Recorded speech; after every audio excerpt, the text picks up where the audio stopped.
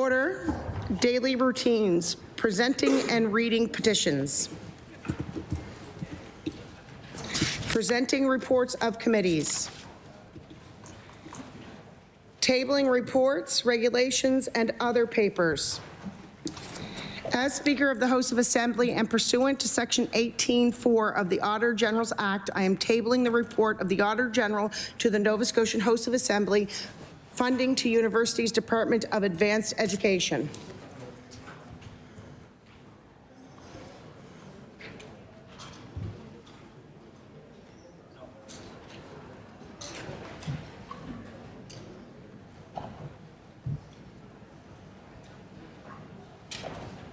The report is tabled.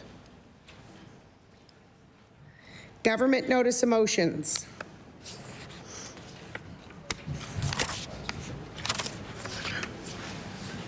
I recognize the honourable member for Dartmouth East. Madam Speaker, with your permission, I'd just like to hold up on the government notice of motion until our guests arrive in your gallery, hoping to revert back to government notice of motions when the time comes.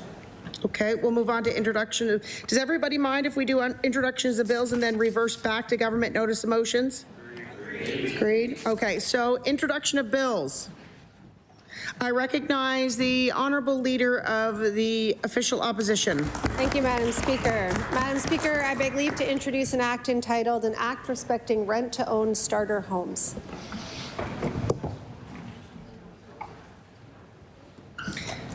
The honourable member for Dartmouth South begs leave to introduce a bill entitled An Act Respecting Rent-to-Own Starter Homes. Bill 62, an act respecting rent-to-own starter homes. Ordered that the bill be read a second time on a future day. I recognize the honourable member for Sydney Member 2. Yeah, thank you, Madam Speaker. Madam Speaker, I beg leave to introduce a bill entitled An Act to Modernize Aquaculture in Nova Scotia.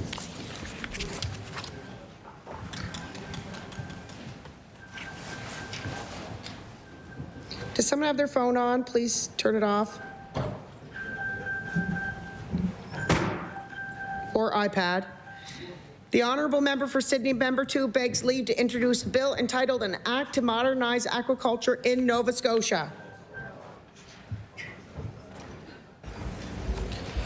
Bill 63, an act to modernize aquaculture in Nova Scotia.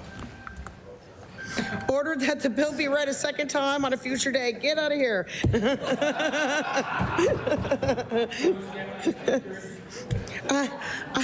I recognize the honourable member for Halifax Needham. Thank you, Madam Speaker. I beg leave to table the bill entitled An Act to Secure Fairness for Renters.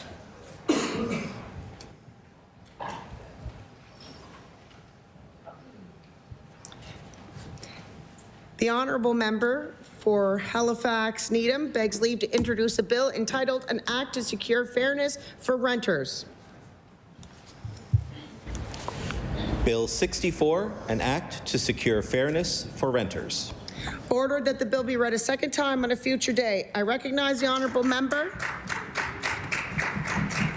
I recognize the honourable member for Fairview Clayton Park. Thank you, Speaker. Speaker, I beg leave to introduce a bill entitled An Act Respecting a Homelessness Task Force.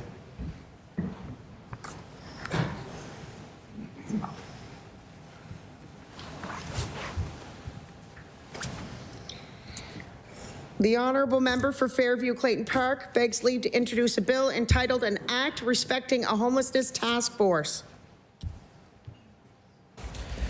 Bill 65, an act respecting a homelessness task force. Ordered that the bill be read a second time on a future day.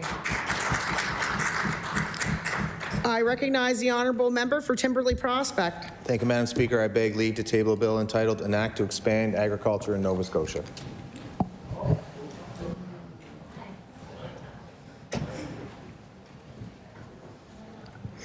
The honourable member for Timberley Prospect begs leave to introduce a bill entitled An Act to Expand Agriculture in Nova Scotia.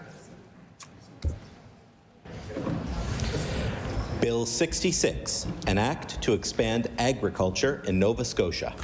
Ordered that the bill be read a second time on a future day. I recognize the honourable member for Cumberland North. Thank you, Madam Speaker. I beg leave to table a bill entitled an act to support commercial and household greenhouses.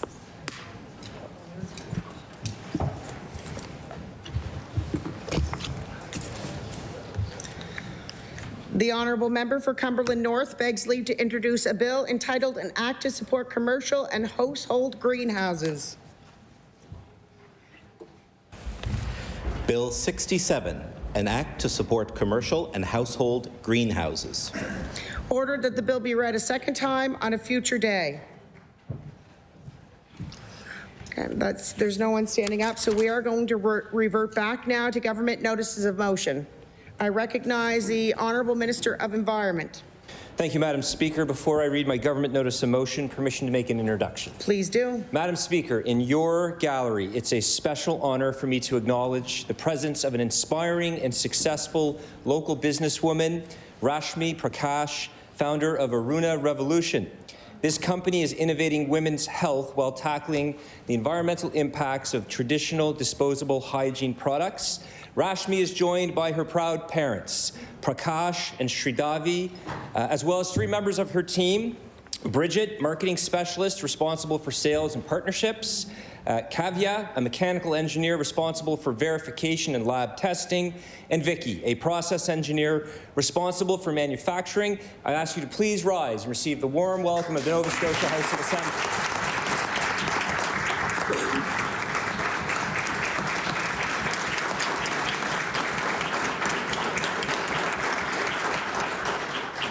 Welcome to the host of the people. We hope you enjoy your time here.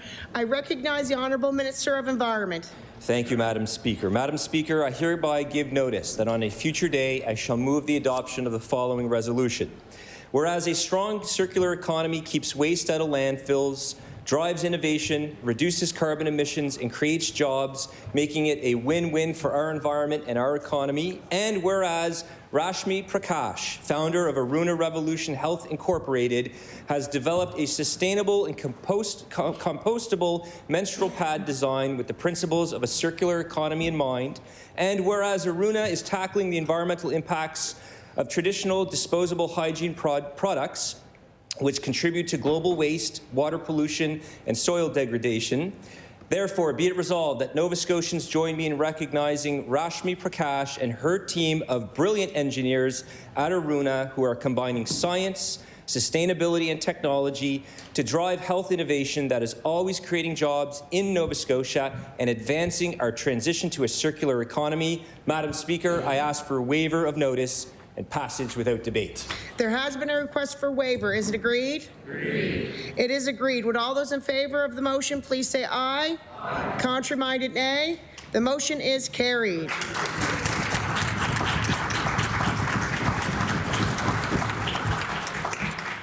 I recognize the Honourable Minister of Emergency Management. Thank you, Madam Speaker. I beg leave to make an introduction before I make... Hold on.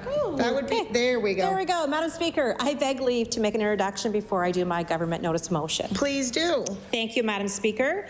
Today in your gallery, we are honored to have a group of courageous men who have dedicated their lives to protecting Nova Scotians and ensuring public safety during all types of emergencies.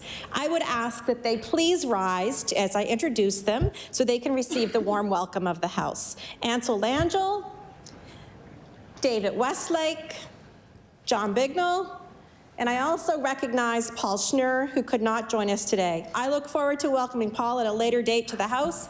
Thank you so much, gentlemen.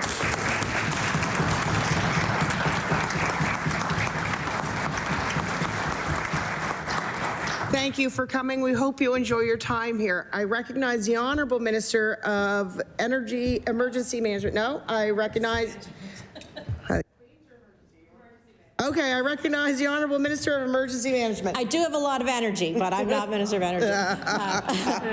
Madam Speaker, I hereby give notice that on a future day I shall move the adoption of the following resolution. Whereas the Emergency Management Exemplary Service Medals recognize the work being done across Canada to help prevent, prepare for, respond to, and recover from emergencies. And whereas the awards for 2024 presented in Ottawa on February 26 to 4 deserving Nova Scotians. And whereas the contributions of these individuals include wildland fire response, incident management, emergency social services, and municipal emergency management. Therefore, it be resolved that this House congratulate Ansel Langell, David Westlake, John Bignell, Paul Schnurr on receiving the Emergency Management Exemplary Service Award and thank them for their continued efforts to help keep Nova Scotians safe. Madam Speaker, I request waiver of notice and passage without debate. There has been a request for a waiver. Is it agreed? Agreed. It is agreed. With all those in favor of the motion, please say aye. Aye. Contrary-minded, nay. The motion is carried.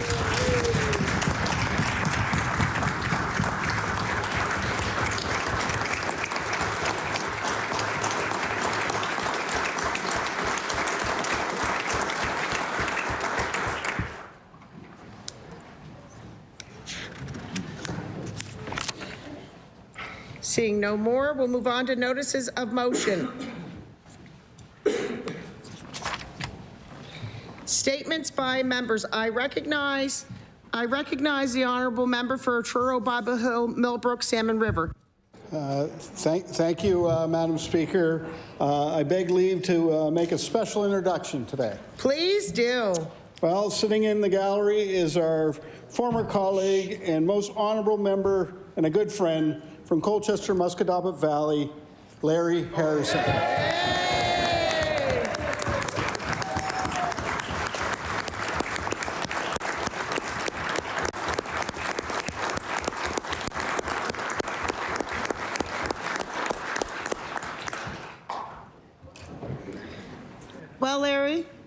Well, Larry, we hope you have enjoy your time here. Couldn't get enough. Okay. I recognize the honourable member for Halifax, Sidney, Sable Island. Thank you, Madam Speaker. I beg leave to make an introduction for both of my member statements. Please do. Joining us in the gallery today is Jude Gerard, who is the ombudsperson at the Nova Scotia College of Art and Design, and Buffy Gugu, who's a 2024 graduate of NSCAD and is the Treaty Education Curatorial Assistant of the Treaty Space Gallery. And I ask them both rise and accept the warm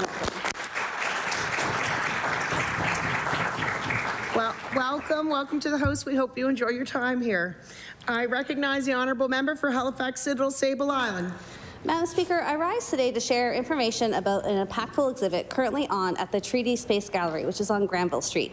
This is an important space that exhibits from both Indigenous and non-Indigenous artists, and is also a place supporting Indigenous students at NSCAD.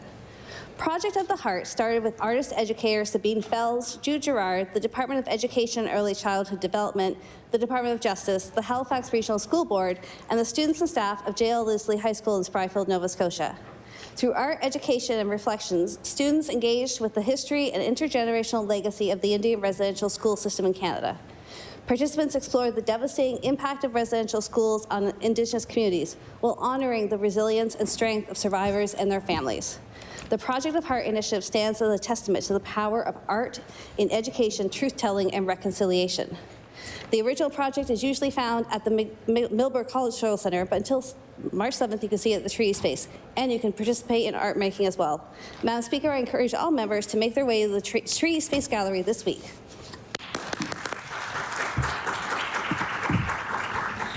I recognize the honourable member for Sydney, member 2. Yeah, thank you, Madam Speaker. Since he's here, I'm going to do a member statement for him, and I'm going to recognize Larry. Oh, Larry, great. 10 years ago, I met a lot of people in this place, and a few folks are still around, but one guy I met was Larry Harrison, sitting over here in the corner. And I can tell you, for the new people in here, when the walls were on fire because of passionate debates, Larry had a way of turning the temperature down about 500 degrees by just being Larry. He was strong in his faith, he was strong in his friendship, and he was strong in his loyalty to his family and his party. But what he doesn't realize is he taught a lot of young guys a bit about humility when they came in here as young guys trying to take on the world and save everyone at the same time. So I raised to my place as a Liberal to recognize a guy that I believe has had honourable in front of his name his entire life, Larry Harrison.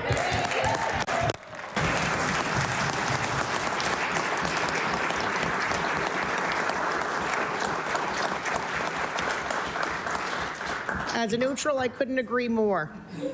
I recognize the honourable member for Annapolis. beg leave to make an introduction today. Please do. Madam Speaker, I am honored to introduce from Denahan Greenhouses, Luke and Jody Denahan and their children, Maddox, Rowan, and Hayden. Please stand.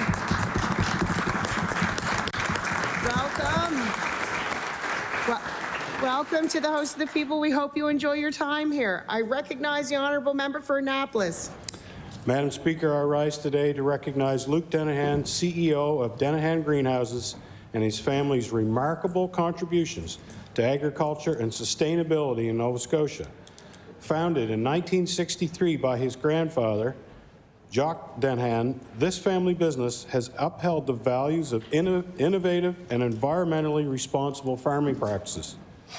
Under Luke's leadership, Denahan Greenhouses has embraced cutting-edge technologies such as biomass using local forestry waste, about 5,000 cords of firewood a year,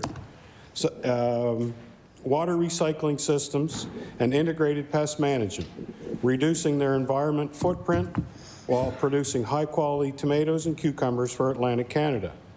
Beyond their commitment to sustainability, the Denahan family is a leader in our community, supporting organizations like Feed Nova Scotia, local hockey programs, and 4-H.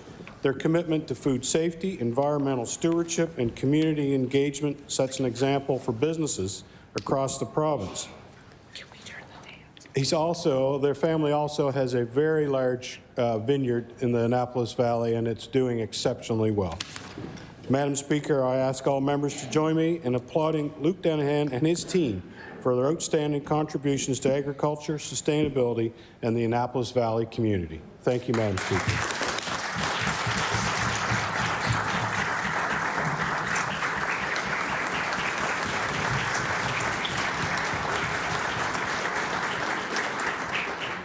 I recognize the honourable member for Halifax Citadel Sable Island.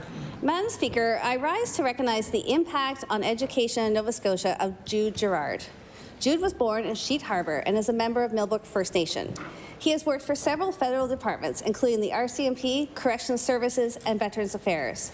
He has also worked for many Nova Scotian departments, including Education and Early Childhood Development, where he helped establish treaty education in Nova Scotia, Communities, Culture and Heritage, the Nova Scotia Apprenticeship Agency, and the Office of Equity and Anti-Racism Initiatives. He's worked at a number of post-secondary institutions and served on the National Indigenous Education Advisory Committee for Colleges and Universities Canada. He is currently NSCAD's University's first ombudsperson and the first Indigenous ombudsperson at a post-secondary institution in Canada. Jude has been a speaker at national and international conferences on systemic oppression and racial identity. He's been trained as the first Canadian in Beyond Diversity, Courageous Conversations About Race, and he has received a Certified Diversity Executive designation. He was also the first Mi'kmaq employee to be awarded the Nova Scotia Premier's Award of Excellence and has received the King Charles Coronation Medal from Universities Canada for his work on treaty education. I'd like to ask all members to thank Jude for his work and dedication to education in Nova Scotia.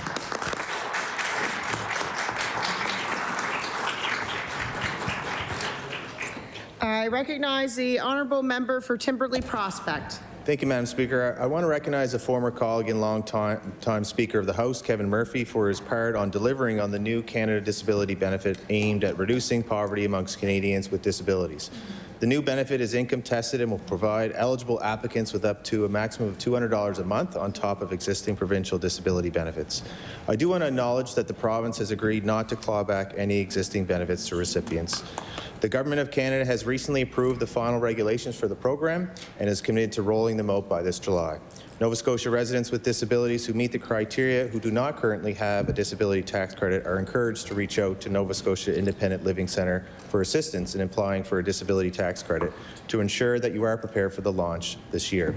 The Trudeau government's budget 2024 approved $6.2 billion over the next 4 years for the benefit. And Nova Scotia and Canada is better off when its citizens with disabilities are enabled to be full participants in every aspect of our society.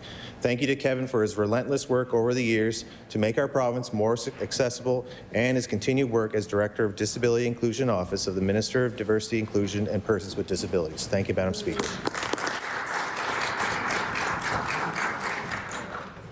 I recognize the honourable member for Kings West. Thank you, Madam Speaker. I beg leave to make an introduction. Please do. Madam Speaker, in your gallery are two of the leading ambassadors for Berwick and indeed the entire Annapolis Valley. The Moody brothers are leaders in business, community, and politics. I'm honored today to introduce to the House Harley Moody, if I could ask you to stand as I say your name. Harley Moody, George Moody, and his son Mike Moody.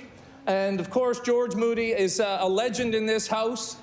George served in the King's West seat between 1978 and 1999.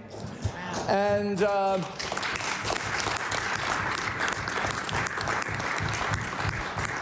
he is my mentor, and I've always said if I can be half the MLA that George Moody was, I'll do okay. And as we were standing downstairs before we came up, he looked at the wall of Premier's pictures and he said, you know, he had this realization. He served his time in the House with 7 premiers. So, Madam Speaker, I'd like to ask all members of the House to please join me in pertaining to my member statement. Please join me in welcoming the Moody brothers today to the House.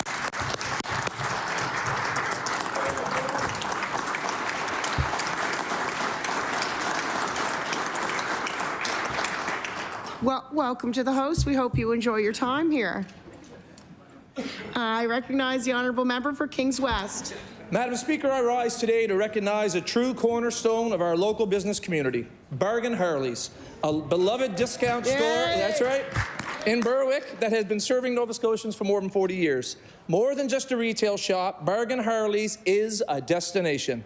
People travel from all over our province to explore its aisles, hunting for hidden treasures and unbeatable deals. It has built a reputation not only for its great selection, but also for the warm and welcoming atmosphere that keeps customers coming back. A key part of that success is the dedicated team behind the store. Bargain Harley's regularly employs more than 25 people, many of whom have been with the business for years. Its low employee turnover is a testament to the positive work created by the owners, Harley and George Moody. True hands-on leaders, they can often be found stocking shelves and chatting with customers, ensuring that every visit is a special experience. Madam Speaker, small businesses like Bargain Harley's are the backbone of our communities, providing jobs, supporting the local economy, and bringing people together.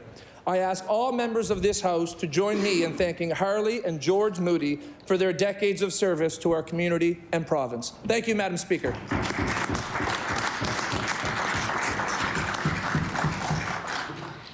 I recognize the honourable member for Halifax Needham. Thank you, Madam Speaker. I rise today to recognize March 4th as National Sons Day. Having a son can be an amazing gift in life, to holding him when he is born, to raising him, and teaching him to be a respectable young man. I'm extremely fortunate and blessed to have 3 boys by birth and many other community sons that continue to make me proud. National Sons Day is a great time to be reminded exactly how great it is to have a son. I want all of us to celebrate sons across the world, and here are a few tips to recognize them and show them how much you care. Call them, let him know how much you love him. Spend quality time with your son and give him big squeezes. That's my favorite. And Madam Speaker, as we recognize this day for our sons, let us love and hold our families close each and every day.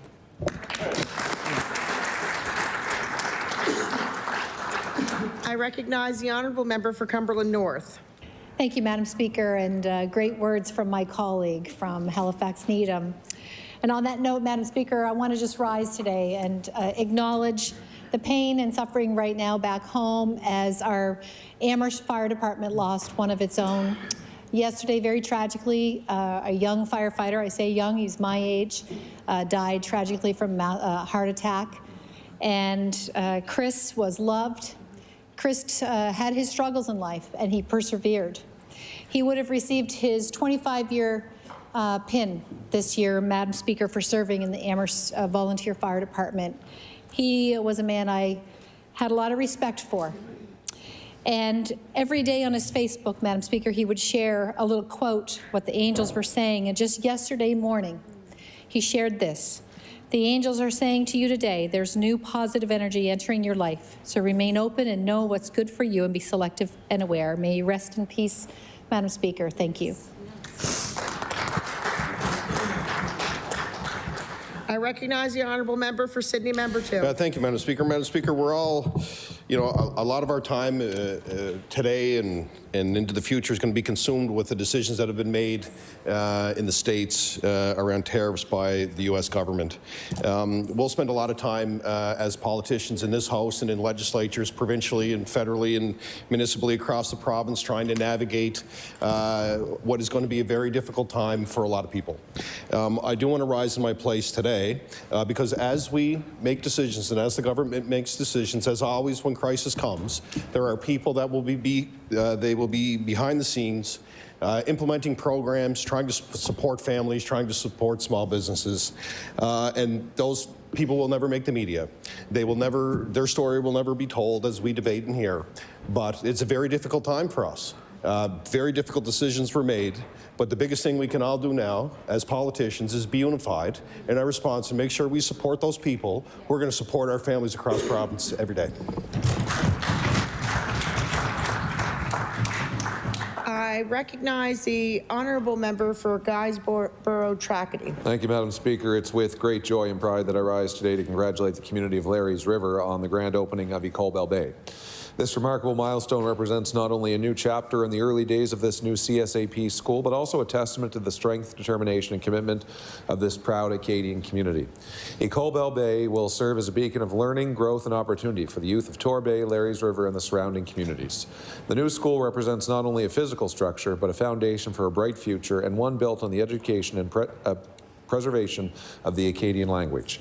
This achievement would not have been possible without the hard work of so many individuals, including parents, educators, local leaders, countless volunteers who came together to make this vision a reality.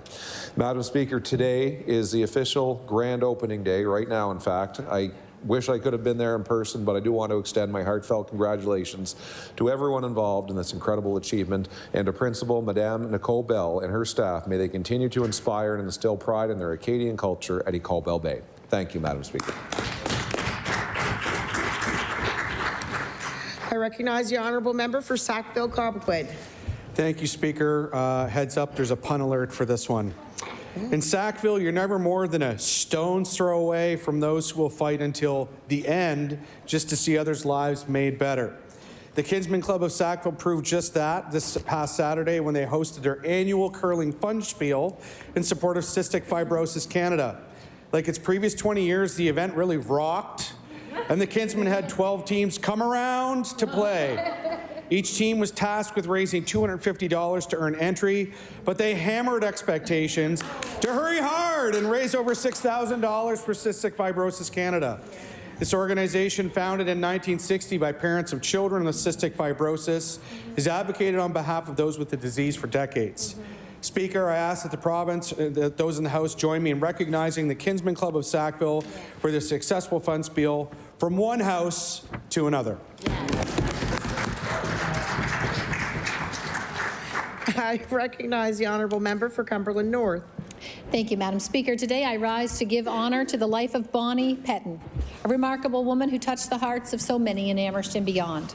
Originally from Conception Bay in Newfoundland, Bonnie made Amherst her home and worked in our community as a dedicated registered massage therapist. In November of 2021, she was diagnosed with ALS. From that moment on, she became an ALS warrior, facing every obstacle with unwavering strength and determination. She never backed down in her strength, in her fight to receive the quality care she deserved. Her wish was to remain in her home, surrounded by her two beloved fur babies, and she did just that, on her own terms with dignity and grace. Bonnie was a woman of deep faith, embodying the principles of strength, perseverance, and love, and she lived by the words, "I am not what I have done, I am what I have overcome." Her journey was made possible by an incredible team of caregivers, and today I want to recognize two of those, Lou Shaw and Dr. Helen Sandland. I also want to extend my gratitude to those in government who helped me advocate for Bonnie, including Deputy Minister Tracy Barbrick. On Saturday night, Bonnie passed away peacefully. Though she is no longer with us, her spirit, courage, and unwavering will to fight, will remain in our hearts forever. Thank you, Madam Speaker. Bonnie will never be forgotten. I recognize the honourable member for Victoria the Lakes. Madam Speaker, I rise today to congratulate the newly elected council members of Victoria the Lakes following the October 19th municipal election. Please join me in celebrating Tim Donovan, Donna Matheson-Lafort, Rosella Bourne, Jess Kerr, Wanda Hennick, who have been chosen by the people to guide our communities forward. Congratulations to the returning councillor members as well, Fraser Patterson, Perla McLeod, and Jackie Organ.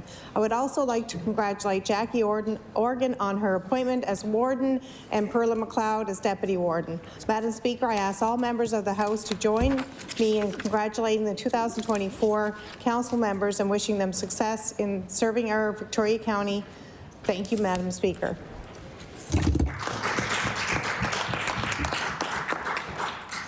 No. Sorry, I gave you. I recognize the honourable member for Fairview Clayton Park. Thank you, Speaker. I rise today to recognize the Halifax Hawks U15B Red Team for their success on their Pink in the Rink Hockey Fights Cancer fundraiser. On February 14th, 2 minor hockey teams faced off in a charity hockey game with a shared goal of raising funds to fight back against cancer. With the Halifax Hawks team in pink jerseys and the opposing Sackville Flyers team in purple, all proceeds from the game were donated. This event was a great success, raising $2,600 for Canadian Cancer Society. To all the players, coaches, parents, and everyone who generously donated, I extend my congratulations and appreciation. Well done. I recognize the honourable member for Colchester Musquodoboit. Well, Madam Speaker, I rise today with great pride in recognizing Musquodoboit Rural High School student Megan McCurdy for winning the St. Barbara competition. St. Barbara and its subsidiary, Atlantic Mining Nova Scotia, announced Megan as the winner out of 17 proposals submitted by 3 schools. The competition was held to design a community space at the Turquoise Lookout area as part of the mine's reclamation process. A committee of 5 members from the Atlantic operations reviewed the proposals, and Megan's win resulted in $25,000 for the school. The School Advisory Council will now decide how the funds get allocated, and fortunately, Megan sits on that committee. A plaque describing the reclamation will also be located at the Lookoff mine site. As Megan said, this allows people to feel involved and see firsthand that mining doesn't have to have a negative impact on the environment. As Megan finishes out her last year of high school, you can be sure she will leave a lasting impression as well as a legacy of her contribution to Musquodoboit Rural High School. Thank you, Madam Speaker. I recognize the honourable member for Cape Breton Centre, Whitney Pier. Thank you, Speaker. The Sweetheart Tournament was held at Glace Bay Elementary over the weekend. According to players and coaches, it was exactly that, sweet. Every basketball player on each team received a Valentine. The Tompkins Memorial Tigers roared this weekend, Madam Speaker, going undefeated, winning gold at the tournament and returning a beautiful banner back to Tompkins School. Congratulations to all players, coaches, and organizers. I recognize the honourable member for Shelburne. Madam Speaker, I proudly rise today to recognize a number of residents in Shelburne County who were honoured with the King Charles III Coronation Medal in recognition of their contributions to our county. Barrington Ground Search and Rescue President David Nickerson, Bob Grundy, who runs Rally Point Retreat, a peer support facility for veterans, firefighters, police, and paramedics suffering PTSD. Gary Himian, who's a peacekeeper and Memorial Cross father of Christopher Himian, Island and Barrington Fire Department Deputy Chief Tyson Ross, who also serves as the chair of the Bayside Home Board. Tina Smith, who is a Silver Cross mother of Sergeant Kirk Taylor, who was killed tragically in Afghanistan, and Captain Christopher Ross and Johnny Butler, both of the Shelburne Fire Department. Madam Speaker, I respectfully ask all members join me in congratulating these deserving medal recipients and thanking them for their commitment to community service. Thank you, Madam Speaker. I recognize the honourable member for Sackville-Cobequid. Thank you, Speaker. I rise today in recognition of a powerful, long-standing voice for Labour in Nova Scotia. Nan McFadgen, the president of the Nova Scotia branch of the Canadian Union of Public Employees, has recently announced she will not reoffer for union leadership. A licensed practical nurse and CUPE Local 2230 member for 2 decades, Nan was elected the president of CUPE Nova Scotia's over 20,000 members in 2016. That same year, she was also elected regional vice president for Nova Scotia on CUPE's National Executive Board. Nan's tenure leading CUPE Nova Scotia exemplified the working class leadership Nova Scotians have come to expect from organized labour. Over the years, Nan has been a vocal advocate for 2S LGBTQIA rights, renters' rights, patients' rights, and of course, workers' rights. Nan has said the CUPE's strong standing in Nova Scotia's organized labour community is her proudest achievement. Speaker, I ask that all present join me in congratulating Nan McFadgen on her many achievements with CUPE and in wishing her all the best in the future.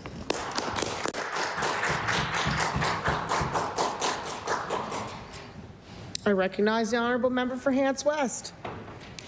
Madam Speaker, DeMont Family Funeral Home in Windsor has served our community since 1922, offering over 10 decades of continuous care and empathy during an extremely difficult time. Original founder, the late Ira Lonis, also became mayor of Town of Windsor and later sold to Les and Faye Beasley, who then sold to Paul and Barb Beasley. Ownership changed hands again in August 2005 to current owners Jonathan and Emily DeMont.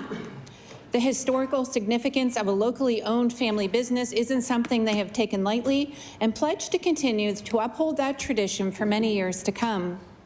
Last May, Jonathan and Emily also acquired Lindsay's Windsor Funeral Home, where Jonathan originally started his career in January 1998, which brings them immense amount of pride. Madam Speaker, I ask that all members join me in congratulating Jonathan, Emily, and staff on their newest acquisition and for almost 20 years of service. Thank you, Madam Speaker. I recognize the honourable member for Dartmouth North. Madam Speaker, each year during the holy month of Ramadan, the Dartmouth North Masjid opens its doors and hosts an iftar celebration for the local community. It is always a wonderful experience of education, reflection on personal faith, and of community connection. On Sunday, I attended this year's community iftar, where I joined teachers from the local school, the MP and city councillor, my colleague, the MLA for Fairview Clayton Park, our HRP community response officer, folks from neighboring organizations, and folks who live in the neighborhood, as well as, of course, the many members of the Muslim community who gather at the masjid much more regularly. This year, there was a collection taken of food items for the Dartmouth community fridge. I've been lucky to attend the community iftar for several years, and each time I go, I learn new things about Ramadan, fasting, and the Muslim faith. I also meet so many warm and generous people, and I am grateful for their friendship. Thank you to the Dartmouth North Masjid for this wonderful annual event. Ramadan Kareem to all who are observing. Thank you.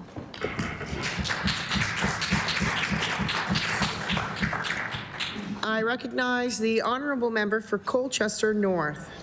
Madam Speaker, I rise today to commend two up-and-coming curlers in Colchester North, Owen and Kerry Fisher of North River. Owen and Kerry are heading to PEI to represent Nova Scotia in the Under-21 Nationals for mixed doubles from March 15th to March the 20th. Madam Speaker, it doesn't end there. Kerry's is a member of the Team Wisent, the 2024-25 Under-21 Provincial Ladies Champion Curling Team, curling out of Halifax Curling Club, and will be competing for the 2025 New Holland Canadian Under-21 Curling Championship in PEI from March 22nd to 30th. Meanwhile, her brother Owen is a member of the McIsaac team out of the Truro Curling Club, who just happened to be the 24-25 Under-21 men's provincial champions. They will also be competing in this year's Canadian Championships. Madam Speaker, March will be a very busy month for the Fisher family, and we will be watching them closely, cheering them on, and I look forward to recognizing them in this House as the Canadian Championships before the month is over.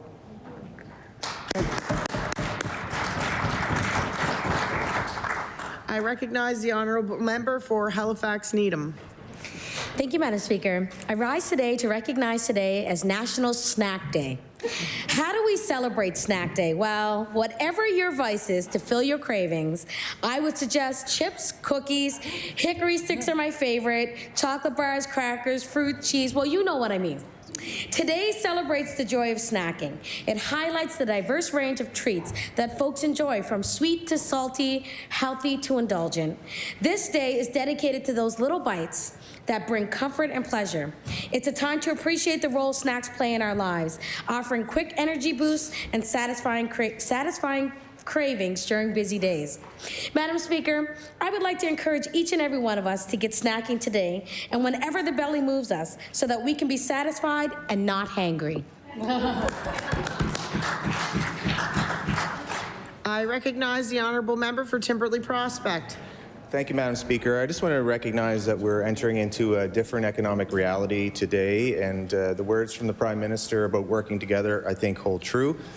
He actually mentioned that civil society and labor groups, businesses themselves, especially those businesses that are trade exposed, we are in this together. And there will be some pain in our province, retaliatory tariffs, potential layoffs, and more. And it's not the time to divide people and weaken processes. We need experts engaged in policy and decisions around where public money is spent to soften the blow. One of the ways we can ensure that is public scrutiny.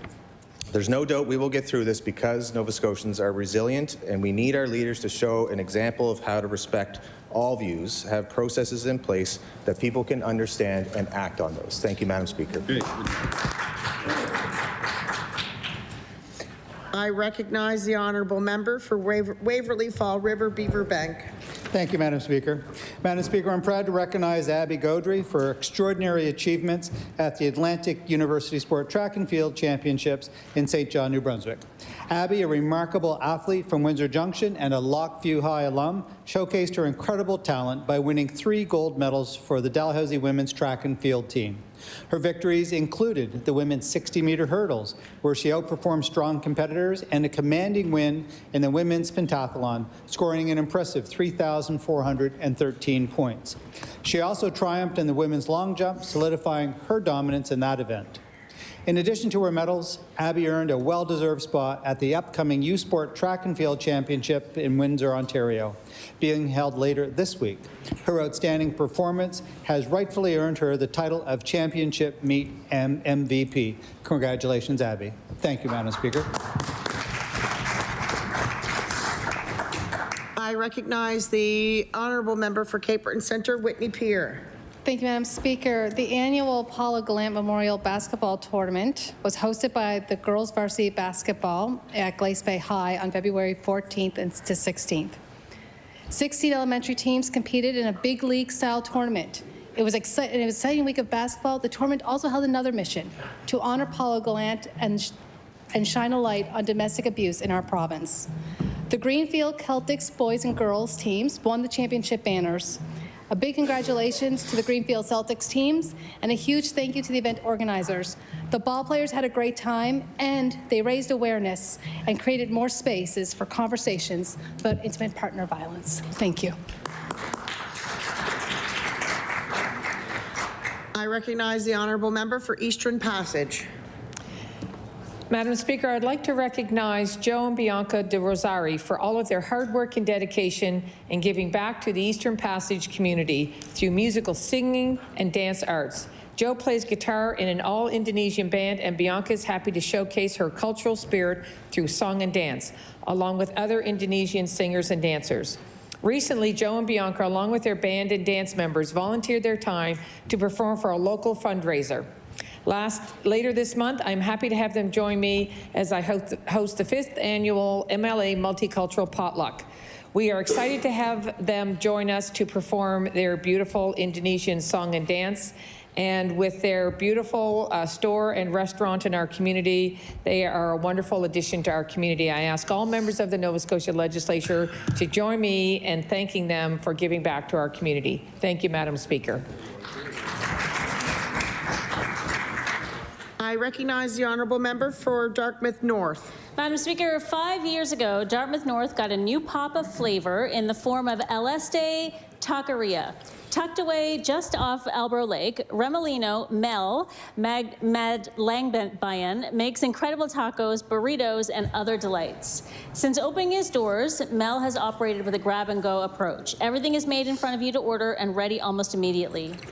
When he opened his restaurant, Mel's only goal was to be able to pay the bills. But eventually, like many chefs, he started dreaming of a restaurant where customers could dine in and he could see them enjoying his food in front of, from the kitchen. And very soon, Mel will be able to see that dream become a reality. He revealed back in October that LSD will be expanding and opening a new location right down the street on Barrington Street. I couldn't be happier for Mel, but also for the people of Halifax, who will finally get a taste of the fantastic food that Mel has been bringing to Dartmouth North for the past 5 years. I ask the whole House to join me in congratulating Mel on his Cross Harbour expansion. See you there for a taco.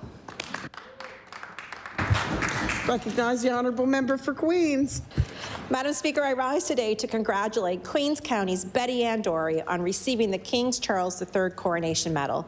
This prestigious award was presented to Betty Ann as recognition for the countless hours that she has given supporting our community, her workplace, and for the countless years she has spent supporting and mentoring people with intellectual disabilities. Special mention was made of her work and the many years of dedication to Special Olympics in Lunenburg and Queens counties. Madam Speaker, please join me in applauding Betty Ann on this well-deserved honor and recognition, and in thanking her for all that she has done and continues to do to enhance the lives of others. Thank you, Madam Speaker. Recognize the honourable member for Cole Harbour Dartmouth. Madam Speaker, today I rise to recognize a longtime Cole Harbour Dartmouth resident and exceptional educator, Craig Campbell. Craig is the principal of Woodlawn High School and is viewed by staff, students, and the community as an exceptional leader who has built a team that is focused on ensuring students not only see themselves reflected in their school, but also find success while they are there. Craig began the Afrocentric cohort at Woodlawn High, and that class will walk across the stage this June. Craig grew up in Cape Breton, and both his parents, Colleen and John, were teachers. They both taught me. They also did an amazing job raising an extraordinary son who's gone on to become a wonderful husband to Christina and dad to Caitlin. Madam Speaker, we are all very grateful for Craig's contribution to Woodlawn High School and our community. Also, I am personally thankful for the role he played as my official agent in my campaign. I ask the members of this House to join me in recognizing an extraordinary educator, an amazing man, and my friend, Craig Campbell. Thank you, Madam Speaker. I recognize the honourable member for Lunenburg. Thank you, Madam Speaker. Madam Speaker, I rise today to congratulate members of the 644 Revitalization Network. This New Germany-based nonprofit, named for the local telephone exchange, took shape in the latter months of the pandemic and is comprised of a powerful mix of newcomers and those with deep roots in the community, united by a single passion: to make good things happen in our community, and a lot is happening. From running the weekly farmers market to organizing children's play groups, computer classes for seniors, the 644 is constantly looking for ways to increase local services and supports. For instance, just a few weekends ago, I joined a group on a Saturday morning to cook soup and tea biscuits to stock the community food pantry. Madam Speaker, I applaud the efforts of the 644 and encourage other communities to check out their model. Thank you, Madam Speaker. I recognize the honourable member for King South. Thank you, Speaker. Speaker, I rise today to congratulate the Axe Basketball Club's U18 boys team who took home the D2 championship on February 23rd. The Axe basketball team was created to instill a lifelong love of basketball in youth of all levels of interest and ability. The atmosphere brings one of enjoyment, learning, and character building. This team was created to give students who may not have a high school team to play on or have limited opportunities in their school program a chance to learn and enjoy the sport. They were able to create a team who fights together and wins together. Uniting as one, they played well, and I know their coaches and families are proud of each one of them. Speaker, I ask the members to please join me today in congratulating the U18 Boys Axe Basketball Club on their championship win. Thank you, Speaker.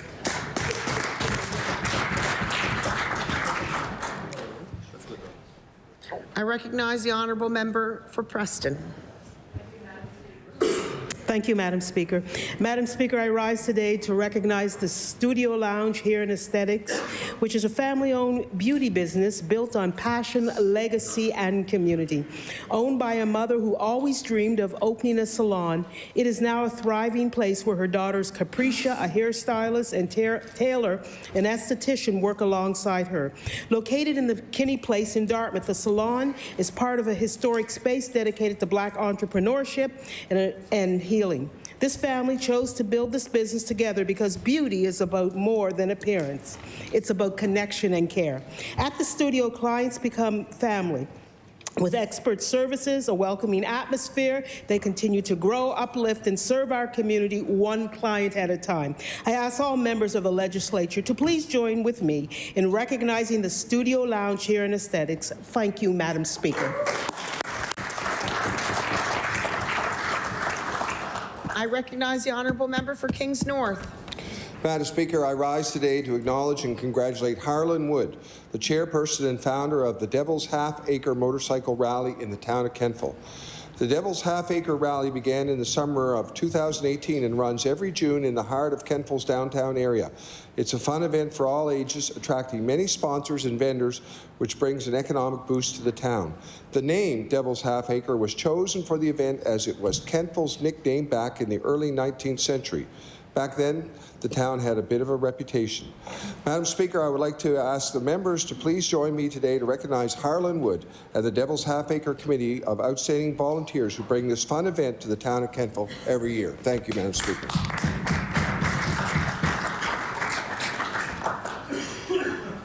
I recognize the honourable member for Clayton Park West. Thank you, Madam Speaker. Madam Speaker, I rise today to applaud St. Benedict's Parish Outreach Ministry Program.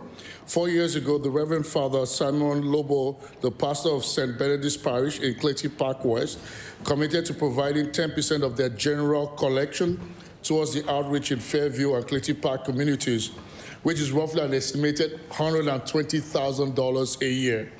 This generosity has provided the means for many individuals and families to pay their rent, put food on their tables, keep their lights on, pay for medications. Madam Speaker, I would like to ask that all members of the House of Assembly join me in applauding the parishioners, the staff members, the volunteers of St. Benedict Parish for providing support to those in need and for their efforts to make lives of others easier instead of harder. Thank you, Madam Speaker. I recognize the honourable member for Cumberland South. Madam Speaker, I rise today to welcome and congratulate the new owners of the Lower Main Market in Oxford, or as it will now be called, Big B's Variety. Anne and Brendan Boyd are now looking forward to connecting to the community and growing the store so it can continue to serve the people of Oxford and surrounding area. Anne grew up in the Oxford and Pugwash area, and Brendan, originally from Cape Breton, moved to the mainland when he was young. Anne and Brendan welcome all to drop into the store and are excited to see old friends and make new ones. Madam Speaker, I ask the House to join me in congratulating Anne and Brendan Boyd on their new adventure with Big B's Variety in Oxford. Thank you, Madam Speaker.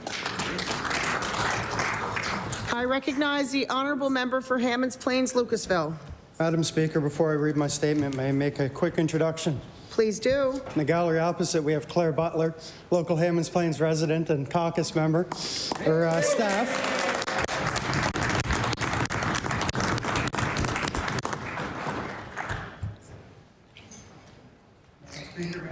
Yes, absolutely. I recognize the honourable.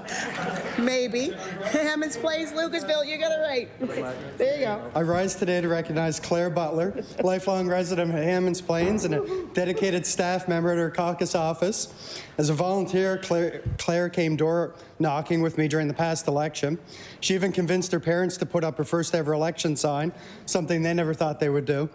Claire recently celebrated her 1-year anniversary as communications officer at the caucus office. She works tirelessly and always with a smile and a cheerful word to support our MLAs and their communications requests. Madam Speaker, we are happy to have Claire as part of our team as she spreads kindness and a positive attitude wherever she goes. Thank you, Speaker. I recognize the honourable member of Argyle. Thank you very much, Madam Speaker. I beg leave to make an introduction. Please do. Thank you very much, Madam Speaker. If there's a couple less viewers on Ledge TV stream this afternoon, it's because there's a couple extra viewers in the gallery. In your gallery, I'm happy to welcome my mom, Odette, and my grandmother, Donna, for today's proceedings.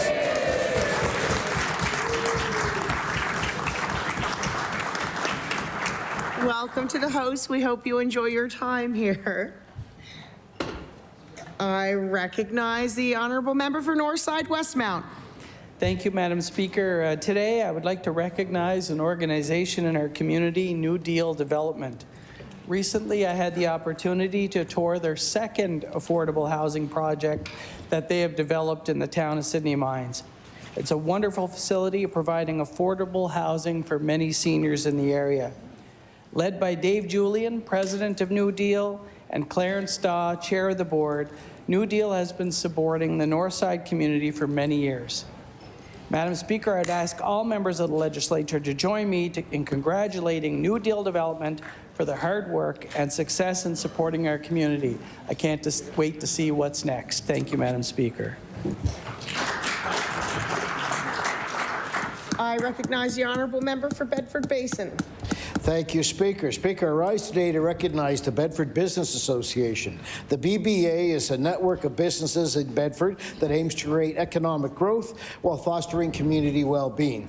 The Bedford Business Association has been growing. However, according to the chair, Sean Murray, it is not well known that the BBA now encompasses all of the Bedford Basin constituency, but also Bedford South. Businesses in Bedford that haven't already should reach out to them and see about getting involved. Thank you, Speaker.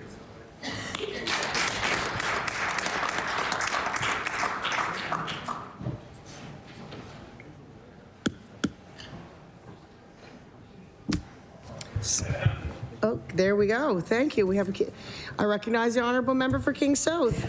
Thank you, Speaker. Speaker, I rise today to recognize and express my deep gratitude to David Morse, former Cabinet Minister and MLA for King South.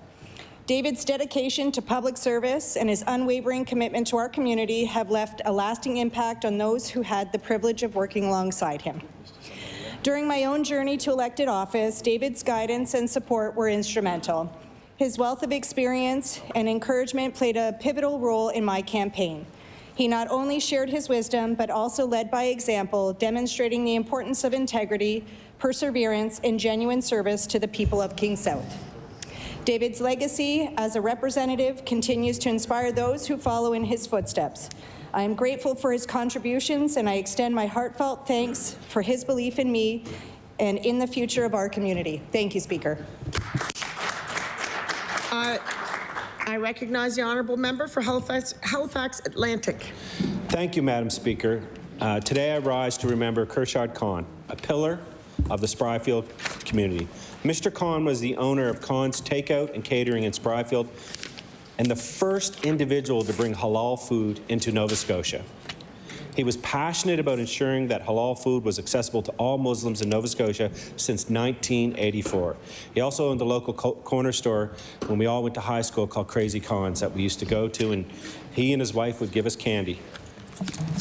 Mr. Khan was a man of integrity, honesty, and kindness. He loved our community and the people who came to his store. He often went above and beyond to ensure that everyone was able to access the products they needed. Please join me in sharing my condolences with Mr. Khan's family, friends, and community as they grieve this immense loss. Thank you, Madam Speaker. I recognize the honourable member for Colchester, Musquodoboit Valley. Well, thank you, Madam Speaker. I rise to congratulate the Colchester Academy High School on hosting a very successful Division II Boys Basketball Championship on the weekend. Brett Holland, the athletic director, Ginger Carson, the principal, and their team of volunteers put on a tremendous provincials. All the teams played very well, and I have to congratulate North Kings Education Centre and Minister Lohr's, the Minister of Finance's riding for their championship. It was a great game, played by all, very sportsmanlike. Congratulations to all the teams, and congratulations to the school for putting on a very successful tournament, Madam Speaker.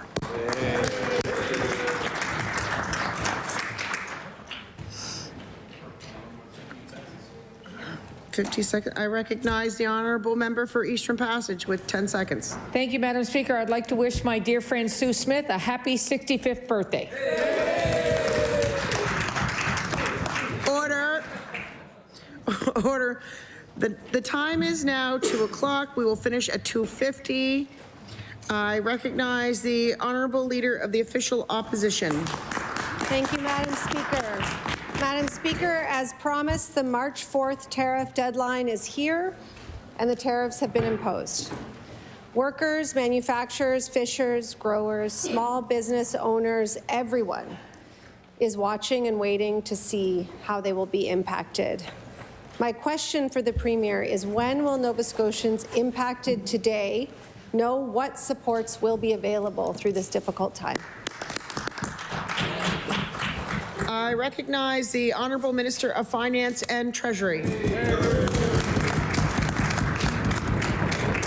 So, Madam Speaker, I want to acknowledge that these are extraordinary times and this is an extraordinary challenge for our province. I just want to acknowledge that the province has responded to challenge and adversity in times in the past and will do so again. And we as a government will, all members of this legislature will respond to that tragedy, these enormous challenges.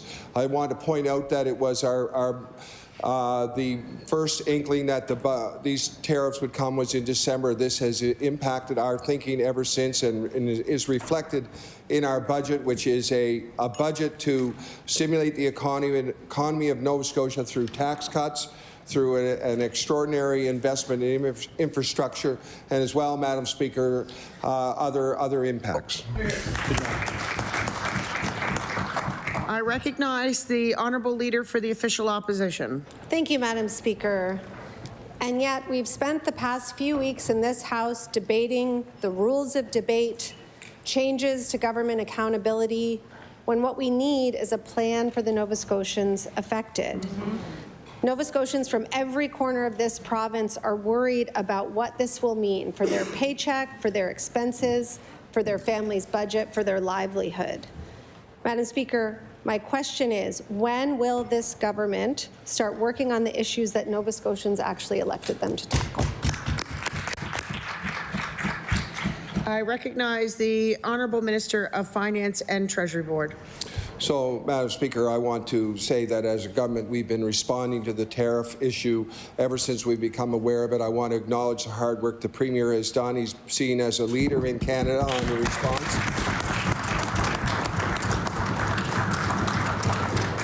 Clearly, one of the outstanding things needs to be done is to change the way we do business with each other. The interprovincial trade barriers are something that have to change. We're seen as a leader in that effort. Nova Scotia is, thank you to the Premier. And we know that if even in small ways we can all do a bit more business with other provinces, with Nova Scotians, we can change the economy of our province. I want to acknowledge that. I want to mention the fact that we've invested in Nova Scotian oil. We continue to do so. I recognize the Honourable Leader for the Official Opposition. Thank you, Madam Speaker. The government estimates that last year Nova Scotia's top exports were tires at $1.5 billion, fish and seafood at $1.2, forest products at $430 million, agriculture and agri-food products at just under $300 million.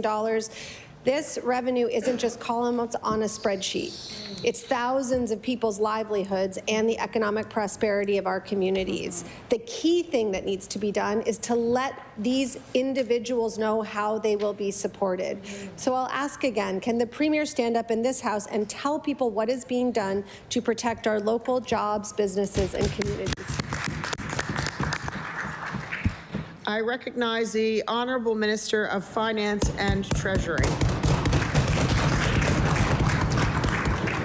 Madam Speaker, I can say that since December, our government has met with hundreds of business groups, individual businesses, chambers of commerce. We are listening. We've set up a tariff hotline for individual companies to call in. We are looking for the feedback from that. We realize these are extraordinary times.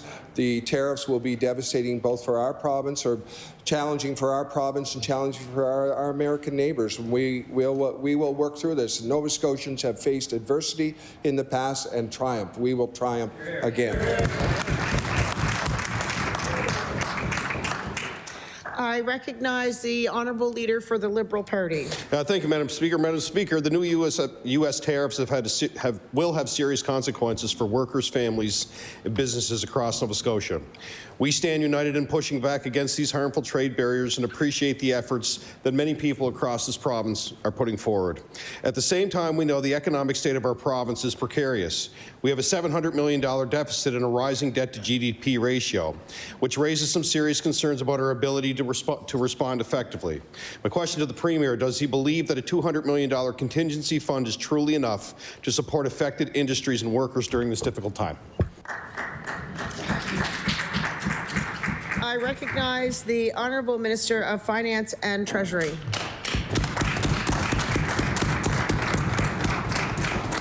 Madam Speaker, we are bringing in a stimulus package in our budget for Nova Scotians to stimulate our own economy, to create Made in Nova Scotia wealth, a $500 million tax cut directly to Nova Scotians.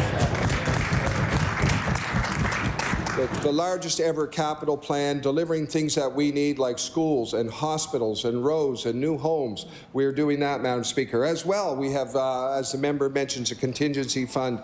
We're investing in Nova Scotia Loyal. We're investing in Nova Scotia businesses, Madam Speaker.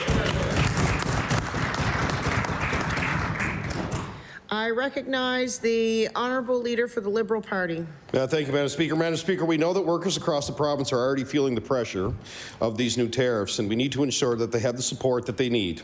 According to the government, 1 in 16 jobs in Nova Scotia relies on trade with the U.S. The government has set aside a $200 million contingency fund, but we've yet to hear how that number was determined. Can the Premier share the rationale behind this figure and explain how his government arrived at it? I recognize the Honourable Minister of Finance and Treasury.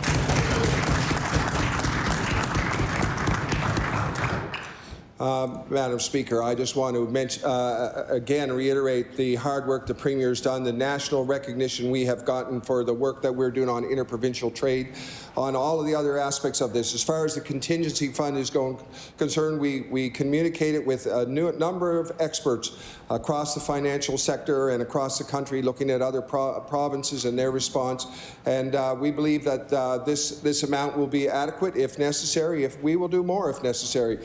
The province has responded to tragedy and crisis. We've responded to COVID. We've responded to Fiona. We've responded to floods and fires. Madam Speaker, we will respond to this crisis as well.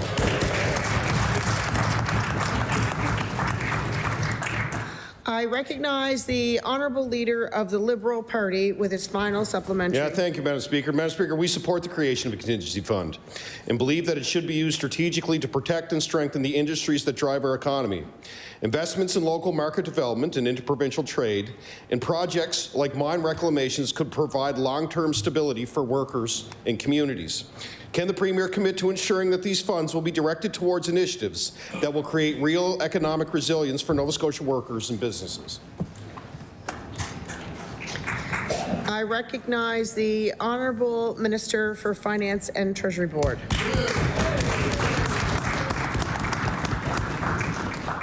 Madam Speaker, we as a province realize that we need to not only do more business with ourselves through Nova Scotia Loyal, we need to do a bit more business with other Canadian provinces. We are making those things happen. Nova Scotians will respond to this adversity. We realize that we need to take advantage of the natural resources that we have in our province. That's another aspect of this. That is something that has come out of our recognition that we cannot be as reliant on our U.S. Neighbours as we have been in the past, and the world is rapidly changing. We will respond to this adversity. We will overcome it, Madam Speaker. I recognize the honourable leader for the official opposition. Thank you, Madam Speaker. Since October, there have been 8 confirmed deaths as a result of intimate partner violence in our province. Another one just recently. This is an epidemic. Urgent action is needed. Organizations like the Transition House Association of Nova Scotia have been asking for stable core funding for years, and they have still not received assurances. Long-term, predictable funding will provide life-saving services to those experiencing gender-based violence. 8 lives have been lost since we passed legislation to declare this an epidemic. Why hasn't the government acted with epidemic-level funding? I recognize the Honourable Minister responsible for the Advisory Council on the Status of Women.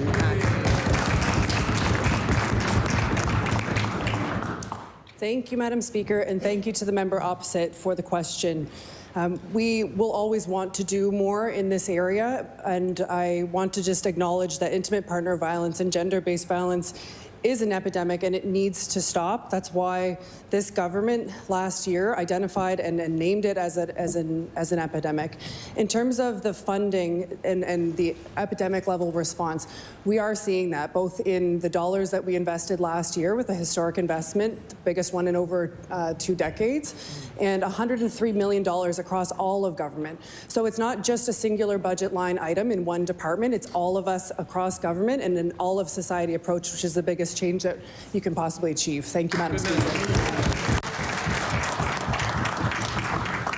I recognize the Honourable Leader of the Official Opposition. Thank you, Madam Speaker. Many frontline organizations disagree, and one-time announcements and status quo funding bundles are not stable core funding, and the minister must know that.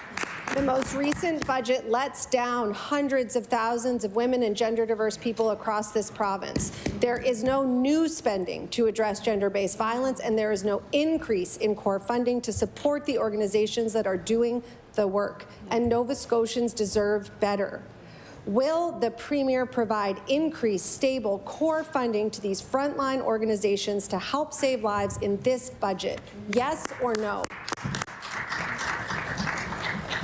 I recognize the Honourable Minister responsible for the Advisory Council on the Status of Women Act. Thank you, Madam Speaker, and thank you to the member opposite for the question. So the investments that were made as part of the 2024-2025 budgets are investments that we will stand by year after year. We're standing by the investments, but also we're changing the system. And when you're talking about changing the system, that's a huge part of the discussion. That's a major overhaul. That's cultural change, that's societal change, and that's something to really speak about and be proud of. Do we want to do more every single day? Absolutely. But every single person in this government is taking a piece of that work and applying it to their day-to-day work and seeing it show up in every single department. And I'm proud of that change, and there's more that we want to do, but we'll continue to work hard every day to make that change happen.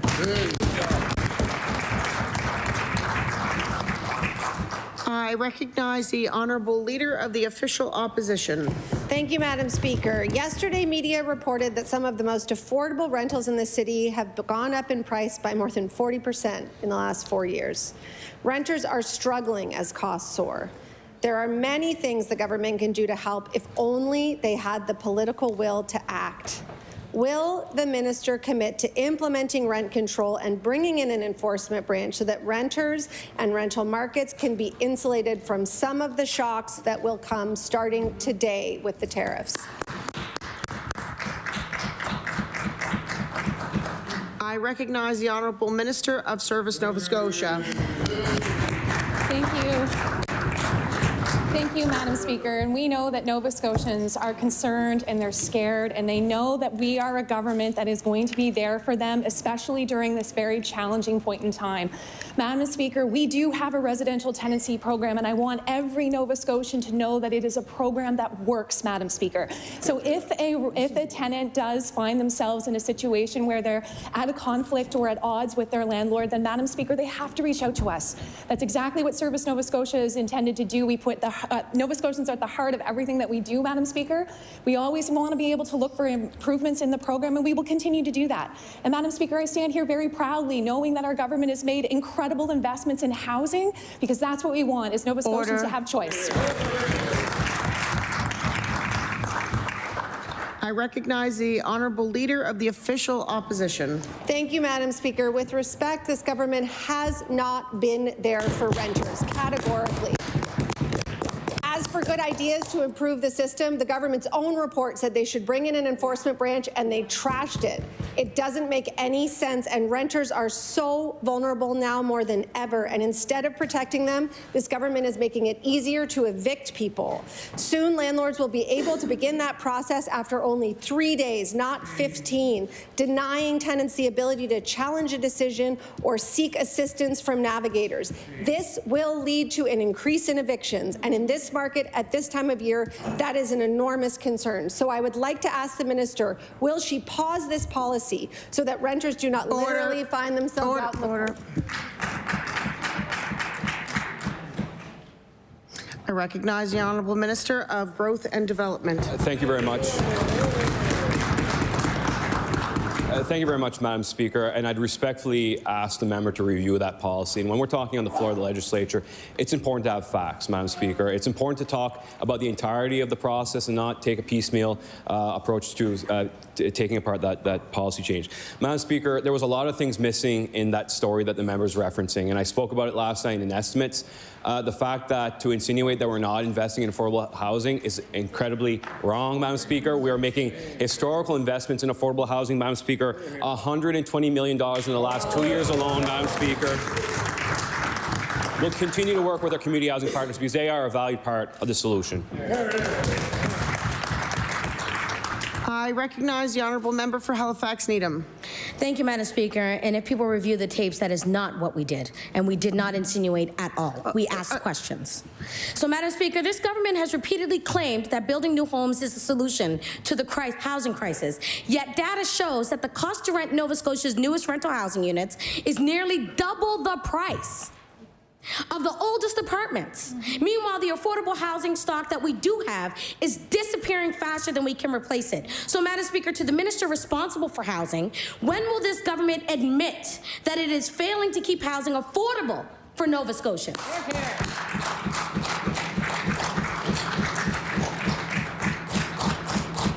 I recognize the honourable minister for Growth and Development. Thank you very much. Madam Speaker, I will admit that we are the first government to actually implement a housing plan, Madam Speaker. Groundbreaking investments across the spectrum, including for affordability, Madam Speaker. We want to continue to create the conditions to build more housing, Madam Speaker, across the spectrum. We're at 125% of our target for 2028, Madam Speaker. As I indicated before, we're not letting go of the gas pedal. We're continuing to do more, Madam Speaker. We want to work with our community housing partners. We want to work with nonprofits. We want to work with developers, Madam Speaker, to build that supply. As it relates to affordability, Madam Speaker, I'll remind the member, we announced a lot of public housing in the last couple of years.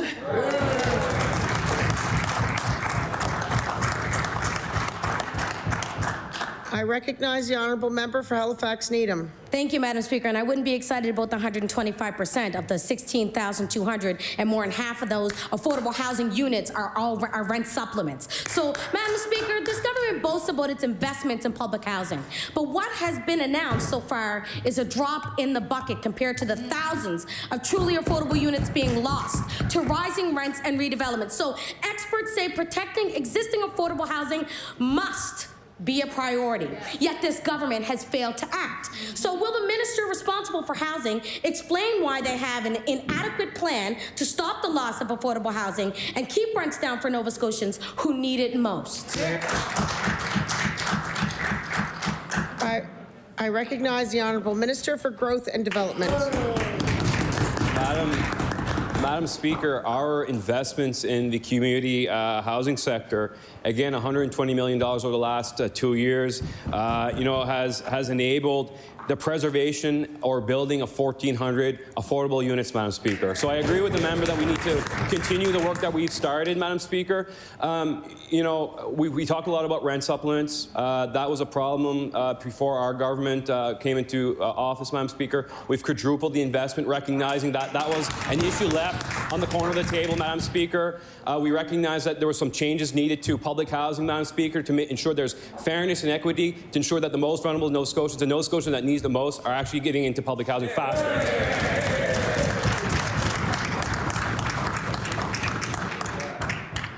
I recognize the honourable member for Timberley Prospect. Thank you, Madam Speaker. Today, workers and businesses across our country are waking up to a worrying new economic reality. The actions of one man have plunged markets into chaos and put the economic well-being of our entire continent at risk. In this House, we need to be sure to work together across party lines to do everything we can to support Nova Scotian workers and businesses. We're ready to do that work, and we've been here suggesting ways the government can spend its contingency fund to actually benefit Nova Scotians. My question for the Minister of Finance: can the Minister clearly outline the process that will be used to determine who receives funding from the contingency fund? Thank you, Madam. I recognize the Honourable Minister of Finance and Treasury Board. So, Madam Speaker, I'm very pleased to say that the response to the tariffs has been really led by the Premier and Intergovernmental Affairs, and that the communication with all of the businesses that we've communicated with has been very, very ongoing by the Premier and our Intergovernmental Affairs Department. We will continue to communicate with Nova Scotians, with all Nova Scotians. We look for feedback from all Nova Scotians on how we respond to these tariffs. We realize this will be a challenge for our province. We've met challenges in the past. We'll meet them again. I'm confident, Madam Speaker, as we see our economy change, our world change in ways that we would not have wished it to change, but we will respond as a province. We will listen to Nova Scotians as we respond. Thank you. I recognize the Honourable Member for Timberley Prospect. Thank you, Madam Speaker. Our budget deficit is concerning, and with tariffs, it's possible that we will experience a deficit of over $1 billion. That is, unless, of course, revenue projections are off, as they have been since they started. The government must act across all departments to be responsible with spending to ensure we are able to meet this threat head-on. My question to the Minister of Finance, is he concerned that our growing debt, which already grew by $300 million since we started the House session, will impact our ability to respond to tariffs? Thank you, Madam Speaker. I recognize the Honourable Minister of Finance and Treasury Board. Madam Speaker, I'll remind members of this House and Nova Scotians that as a government we had 4 deficit budgets that we have delivered 4 surpluses on. We're investing in things Nova Scotians need, like hospitals and schools and housing and roads. So when we look at the capital program that we are doing, we ask ourselves, can we afford not to do it? All of these things Nova Scotians desperately need. We will continue to invest in Nova Scotia. I recognize the Honourable Member for Halifax Citadel, Sable Island. Madam Speaker, this government has a pattern of ignoring expert advice and keeping Nova Scotians in the dark. Reports on environmental racism, student housing, regional transportation, the food and beverage strategy, and action for the 2S LGBTQIA+ community have been gathering dust for months. Paid for with public money, yet out of the public's reach.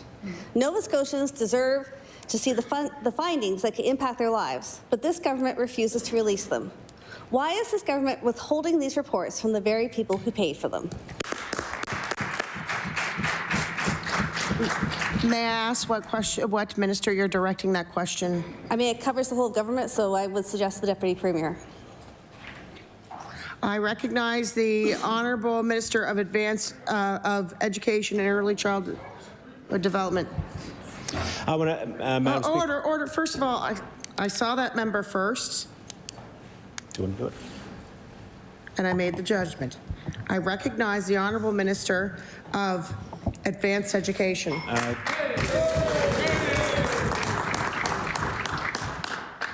Thank you, the Honourable Member, for the question. Madam Speaker, the report that the member is talking about is the one that's in advanced education, Madam Speaker, in education. What we're doing, Madam Speaker, is we're using that report, sorry, it's in education. We're using that report to guide our code of conduct, which will be out at the end of March. And I've had this conversation with all members of this chamber. Madam Speaker, we support the LGBTQI+ community. We will continue to do everything we can to make sure they're safe and make sure that they have a place to study. And Madam Speaker, if the code of conduct doesn't go far enough, we'll continue to work on it. I recognize the Honourable Member for Halifax Citadel, Sable Island. Madam Speaker, I appreciate the words of the Minister because that wasn't even one on my list. So I will update my list of things that we haven't seen. Madam Speaker, my question is for the Deputy Premier. Even when this government publicly releases reports, they treat it like a PR exercise, ignoring the recommendations and wasting public funds. They scrapped the Coastal Protection Act despite Nova Scotians overwhelmingly supporting the act in public consultations. The government also paid $300,000 for a report on residential tenancies enforcement and then refused to act. How much public money is this government wasting on reports it has no intention of following? I recognize the Honourable Deputy President of the Executive Council.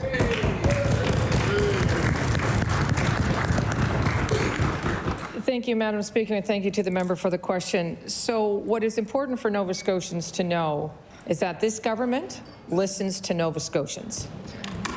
And what we were told when we were on the doorsteps back in October and November is they wanted us to keep building hospitals, to keep building schools, to keep building nursing homes, to keep investing in affordable housing, to keep doing the actions for the Action Coastal Plan that we have. They spoke loud and clear on what they wanted us to do, and we listened. I recognize the honourable member for Halifax Citadel Sable Island on a new round of questioning. My question is for the Minister of Health. As of March 1st, the emergency department at Queen's Regional Hospital will be completely closed on weekends. No virtual care, nothing. As of 1:30 on Fridays, anyone in the emergency department will either be put on a stretcher in the hallway of the medical unit, or people will be transferred 40 minutes to the Bridgewater ER.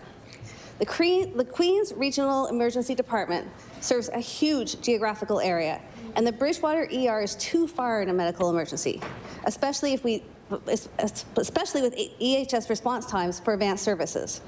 How will residents in Queens County access life-saving emergency care on weekends? I recognize the Honourable Minister of Health and Wellness. Thank you, Madam Speaker. I thank the member for the question. It's an important opportunity for me to be able to talk to the folks of Queens. So certainly through conversations with local care providers, the current model that we have has been developed. And I want people to know that emergency care starts the minute that you call 911. We have incredibly trained dispatchers. We have people in the medical comm centers, physicians, paramedics, nurses who can support individuals. There's medical first responder units across this province who will come and support people when they're experiencing an emergency. We're working very hard to support the people of Queens and others around this province. We know that there is a gap in emergency services with their clinicians, but I want people to understand that 911 EHS is always available to them and provide excellent care. I recognize the honourable member for Halifax Citadel Sable Island. The people working at Queen's Regional have expressed their concerns about this current model. They want to serve their community. They need the support to do so. Will the minister confirm that no FTEs will be lost with the permanent decrease in opening hours at the Queen's Regional Emergency Department? I recognize the Honourable Minister of Health and Wellness. Thank you, Madam Speaker.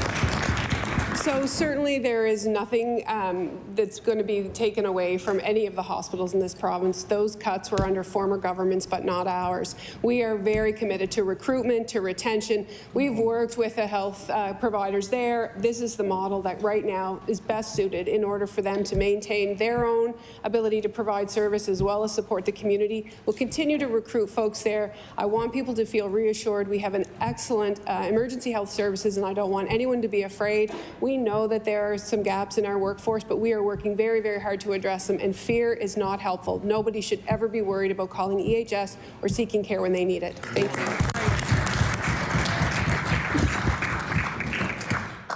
I recognize the honourable member for Cape Breton Centre, Whitney Pier. Madam Speaker, mayors across Nova Scotia are speaking out about this government's plan to override municipal decision-making. They're worried about having to take on debt for projects they did not approve. And they're warning that this is an overreach, could push communities to the brink of financial ruin. Can the Minister of Municipal Affairs explain why this government is intent on steamrolling local governments instead of working with them? I recognize the Honourable Minister for Municipal Affairs. Thank you, Madam Speaker, and I want to assure our municipal leaders across the province that they are important partners for us. And I know that's easy to say, but there's lots of evidence for that. We have renegotiated the 1995 MOU in the past sitting of the legislature in the last 3.5 years, including putting a historic amount of more money into our municipal partners. We continue to invest in our municipal partners. We'll continue to do that. We've been good partners for our municipalities. We've brought in the code of conduct. So we've done many things to enable and strengthen our municipal partners across the province, and we will continue to do so. I recognize the honourable member for Cape Breton Centre, Whitney Pier. And yet, Madam Speaker, the Nova Scotia Federation of Municipalities has called this government's plans, quote, tremendously concerning. It is clear that this is another attempt for this government to consolidate its own power rather than work with others to improve the lives of Nova Scotians. And municipal leaders are demanding answers. Can the minister explain why does this government believe it knows better than the local leaders and their residents? I recognize the Honourable Minister of Public Works.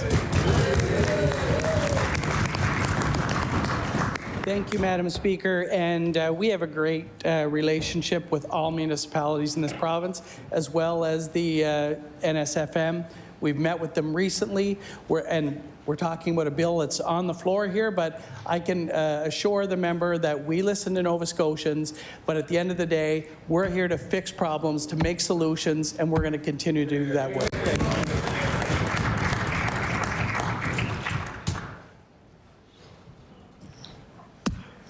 I recognize the honourable member for Cumberland North. Thank you, Madam Speaker. Madam Speaker, my question is for the Minister of Health and Wellness. Last week during question period, I shared the concerns of our frontline healthcare workers here in the House. The Minister said I was making allegations and harming morale.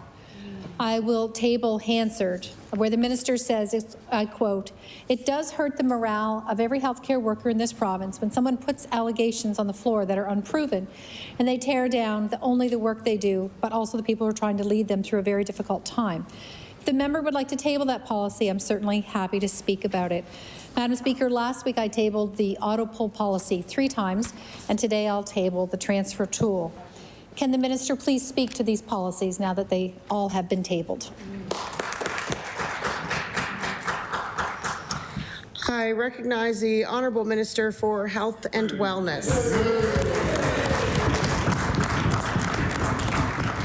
So I'd certainly like to start by thanking the healthcare workers and the leadership team across this province over the last 3.5 years. They have done incredible work in order to transform the healthcare system in our province. There has been a number of policy changes that have had to happen. We are underbedded in this province. There's no question about it. The projections from previous governments was on a shrinking population. We have a larger population than we anticipated. We do need space, both in community and in hospital. The policies that have been enacted in collaboration with things like C3, in conjunction with SAFER-F, in conjunction with mobility teams, are to support Nova Scotians across the continuum. We continue to look at how best to serve Nova Scotians at a time when our system is under significant... Order. I recognize the honourable member for Cumberland North. Thank you, Madam Speaker.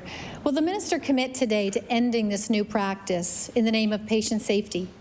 This could lead to this transfer tool, this use of this transfer tool could lead to misinformation or lose the ability of the nurse to ask questions at the time of transfer.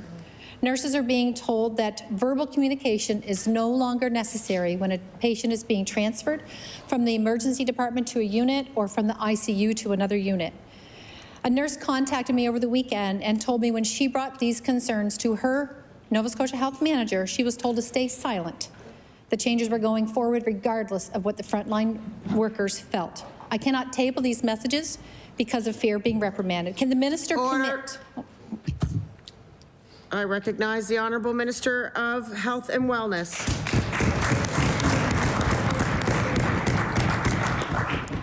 So there has been, there's a number of ways that nurses give report to one another. There is an SBAR tool that's available that nurses are very familiar with working. When nurses transfer patients, there is an exchange between nurses, whether that be in a different department or at the end of or beginning of a change of shift. There's nobody saying you can't talk to other people. There is a written tool that's available that outlines the information associated with the transfer of a patient.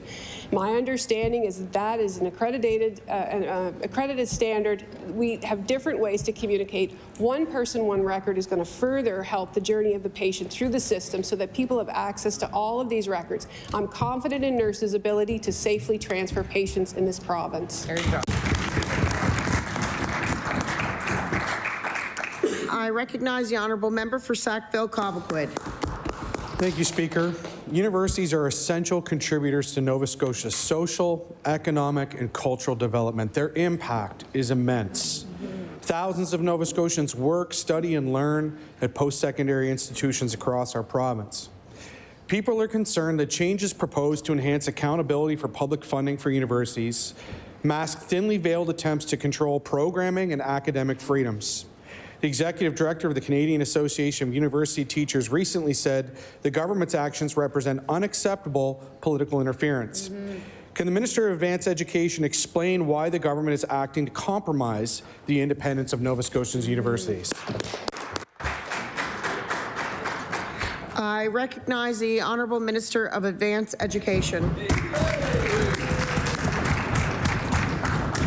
Madam Speaker, this bill does not compromise the independence of universities, and I'm glad that the member is reading what's in the news, because today the Auditor General released her report and was very concerned about the financial viability and sustainability of these universities. Madam Speaker, what I want, and I have been very, very clear to anyone that's listening, is for these universities to be around for my children and my children's children. When I think of Nova Scotia, there's many things I think of. One of the things we think of is our post-secondary education from NSAC to our universities, Madam Speaker. We are going to continue to support our universities to the tune of over $2 billion was what was reported in the AG's report. And I would say to that member, we should know where that money's being spent.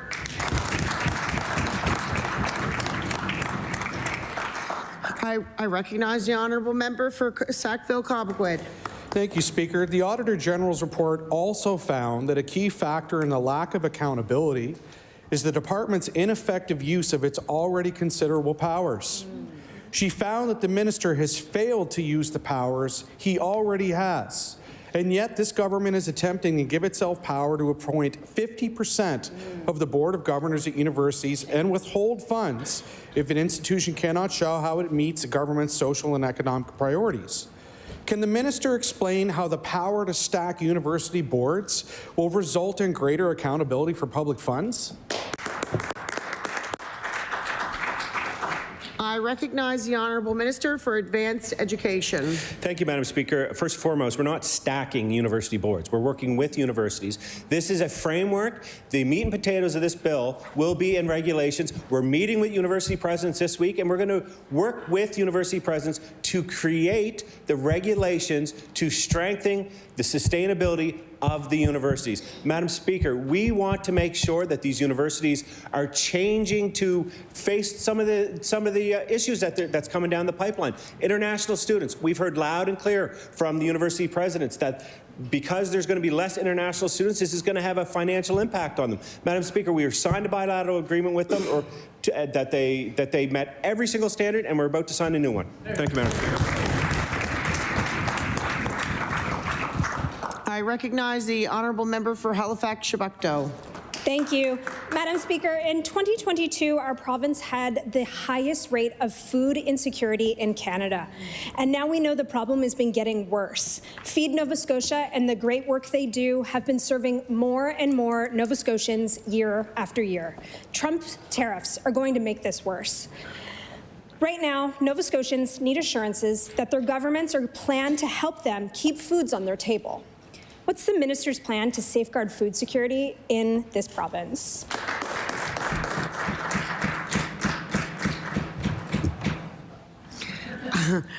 I recognize the Honourable Minister of Finance and Treasury Board. So, Madam Speaker, we recognize the immense challenges faced by Nova Scotians, and that's why we're bringing in historic tax cuts of almost $500 million, which is $1,000 per family. Furthermore, we are ramping up our school food lunch program. We're multiplying by 4 times, and I would encourage the opposition to vote for the school food lunch program this time where they didn't last session. I recognize the honourable member for Halifax-Chebucto. Thank you, Speaker. Nova Scotians have long known that agricultural land coincides with potential land areas for fracking, especially in the valley.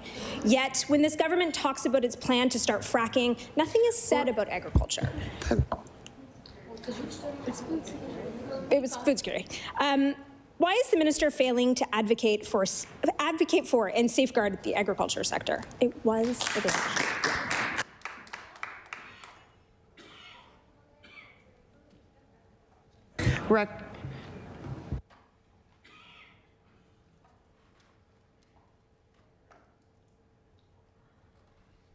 Recognize the Honourable Minister of Agriculture.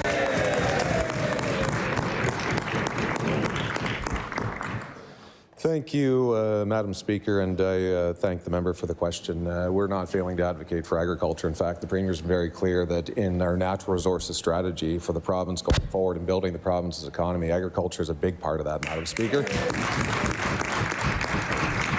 Along with our fisheries sector, along with our natural resources, we can do two things at the same time, Madam Speaker. We can grow food here. We can increase local food consumption. We can help support our growers in this province, and we can expand our natural resources and help grow our economy. Thank you, Madam Speaker.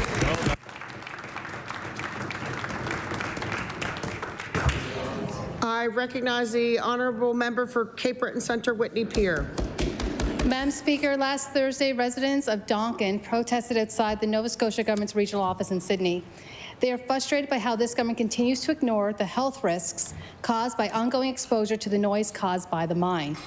Will the Minister of Natural Resources explain why this government continues to ignore the severe health effects being caused by the Donkin mine operations? I recognize the Honourable Minister of Environment. Hey. Thank you, Madam Speaker.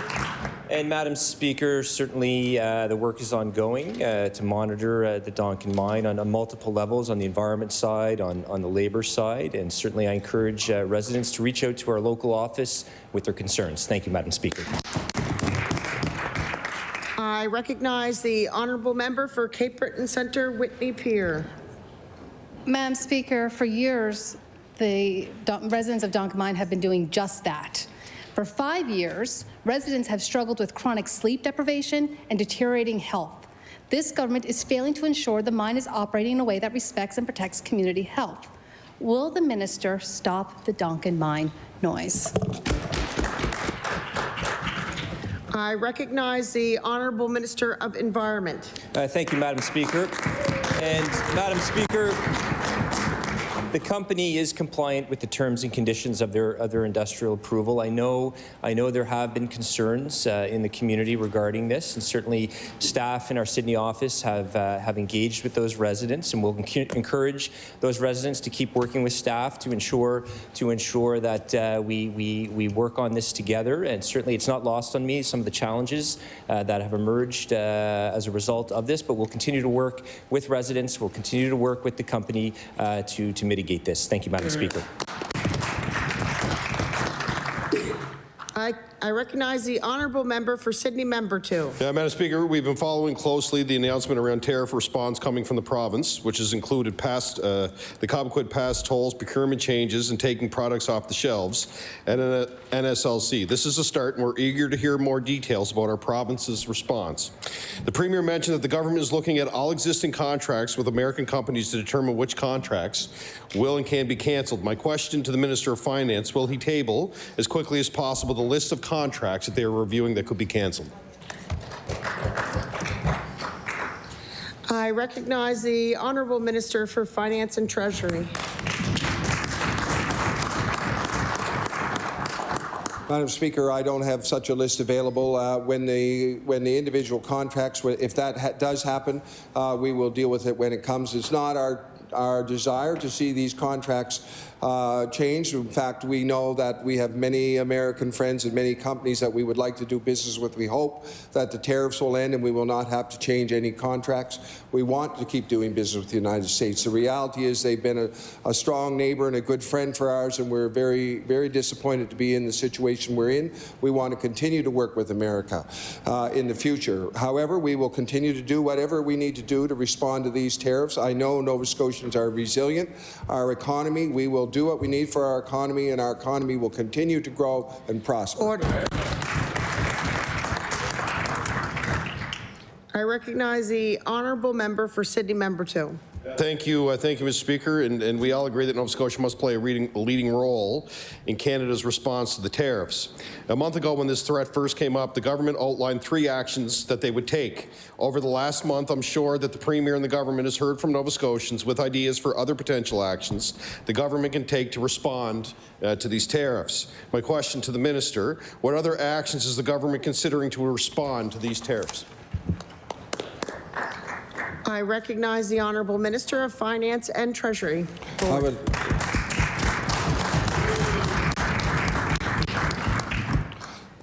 Madam Speaker, what I want to say to Nova Scotians is we first became aware of the potential of tariffs, the likelihood of tariffs in December. Much of what is in the budget is in fact a response to the tariffs. The budget that we tabled is a stimulus budget for the economy of Nova Scotia, giving back $500 million in taxes to residents, and a historic build on the capital plan, and there are other parts. The contingency in the budget is part of that response to tariffs. Looking at all that we can do to grow our economy and natural resources as a response to the tariffs. Looking at what we can do in regard to Nova Scotia Loyal and developing our own production of many items as a response to the tariffs. Looking at I recognize the Honourable Member for Dartmouth North. Madam Speaker, the Nova Scotia Energy Poverty Task Force, which included government representatives, delivered a 4-step solution to address energy affordability last spring. Yet this government has refused to act on the report's recommendations. Why is this government refusing to make energy more affordable for Nova Scotians? I recognize the Honourable Minister of Energy.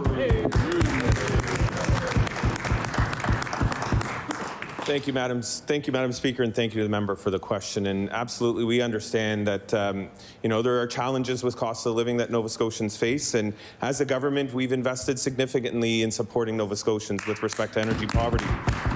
Over $250 million has been invested in energy efficiency programs, Madam Speaker. And just for an example, it's provided deep retro energy fits for 1,350 Mi'kmaq homes, Madam Speaker, and over 2,800 public housing units, Madam Speaker. We'll continue to look at ways to support Nova Scotians, and I'm very proud of the work that we've done and the work that was done by my predecessor, and we'll continue to always look out for Nova Scotians. I recognize the Honourable Member for Dartmouth North. Madam Speaker, programs like the HARP, the Heat Fund, and the Seniors Care Grant are targeted programs that the government has talked about in this conversation before. They provide support to a few Nova Scotians who have to jump through hoops to get the support. What we need is a universal program that ensures that all Nova Scotians can afford to pay their energy bills, especially as we face the unknown times coming because of these tariffs. Madam Speaker, when will this government deliver real energy affordable for all Nova Scotians? I recognize the Honourable Minister of Energy. Thank you, Madam Speaker. And Madam Speaker, as I've said before, and I'll say it again, and I'll repeat it over and over again, we always are looking out for the best interest of Nova Scotians, Madam Speaker. And as I've said, and I'll keep reiterating, we've invested a significant amount of money in efficiency programming, but in other programming as well. But Madam Speaker, just to give Nova Scotians an idea of what these investments in efficiency programming have done, we've saved over $180 million a year for Nova Scotians on their energy bills, Madam Speaker. These are important investments, and we'll continue to look at what we can do in the future to support Nova Scotians. I recognize the Honourable Member for Fairview Clayton Park. Speaker, frontline social workers are struggling because of the broader intersecting systemic issues that folks they are working with are faced with. This includes unaffordable housing, food insecurity, and the lack of access to supportive services such as mental health supports. Does the Minister of Opportunities and Social Development have a plan to ensure that social workers can actually connect folks to the support they need? I recognize the Minister of Opportunities and Social Development. Thank you, Madam Speaker. You know, March is Social Workers Month. We want to thank them all for the work they do. I think it's one of the most difficult jobs in the public service. They see people on their worst day, and they provide necessary supports to make Nova Scotians who are struggling live better. We are working with social workers across the province to ensure that they have the resources they need. We've added resources so they can reduce the amount of work and time they have to put into administration, so they can focus on what truly they need to do, which is supporting individual families, working with the children. Order, please. Order, please. Order. You're out of time. I know, but that's going by the amount of time you have to respond to a question. Up there's it's 2:50. We're all out of time. The time, here, this will resolve it all for you. The time allotted for oral question put by members to ministers has expired. I recognize the Honourable Government House Leader. Thank you, Madam Speaker. Pursuant to Rule 5C, I move the hours for March 5th be not 1 till 6, but instead be 1 till 10. There has been a request for the hours for March 5th, Wednesday, March 5th, be from 1 to 10. All those in favor of that motion, please say aye. Aye. All those opposed, please say nay. The motion is carried. I recognize the Honourable Government House Leader. Thank you, Madam Speaker. Would you please call the order of business government motions? Order of business government motions. Speaker, I move that you now do leave the chair and the House resolve itself into a committee of the whole on supply. Okay. I recognize the Honourable Member for Halifax-Chebucto. Thank you, Speaker. I'm here today to talk about and bring light to food sovereignty. Often confused with food insecurity, I'd like to briefly discuss the importance. Food sovereignty is the fundamental right of people to define their own food systems. It's about reclaiming the power to produce, distribute, and consume food in ways that are socially just, environmentally sustainable, and culturally meaningful. It's more than just a policy. It's a celebration of our connection to the earth and to each other. In the rolling hills and the fertile valleys of rural Nova Scotia, this vision takes root. Our farmers tilled the soil with dedication. Our fishers braved the tides with resilience. They are the guardians of our substance, the stewards of our land and sea. By embracing food sovereignty, we honor their labor and ensure that the fruits of their efforts nourish our communities first. I'm happy to offer a few examples today of international and more local examples of food sovereignty in motion. The slow food movement, which is one of my personal favorites, originated in Italy. This global movement celebrates traditional cooking and local food cultures as a reaction to fast food. By hosting events, protecting regional cuisines, and promoting sustainable practices, slow food connects pleasure and responsibility with the food that we eat. The Nelson Mandela Food Garden Initiative in the townships of South Africa are community gardens that have become hubs of empowerment. They provide food security, they create jobs, and serve as educational centers for sustainable agriculture. A little closer to home, Indigenous communities in Ontario are revitalizing traditional food practices. They have reintroduced ancestral farming techniques, cultivating Indigenous crops like corn, bean, and squash, known as the Three Sisters. This can restore cultural connections and strengthen community bonds. And of course, right here in Nova Scotia, Taproot Farms and other local CSAs like Hutton Family Farm and Four Seasons Farm connect families directly with the source of their food and the farmers who grow it. Members of community-supported agriculture receive weekly bounty from the farms. In return, farmers receive community support and the cash flow they require to keep the farms moving forward.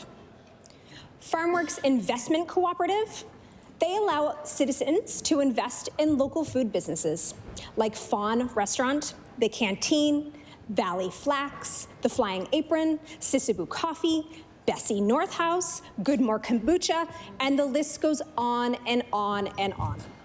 By providing loans and support to food entrepreneurs, they strengthen our local food economy and increase access to local food. I imagine a Nova Scotia, Speaker, where local food is celebrated and showcases the province's rich agricultural and culinary heritage. I imagine a Nova Scotia where schools have gardens and kitchens where children learn hands-on about growing and preparing food. I imagine integral agricultural education into schools, funding community workshops, and supporting apprenticeship programs to cultivate the next generation of mindful food producers and consumers. I imagine a Nova Scotia where policies actively support small-scale producers, making farmers and fishers have viable and rewarding careers for young people. I imagine a Nova Scotia where we have pride of place in our food. In the hills of Italy, every meal is a celebration of place and heritage. They tell the world about it. Imagine a Nova Scotia where we revel in our harvest and we tell anybody who is listening about the bounty of Nova Scotia.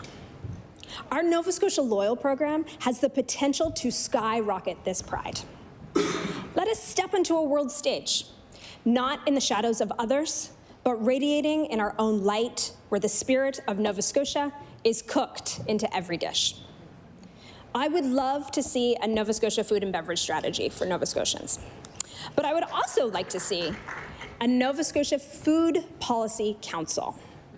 Create a program or a platform where fishers, farmers, Indigenous representatives, policymakers, and citizens collaborate on shaping food policies that reflect local needs and values. I imagine a Nova Scotia where we are protecting farmlands and fishing grounds. These are of the utmost importance of our province. And I would love to see a policy that prevents the loss of agricultural land and developments to protect fishing areas from over-exploitation. Finally, I imagine a Nova Scotia with strengthened Indigenous food system that respects treaty rights and traditional knowledge. Food sovereignty isn't just about food. It's about building community. It's about embracing the opportunity to build a Nova Scotia that is more equitable, sustainable, and connected. When we have a more food sovereign Nova Scotia, we are creating more jobs, and we are contributing to our circular economy, making Nova Scotia less food insecure. Having more food sovereign Nova Scotia could also support reducing costs in public health because access to fresh, nutritious foods improves overall health. Together, by learning from examples from around the world and tailoring them to our own unique Nova Scotia context, we can craft legislation and funding that not only protects our local food systems, but also enriches the lives of Nova Scotians. Let's walk together on this path. Let us be the generation that ensures Nova Scotia's bounty feeds Nova Scotians. Thank you. I recognize the honourable member for Halifax Citadel, Sable Island. Thank you, Madam Speaker. I rise today to talk a little bit about some questions and some ideas around responding to child and youth mental health issues in this province. So it remains quite difficult, if not impossible, to actually understand or to substantiate with publicly available data and evaluation results the state of mental health of children and adolescents in Nova Scotia, including the rates of mental illness, access to treatment, and patient outcomes. And that's important because it's hard to know what to focus on or if what we're doing is actually helping. Are people getting better? Within this government, there has been an increased emphasis on data collection and evaluation of mental health. And in many cases, there was a commitment to publicly share this data. And I would invite the government to find ways to share this information more broadly because I think government has recognized the role of research, the role of community-based organizations, the role of clinicians across the spectrum of backgrounds. But together, we need to understand how our children and youth are doing in terms of their mental health. What we do know, we should be concerned about. So across Canada, 75% of ongoing mental health illnesses develop during the youth period, so between the ages of 12 and 25, and that affecting an estimated 20% of the population. And the peak period of onset of severe mental illness is between the ages of 19 and 25. However, the majority of children and adolescents do not receive needed mental health treatments in Canada, and only about 20% of those affected get the help that they require. Because of that unmet need, because young people are struggling to find the support they need, it's resulting in growing demands in other areas. So we've seen over the past decade and the past couple of decades a huge increase in emergency room visits for mental health issues by children, and a huge amount of self-harm reported and resulting in hospitalizations. Suicide remains the second leading cause of death for young people under the age of 24 in Canada. So clearly there's a lot we can be doing. Here's some important steps that I think we could be taking now, and that should be part of this budget and part of the approach that we can all do as MLAs and to the government. So I think first and foremost is really thinking about stigma. So on one hand, I would say that we have moved a long way in terms of reducing stigma around talking about mental health. So things like, both from within government, from community-based organizations, we've gotten to the point where people are, I think, more comfortable talking about, maybe anxiety, depression, and those sorts of issues. I'm not sure we're quite there on severe mental illness, and I think we can see that reflected in the language we use and the reactions we have. So I guess I would actually start this by really imploring all MLAs to think about their role in reducing stigma, and not to perpetuate misunderstanding of mental health and mental illness, not to perpetuate the discrimination based on stereotypes or out of date, not to perpetuate the idea that folks with severe mental illness are dangerous, and that the only way to be successful is to be locked up. That doesn't help anybody, and it also makes people scared to access help. So we want to make progress on this. We want to reduce stigma so that no matter who you are, no matter what life stage you're in, no matter where you live, that whether you're feeling anxious about a particular aspect of your life, or you're developing anxiety, whether you're developing an eating disorder, or whether in fact you're developing a severe mental illness, that you feel like you can come forward and have the services respond to you. And this is also, a lot of work that community-based organizations are doing with young people. So we need to be there supporting them too.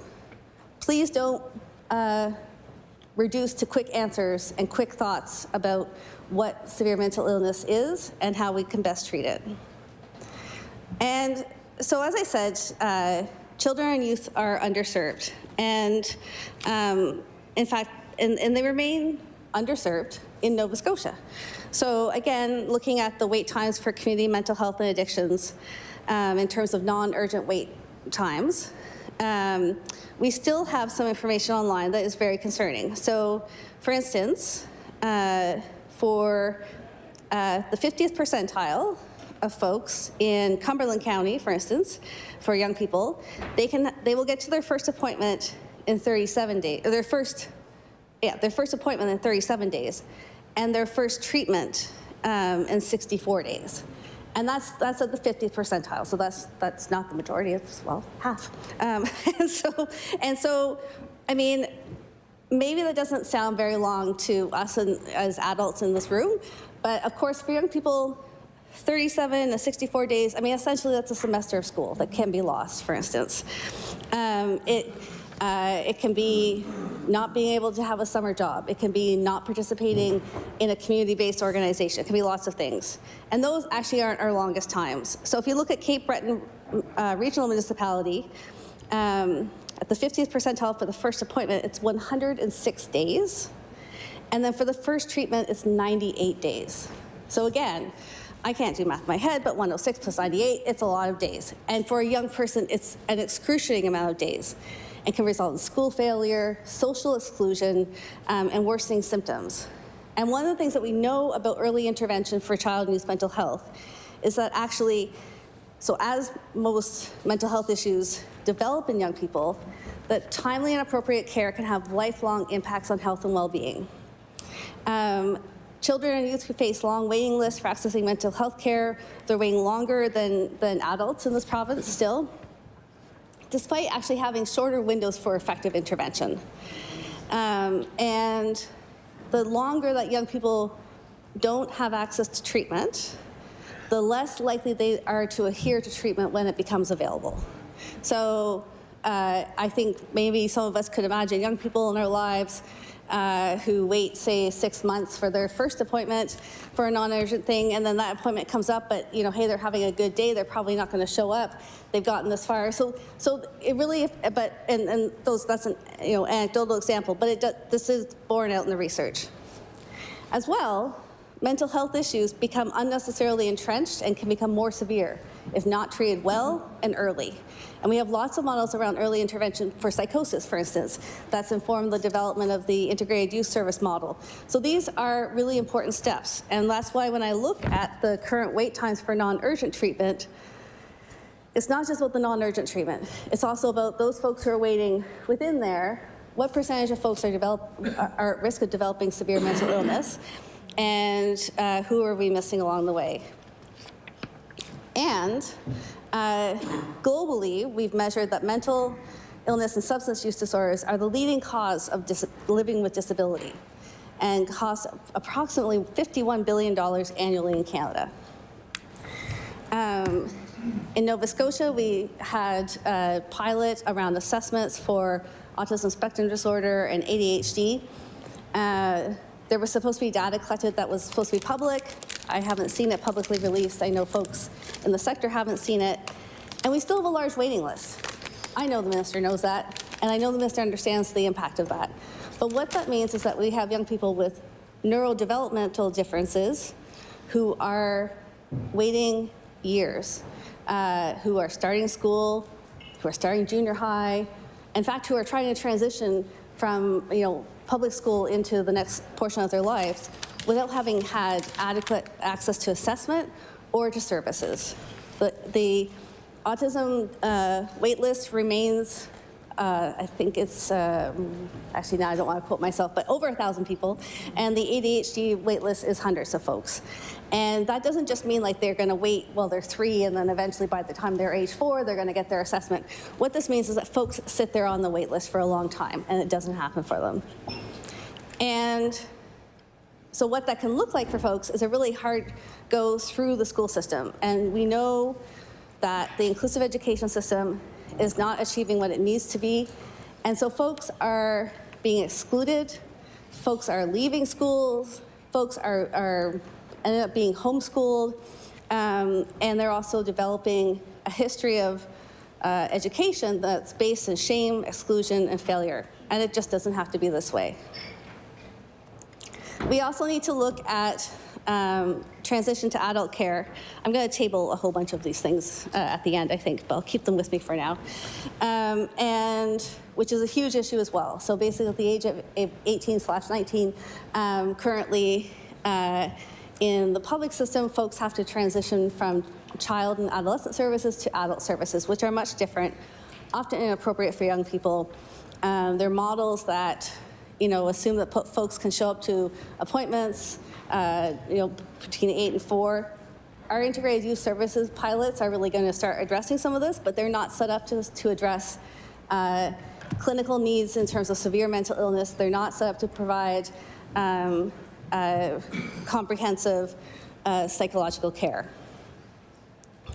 And, in other jurisdictions, there has been changes to how programs are funded and how physicians are compensated to support that sort of continuous shared and integrated care across that time period. Because as well, as I said earlier, that time period is actually when young people are most likely to develop mental illness, and that is the time period most likely, or is most common when the onset of severe mental illness. And so one thing I've been talking about during the session too has been the question of patient safety. So, we have a launch of universal mental health pilot in this province starting in less than a month. And one of the things that when I looked at other jurisdictions that they really pay attention to was the issue around patient safety and making sure we're using evidence For far too long in mental health, we have not used evidence-based practices. What does that mean? Why is it important? So if you show up at an ER with a broken arm, probably there's a fairly finite route of treatment that would be suggested. And you're probably not, and based on evidence, based on years of fixing broken bones, we know what we should do. And you're probably not going to be sent home and say, well, like, maybe you should get some more sleep. Or like, what did you eat? Like, how's your eating habits? And are you playing sports? Or like, what's your relationship like with your friends? Yet, we still have young people showing up in the ERs, and that's how mental health issues are being treated. There are evidence-based assessments. There are tools out there that we can use right then and there to get a better sense of where people are at. And I'm totally running out of time, which is what happens whenever I talk about child needs mental health. One of the proposals that I've been talking about is the proposal from the Nova Scotia Board of Examiners in Psychology. And so what they say quite clearly in this proposal is that we don't have enough people in this province who can do the type of complex assessment and treatment plans that our young people need. That's just the reality of the situation. And it's based on wait times for services, it's based on not having access to inclusive education, et cetera, et cetera. And these are important issues because we want to know if we're launching universal mental health and spending public funding, that what we're doing is actually based on evidence, helping people get better and helping young people thrive. I also wanted to touch on, in the UK and Australia, they have sort of a universal mental health model, and they have paid attention to evidence-based practice. Why?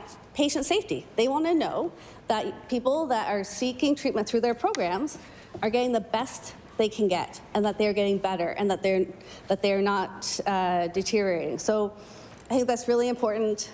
And I also just wanted to touch base on crisis response. So we are starting in this province to have some limited civilian-led or clinician-led responses to mental health crises. But we've had 2 fatal responses by police to mental health calls in HRM in the past couple of weeks. So we're not doing enough. We're not doing it fast enough. The models exist all around the world now, across Canada, where folks are able to provide crisis mental health response, where the sort of implications of police are more limited, where folks are better able to get the care that they actually need to be safe in community and safe with their loved ones. And with that, I'll take my seat. I recognize the honourable member for Sydney, member 2. Thank you, Madam Speaker. I'm not going to take too much time, but I just want to get on my feet very quickly and supply to make a plea more than anything else to the government. And as we all know, it's tough times right now. A lot happening across the province.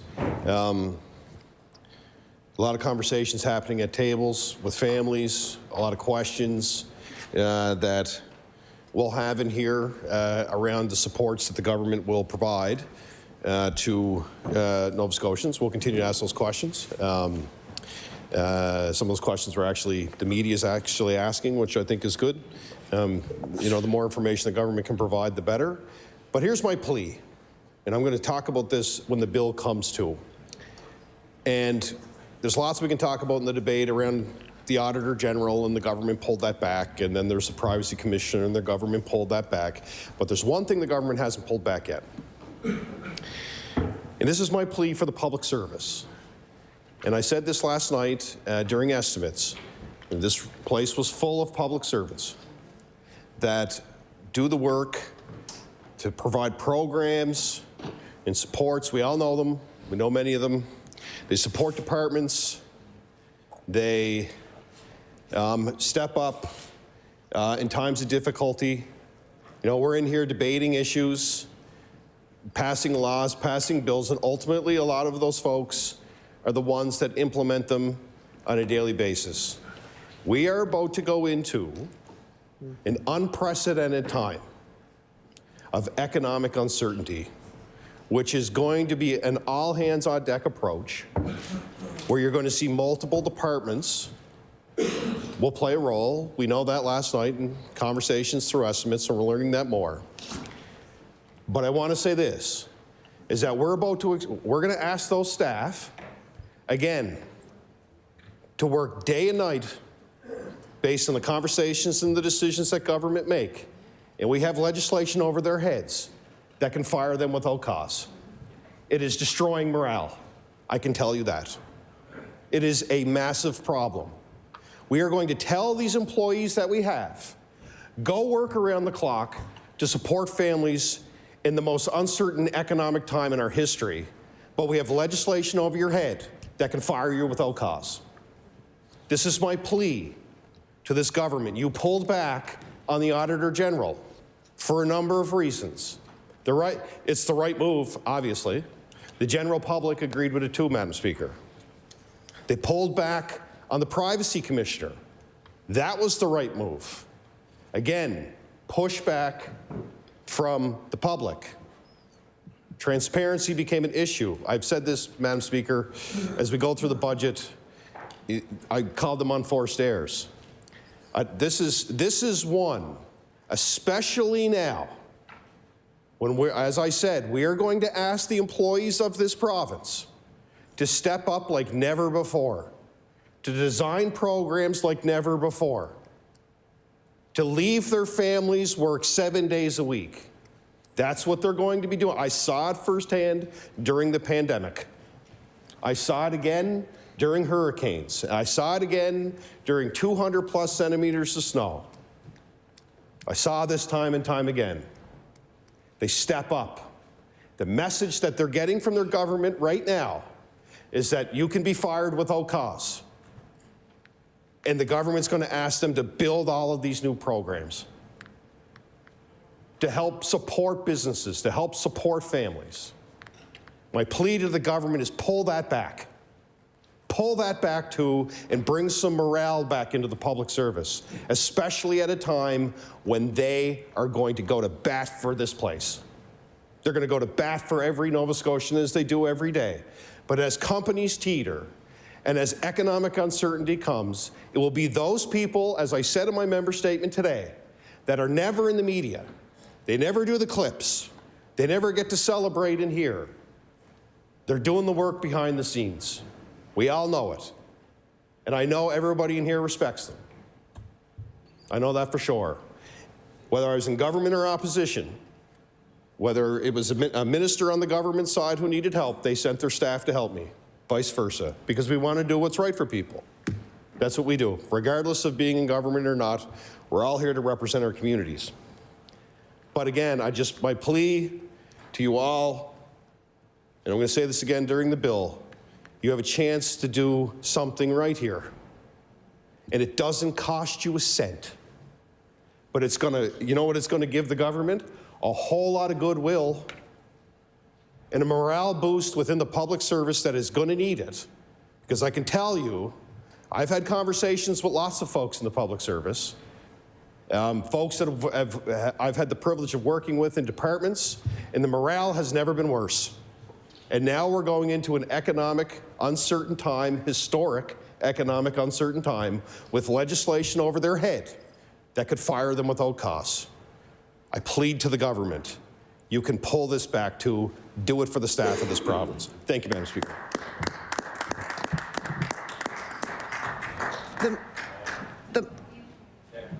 The motion is carried. We will have a short recess while the committee sets up.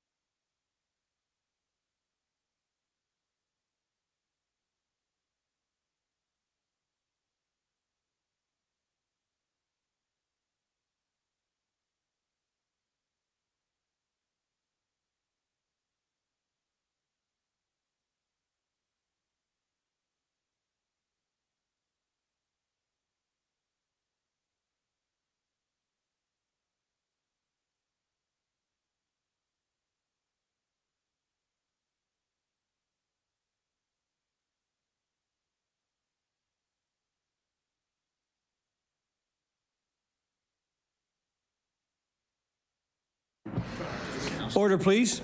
The Committee of the Whole on Supply will come to order. It is now 3:27 p.m. The committee must rise to report to the House before the hour of adjournment, which today is 10 p.m. I recognize the Government Deputy House Leader. Chair, would you please call the estimates for the Minister of Growth and Development, Resolution E12?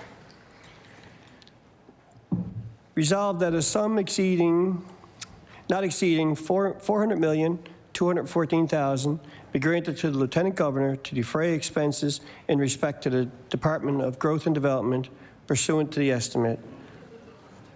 I recognize the member for Timberley Prospect. Thank you, Mr. Chair. I appreciate everyone's time today. I have a few questions with the remaining time for my colleague. I'll start with just a short local one for a former colleague in the Digby area. Back in our government in 2019, the Digby Pines was sold, and one of the conditions of that sale was that the purchaser would spend at least $8.4 million on capital upgrades to the site by October 31st, 2024. And I understand that this would fall as an economic development project under growth and development, and I'd like to ask the minister if he knows if those upgrades have been made.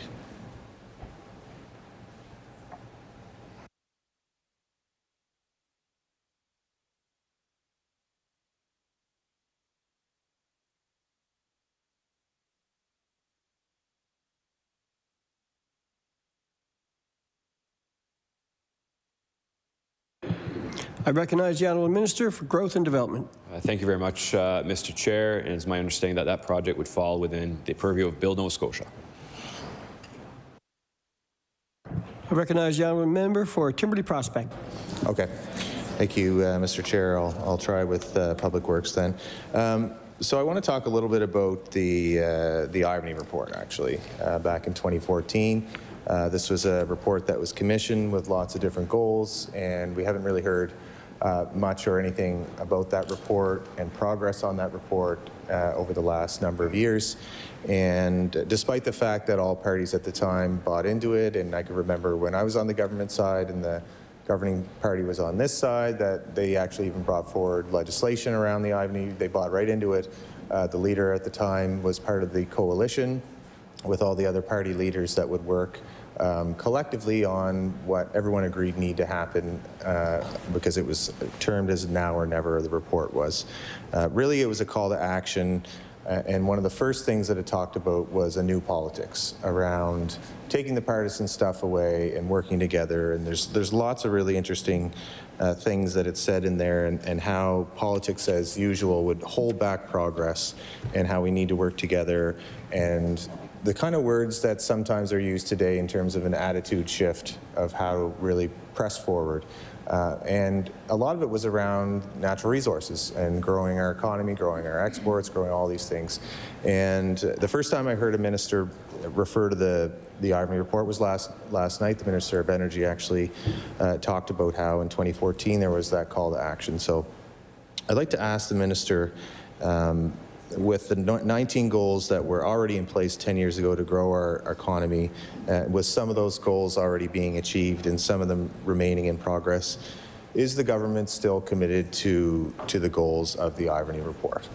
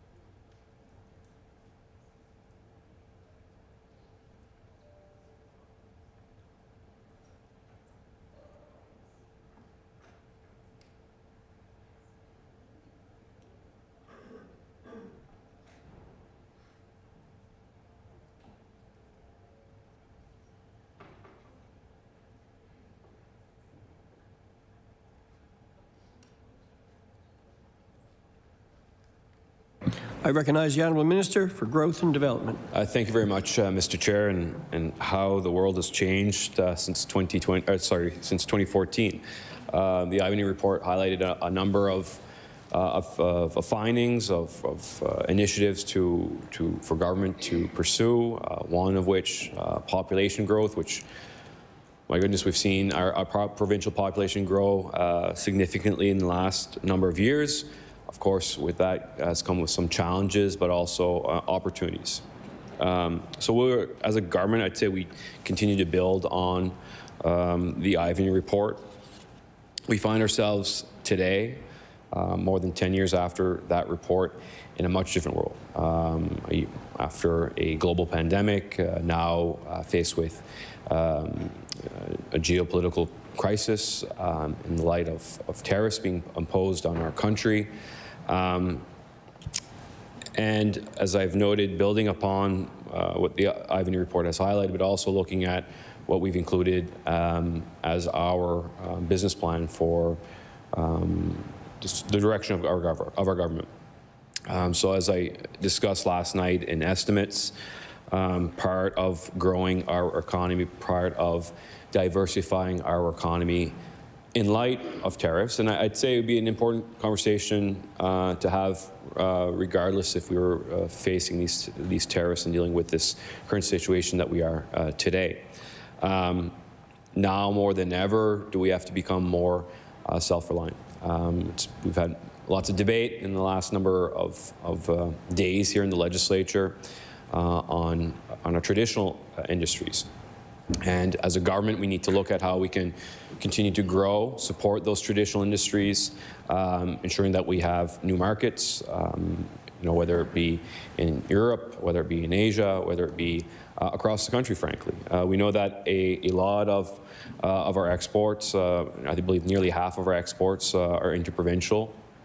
And as a government, I know under the leadership of our Premier, we want to do better, we want to do more. We have a very important piece of legislation on the floor of this legislature to do just that. There have been some successes even before this piece of legislation has been tabled. But you look at direct to sale to consumers of certain alcohol with certain jurisdictions across the country. Simple things like harmonizing our first aid kits, which seems pretty simple, but did not exist. You look at the labor mobility in our province. We worked with our Atlantic counterparts to enact the Atlantic Physician Registry. And I know when the Premier and I met with members of our, and the Minister of Finance was there as well, when we met with members of our Chambers of Commerce, the example that the Premier gave, he said, on labor mobility, good enough to be a roofer in Newfoundland and Labrador, good enough to be a roofer in Nova Scotia. So it's these simple barriers that, it's common sense that we need to seize this potential to help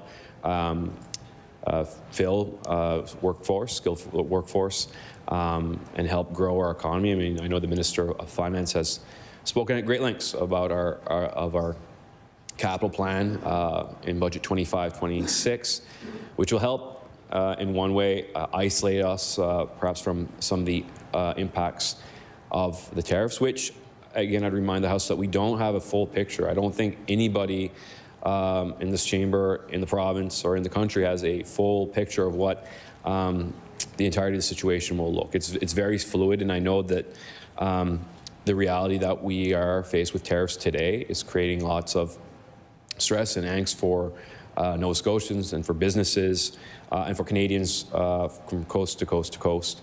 But we will respond and continue to respond with a proportional response. Some of the highlights, that align with my department, and when we have the conversation about growing the economy, of course, lots of discussion about critical minerals, the building blocks to help our province and, frankly, our nation continue the fight against climate change. We are resource rich. We are rich with people as well. And I believe it's important conversations to have, whether it's in this chamber or across the province, of how can we do things in a safe and sustainable way. and to lead to more self-sufficiency. There are regions around the world where they extract these minerals in perhaps a not so safe and environmentally friendly way, where the labor might not be to the same labor codes that we have here in our province or in our country, frankly.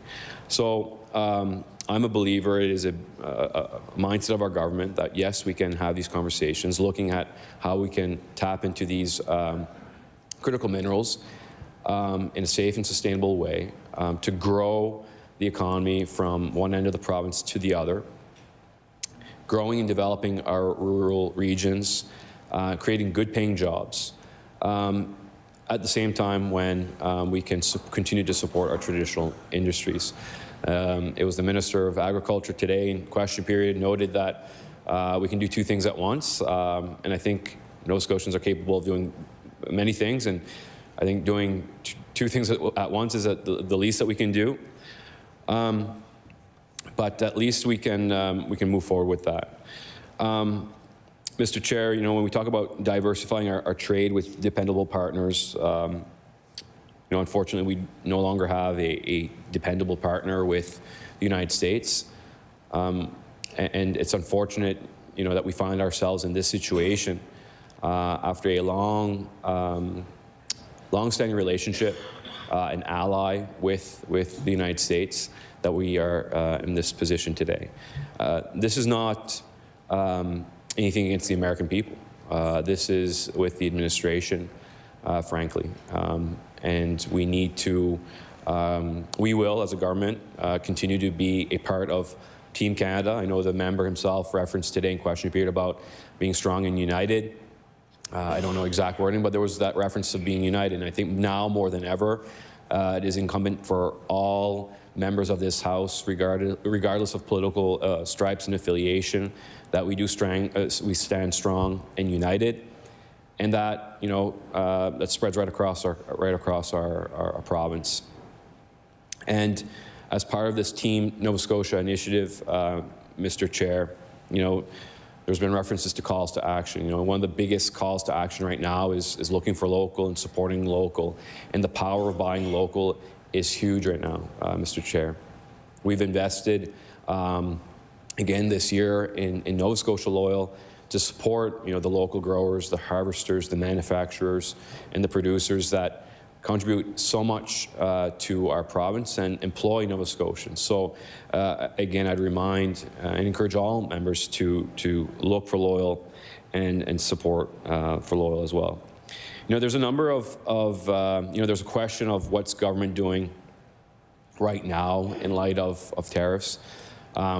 We have over $130 million of programs, worth of programs to support businesses directly. Those existed prior to the threat of tariffs, and we will continue to invest in them. So whether it be in the export development program, whether it be in the innovation rebate program, or countless others, Mr. Chair, we need to maximize these opportunities. I know I ended last night in estimates talking about the export development program, where it's allowed, Tony's meats, export donair meat across the country, throughout the United States, and even in the Middle East. But another local success story, Mr. Chair, is the Eden Valley Poultry in the Annapolis Valley, with some financial assistance from Invest Nova Scotia. More than $2 million in capital investments in production, operational capacities, and new tech will allow them to produce more value-added products. And now they're not only in the Maritimes, but they're also in Quebec and in Ontario. Part of this discussion of leveraging and building on the Ivany report is clearing the path for new business and growth, Mr. Chair. Part of this discussion that we're having today in this House, and since we've tabled legislation to put our natural resources, such as critical minerals and mining, but also, again, fisheries and aquaculture, forestry and agriculture, at the forefront of economic development priorities.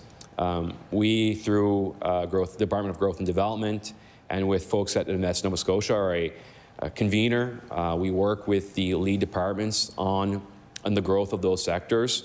And there is a role for us, but there's lots of subject matter experts in those respective departments that we are working in lockstep to ensure that we unlock the full potential of these sectors. So, if it's maximizing our export development, investment attraction opportunities, now more than ever is the time to capitalize on these sectors that have been the backbone of our economy, and we can, I believe, lead to opening new doors and creating a generational success story for future Nova Scotians. Lots of talk, Mr. Chair, about transitioning to green energy. We have an abundance of natural resources, as I've noted, whether it be including wind, and many experts themselves agree with our province's capacity to deliver green energy through our offshore and onshore wind resources. And we can also lean in and leverage the proximity that we have to the European markets, who are themselves seeking clean fuel options. We have, well, maybe not this winter, but we have, not often do we have ice in our ports, Mr. Chair, but we have deep ice-free ports that gives us that competitive edge that we need to become a global powerhouse in that sector to produce green energy. Mr. Chair, there's lots of discussion about infrastructure. Again, I'll note that our government's capital plan for budget 25-26 includes $2.35 billion in healthcare facilities, in roads, in schools, in housing priorities, and other strategic priorities across our province. These are important projects. These are important investments in Nova Scotians themselves that will not only help us modernize the delivery of healthcare, and that will not only help provide good quality homes for Nova Scotians, but also create good paying jobs in many parts of this province. Part of our response to the tariffs, Mr. Chair, has been changing some of our procurement policies.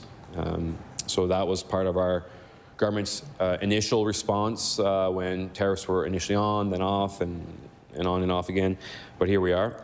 But we've also, to support our own Nova Scotian businesses, created a new policy, which we implemented last year when I was actually, in fact, Minister of Service Nova Scotia, to give an advantage to Nova Scotian businesses, give them a 10% advantage for government procurements, public entity procurements, under free trade thresholds. So below $33,000 for goods and below $133,000 for services. These, albeit smaller procurements, have big impacts for the companies that have that advantage. So we are, as a government, putting our money where our mouth is, and we will continue to do such initiatives to support our local economy and businesses. And finally, Mr. Chair, fostering workforce development and employment. We have had vacancies in many sectors, and there's been a big lift and big push across government, working with departments like the Department of Labour, Skills and Immigration, working with the Department of Advanced Education, working with our post-secondary institutions to try to bridge those gaps, Mr. Chair, whether it be in healthcare, whether it be in skilled trades. And I got to say, we've made a lot of progress, and albeit that there's still some gaps left. I take from my past profession, the gap is narrowing on the number of paramedic vacancies, and that's because of the leadership of the Minister of Health and of the Department of Health to tackle this head on. So kudos to them. Mr. Chair, we also work with our regional enterprise networks and our incubators, or rather our innovation ecosystem, business incubators and accelerators, who are themselves also grassroots levels working with government or working with businesses.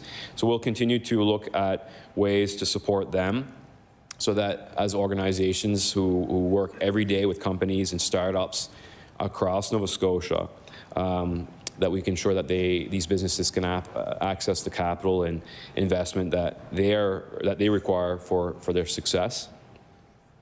And we have a strong team at Nova Scotia, or Invest Nova Scotia, who do a broad breadth of initiatives and support programs. Again, I noted over $130 million in programs and financing that are there available, and we will continue to ensure that Nova Scotia businesses are aware that they can reach out to Invest Nova Scotia for assistance and help navigating these uncharted waters. I know sometimes dealing with government is complex, but we want to make it easier. So, as was noted by some colleagues in QP today, we value feedback. We want feedback, and we will be depending on feedback from businesses in the next days, weeks. Hopefully, it's just weeks, but for the foreseeable future and beyond, in light of these tariffs, of what are they experiencing and the impact on their businesses, so government can respond accordingly when we have eventually a clearer picture of the economic reality here in the province. So I do want to thank the staff, both within my department and at Invest, including folks that are part of the investment attraction team, that works with high potential growth sectors to attract. And also, it's one thing to attract business here, but we also have to really focus on retaining these companies to Nova Scotia. So there's a big push to do just that in light of everything that's going on. And again, these efforts combined can attract not only good-paying jobs, but high-paying jobs that will continue to grow our economy and support Nova Scotia for today and the next generation. I recognize the honourable member for Timberley Prospect. Thank you, Madam Chair, thank you, Mr. Chair. And I guess that's what the Ivany Report and others that have talked about the change of culture and partisanship that we need in the province speaks to, because the minister took 20 minutes to basically say no when he was asked about if the Ivany Report is still something that the government has endorsed. He speaks to the reasons why things have changed in 10 years, and of course they've changed in 10 years. And the authors actually anticipated the change, and that's why targets were set for 10 years, which would have taken us to 2024. And that's why there's a dashboard online through the One Nova Scotia Coalition, where we had sometimes edits to some goals and sometimes no edits since the government has taken over. But things remain the same in terms of the foundations of our economy, especially those traditional industries that the minister and the government purports to support. Exports are still good, aren't they? Tourism is still good, I would submit, and still important. Population growth is still important, minister mentions. Venture capital is still important for our province. Startups are still important for our province. The number of goals that are there, I would submit, are still very relevant to today's discussion. And we haven't heard anything about economic growth from this government until this term that they're in started, when there could have been more work to attract businesses. And we need all types of businesses here, not just those that have relationships with traditional sectors, but we need to draw in venture capital and start our startups. And the first thing this government did in the area of economic development was turf the Economic Growth Council that had a goal to make Nova Scotia the startup capital of the world. And there are a number of goals where Nova Scotia was progressing on, and my fear here is that if we have a Minister of Economic Growth that is not committed to revitalizing the goals, and that all parties and civil society and social enterprises and municipalities we're all working on, that we're simply looking at one sector of our economy, and we're actually not, worse than that, we're not even listening to voices that have expertise in that sector, and we're not even asking for collaboration. And there are a number of goals, and I mentioned the startup area where we're actually going backwards. In 2014 was the baseline, where we had 310 startups. We're now down to 230 startups in our province, which is less than the stated goal at the time of 465. And maybe the minister can share more data, but startups are an important part of our economy. Labor force participation is important, where we have a labor force rate that is at least lower than the Canadian rate. We've lagged behind the rest of Canada, particularly since 2021. We're now 2.1% below the national average. We had a goal to improve the labor participation rate of First Nations and African Nova Scotians up to the provincial average. We lag behind that as well, 11% lower than the average. We should be leveraging the skills of all Nova Scotians to grow our economy. Goal 13 was about looking at the venture capital issue. And the 3-year annual average for per capita venture capital investment should be equal or better than the Canadian average. And unfortunately, as of the last data released in 2021, again, there's really not much by the way of updates to the website. Our province lags behind the average by a shocking 58.3% to attract venture capital. And I wonder if any of this concerns the minister. Is he concerned that our venture capital is so low? Is he concerned that our labor participation is so low, especially when it comes to marginalized populations? Is he concerned that we have the lowest productivity in the country? Is he concerned that our GDP growth is now down to 1.8%? Is he concerned that we're going in the opposite direction that all experts, including that party, agreed to, that we should be descending our debt to GDP towards the goal in the report of 30%, when in their own budget documents before the House, they're forecasting of going the other direction, to 40% debt to GDP. And that's not even considering a dime of what is going to need to be spent with the tariff issue and the economic shock, which could create significant pressure on our finances. Is he concerned about the financial health of our municipalities, which was important in the report, and all the other metrics by which we look at our situation in terms of our economic strength? Is the minister prepared to update the One Nova Scotia website? And because he feels that the report happened so long ago that it's not as relevant today, will there be any kind of full-scale economic review that looks at all these things? What is the plan? Is there any underlying plan for economic growth beyond one letter that was put on the front of the Chronicle Herald? Is the Department of Economic Growth interested, that was changed the name twice in 2 mandates. It's about 30 times it's changed since the history of the department started. Is the department interested in tracking any of these metrics that are relevant to growing our economy and are the base of how we provide public services in the province for healthcare, education? Is it still important that we diversify our exports? Or is it just a talking point? Is it still important that we get back on track with our tourism sector? Or are we just going to make one-off announcements at Stanfield Airport, which is still not yet back to the traffic that they were at in 2019? Is it important that we at least get back to how many startups that we had when this government took over, or even try to get to the previous goals set in 2014? Aren't startups still important to this province? And what about the sectors that are most likely to be a startup? Environmental science. A lot of different industries that are considered more of the knowledge-based economy.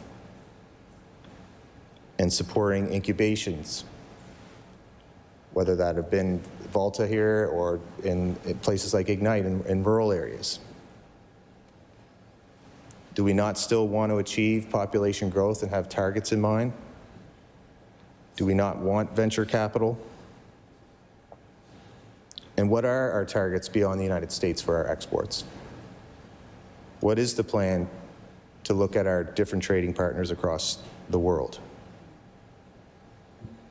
Do we have a plan for our participation rate, our labor participation rate?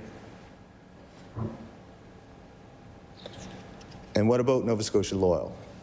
That seemed to be the only economic plan that was announced in their first mandate. It seemed to have changed a little bit. Now they're going to go beyond just helping Sobeys and NSLC and promote our local domestic market to purchase local products.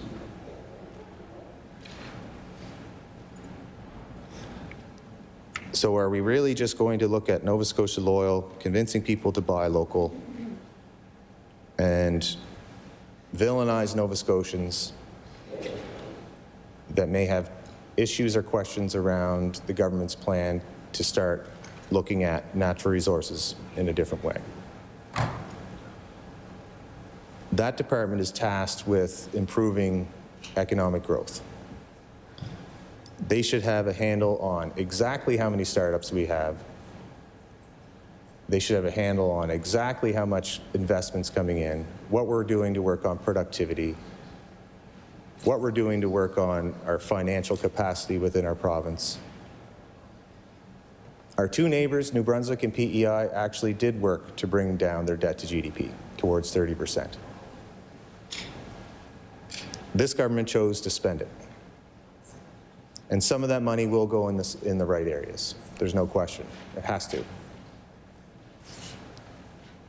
But they chose to run structural deficits rather than make us a more competitive place for growth. They have outspent our economic growth. In the last 3 years, we've grown by about 7.6%. And the increase in government expenses has been well over 30%. The Minister of Growth should be concerned about that. He should be concerned that his government is bigger than our ability to actually keep up with our services in the long term. And yet he does not care about a report that pointed out our financial challenges a decade ago. And Nova Scotia Loyal is supposed to be the savior of everything and drilling for fracturing, and shale, and uranium mining. There is no comprehensive plan from this government. There's no fiscal discipline with this government. They continue to talk about how they're going to transform our economy, and there's billions and billions and billions of revenue that we're going to see flowing in, yet none of it's presented in the budget. None of it can be explained by either Minister of Natural Resources when it comes to uranium. It can't be explained by the Minister of Energy in estimates when it comes to fracking.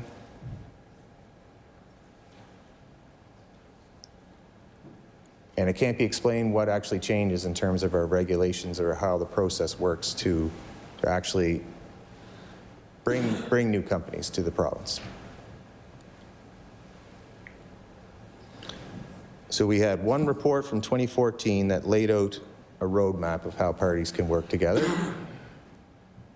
And a lot of those goals were actually achieved. The export one, since that's so relevant with our discussion today, was achieved early and needs a new target. But since this government came in, they haven't actually looked at that target. And the percentage of exports that have gone to the US has grown as a percentage. There's less focus on China. There's less focus on Asia. Most of the Asian markets you can see from last year to this year have decreased.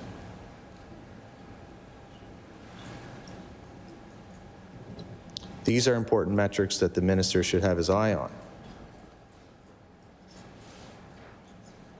And $200 million is supposed to help offset any impact from tariffs when we are so reliant and more reliant on U.S. markets than we ever have been before, where more of our tires and seafood is exported to a market that has increased tariffs.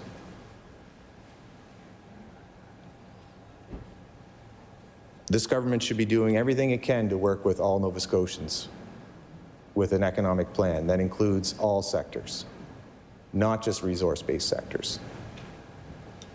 Resource-based sectors are the foundation of our economy, and there's good rhetoric around that from the government, but their last few budgets haven't grown the budget lines for agriculture, the budget lines for fisheries.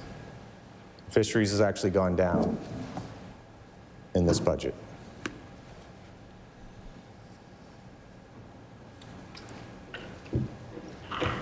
So I'd like to ask the minister, what is the plan for all sectors? Not just talking points and specific announcements. What is the comprehensive plan to position our province as a pro-growth province that has competitive taxes, that spends within its means, and are they no longer interested in the targets that all parties endorsed when it comes to the key performance indicators that economists across the world see as what creates the foundation of a good economy? What is the economic plan? Is the economic plan simply what the Premier has said to all his ministers, that they're going to reverse bans? Are they no longer interested in any other sectors? Or is the Department of Economic Development simply there to do the bidding from the Premier's office? This is the department that should have the handle on the whole picture and how it's going to benefit our province.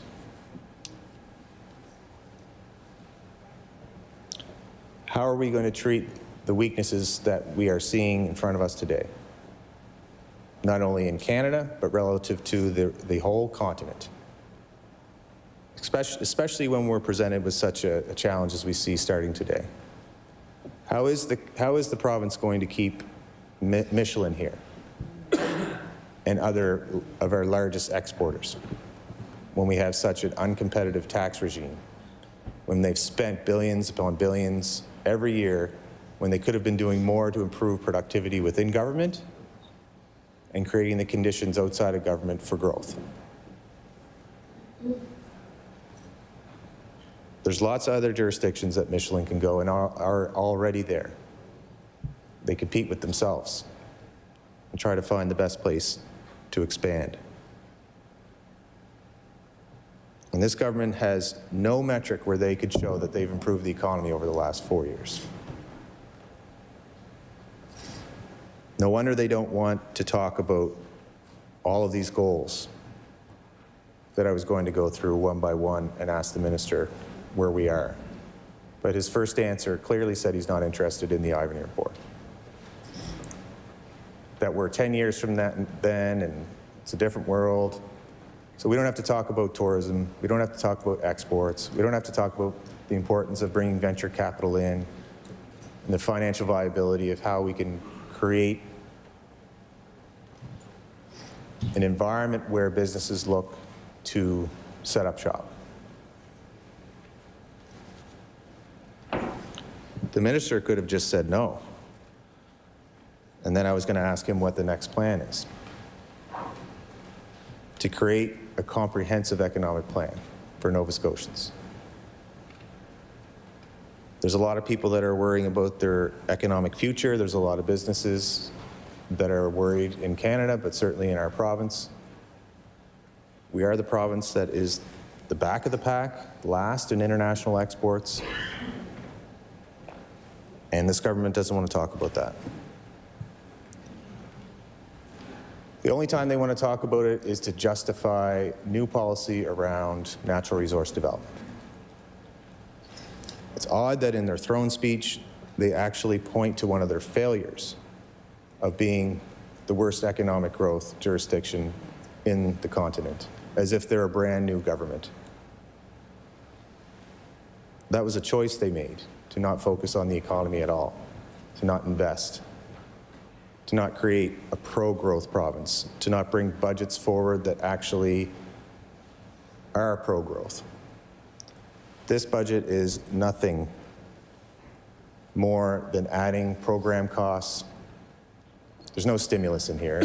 There's no advancing extra infrastructure projects to stimulate economic growth like took place in the pandemic. We heard nothing of that.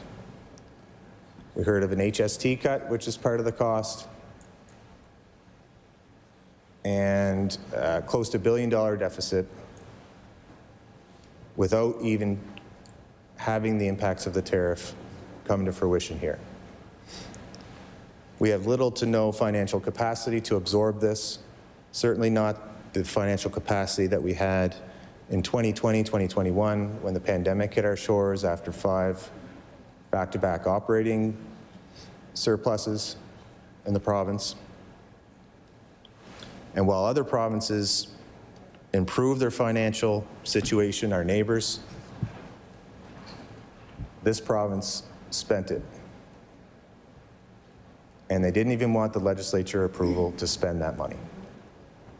No scrutiny. The Auditor General has called them out on that. Yet for political reasons, they proudly say they're going to continue to do it. So this whole budget is really a fallacy, because we don't even know what they're going to spend the money on. This is just the start. But by the end of this calendar year, they're going to spend another $1 billion, if history shows, not even related to the tariffs. They're going to find ways that they can spend money politically. Just like in the 1980s, high spending, no scrutiny, while they lower taxes. That's not an economic plan. It's not a financial plan. And I'd like to ask the minister, what is the actual economic plan for our province? Not Nova Scotia Loyal and wrapping trucks and now changing it from scene points and air miles and putting stickers on stuff now, and letters to the Chronicle Herald about Nova Scotians being so evil that they're getting in the way of drilling for gas. What is the comprehensive economic plan that helps all sectors to drive growth, to bring in investment to our province? What businesses want to set up in the province with the least productivity, that's last in international exports, that has shrinking startup success, that has a government that wants to villainize anyone who won't be their cheerleader, whether that's civil society or that's actual Nova Scotians on their payroll with the threats? What is that economic plan? To the minister. Order. It is now time for the NDP's turn. I recognize the member for Halifax, Shabukdal. Thank you, Minister. Thank you to my colleagues. I want to say thank you to the Minister for preparing today, and thank you to the deputies and the whole team of people up there. I know this takes a lot of work, and I appreciate it. I'm sure the Minister won't be surprised. I'm going to ask a lot of Nova Scotia Loyal questions, because I'm genuinely just incredibly curious. And in preparations for today, I've chatted with a lot of stakeholders and a lot of small business owners, and so I would like to bring forth a few of their questions. And the number one question is, what is it? What is Nova Scotia Loyal? Who is eligible? What is the benefit? What funding are we eligible for? I understand the branding, which is a great start, and that was announced last week, but it's a big overarching question of what is Nova Scotia Loyal? Thank you, Chair.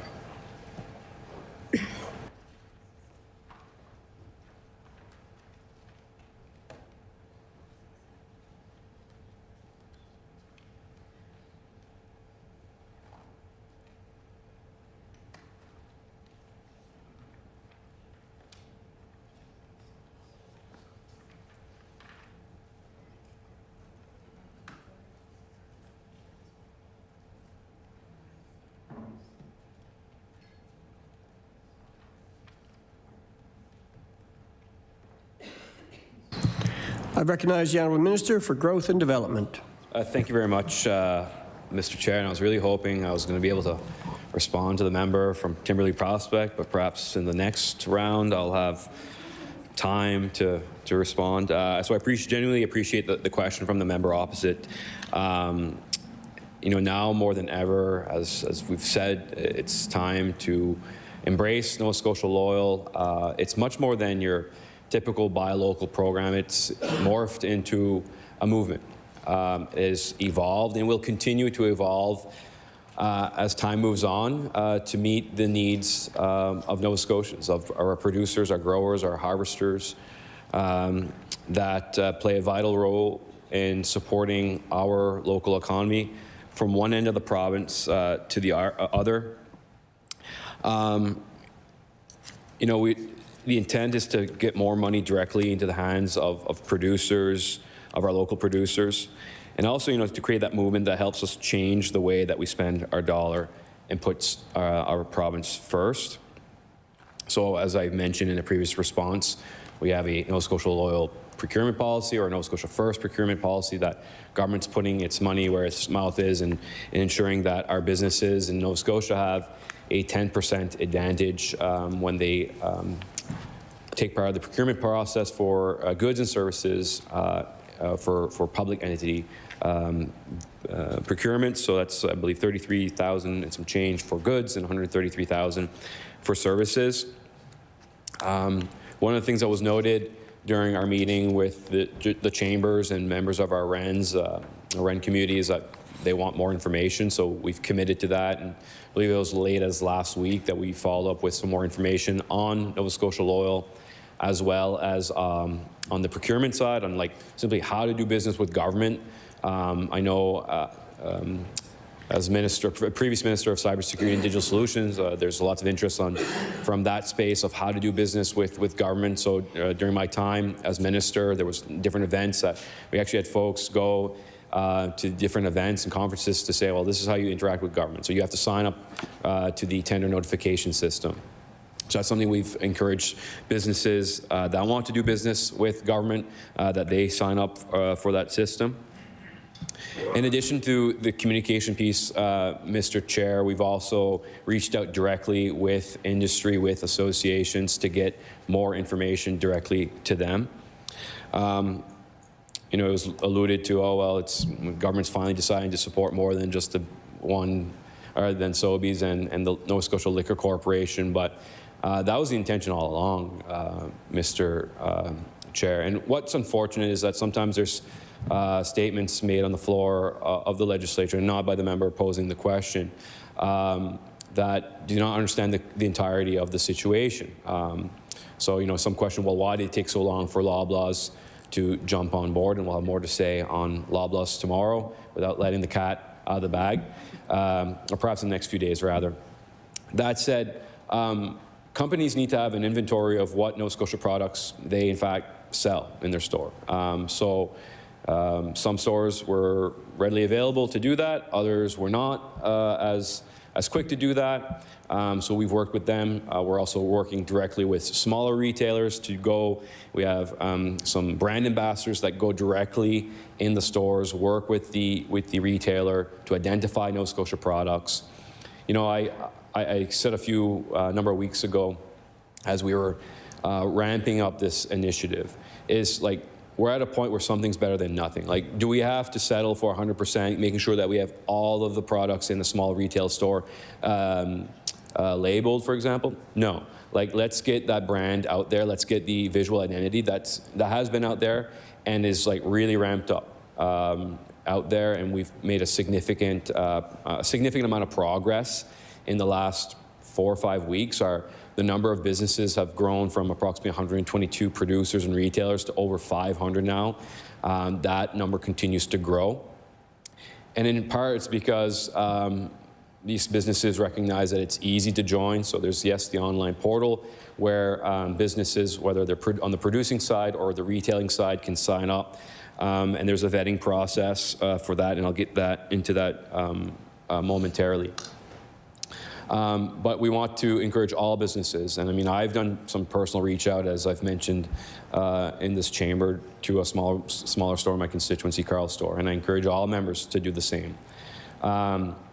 You know, Narrative Research did a survey, a number of I believe it was either the last couple of weeks, let's say, and identified that Nova Scotians and all Atlantic Canadians actually want to support local and are willing to spend even more money to buy local, which you know, is a strong testament. You know, we're facing tough economic times as it is, and if Nova Scotians and Atlantic Canadians recognize the importance of buying local and what that can do, that is a strong statement of how our residents, our citizens, believe in a strong and united province and country.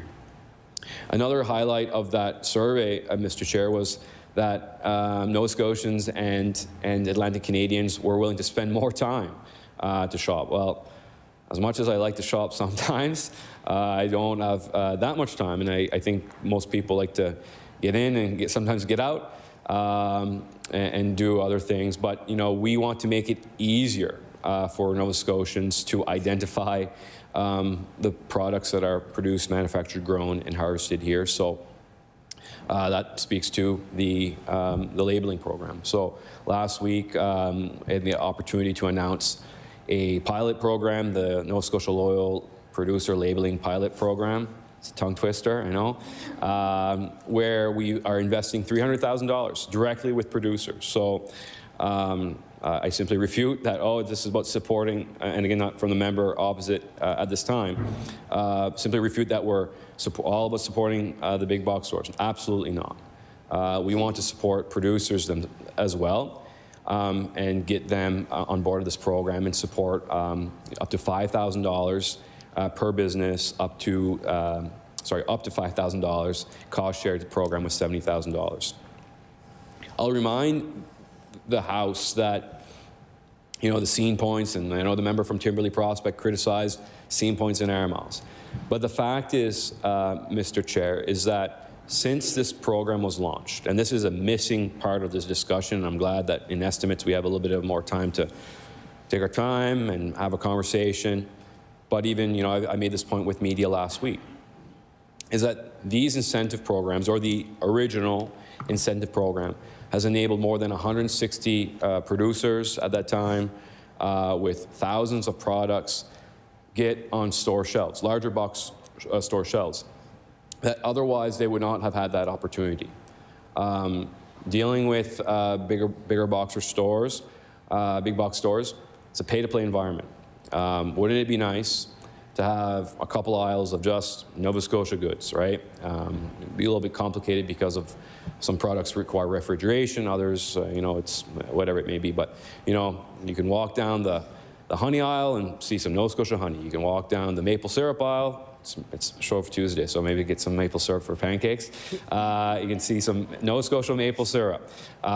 You go down the granola bar aisle, Mr. Chair, you can find some Nova Scotia granola bars. You go down through the fruit and vegetable area, find some apples and produce grown right here.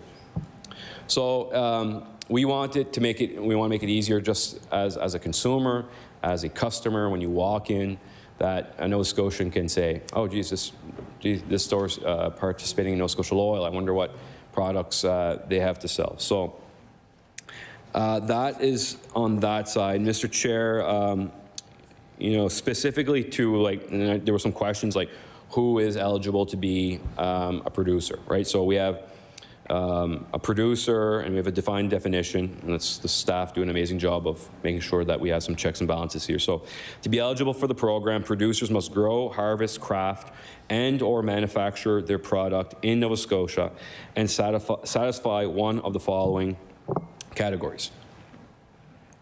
So there's 3 categories. The first, wholly obtained.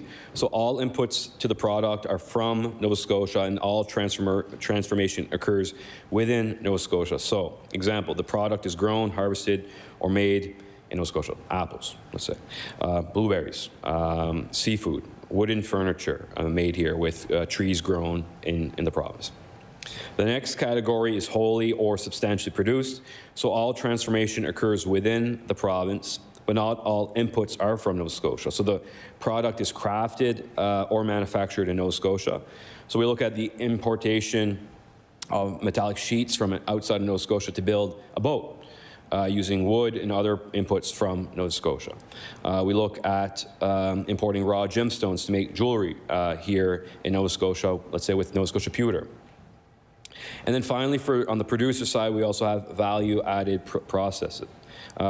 So a portion of the transformation occurs within the province that, one, either adds significant physical inputs, which includes labor, transportation, energy use, or overhead is not considered a physical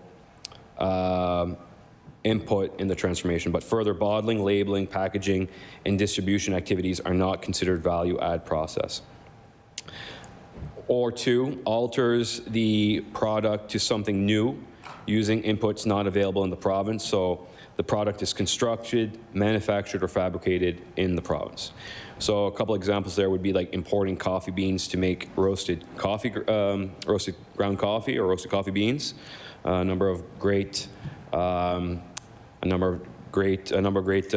coffee roasters. I know the legislature here. We have coffee roasted from North Mountain in the Annapolis Valley in Berwick. It was a fun fact when I was speaking with Scott Burke a couple weeks ago. Because great initiative, great idea, awesome coffee, love it.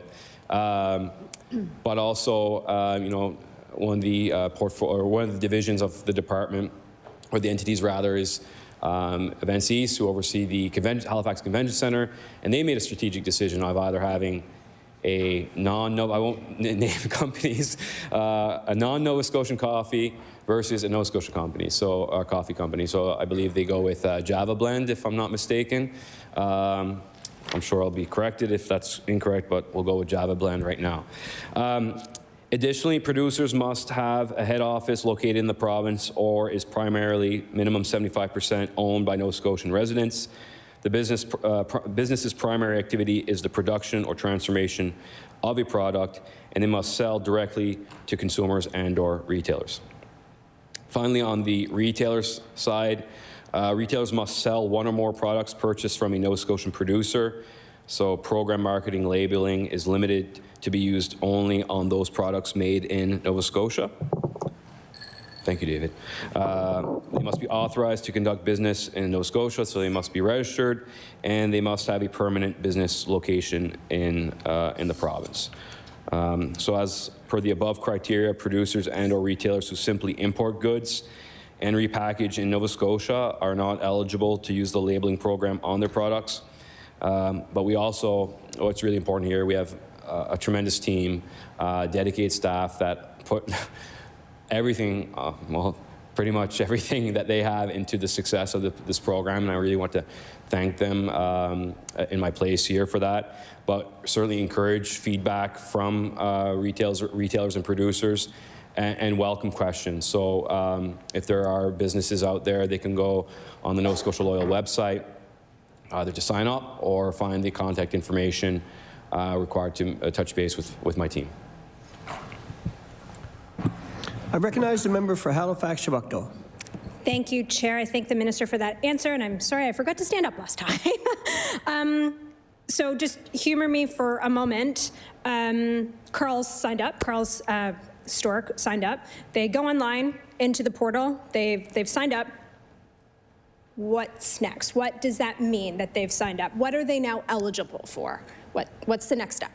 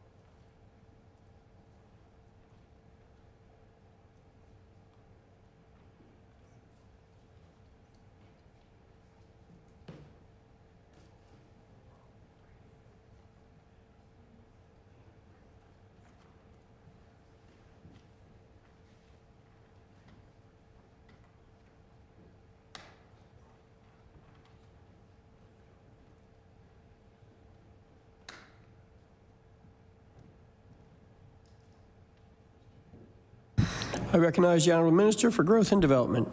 Thank you very much, Mr. Chair. So once the application is received, it's processed.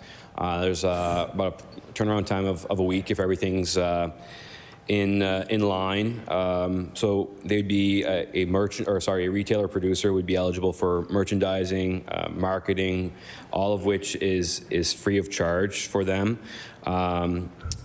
They will benefit from increased traffic. You know, there's a lot more businesses that are signing up and retailers and producers rather that are signing up for Nova Scotia Loyal.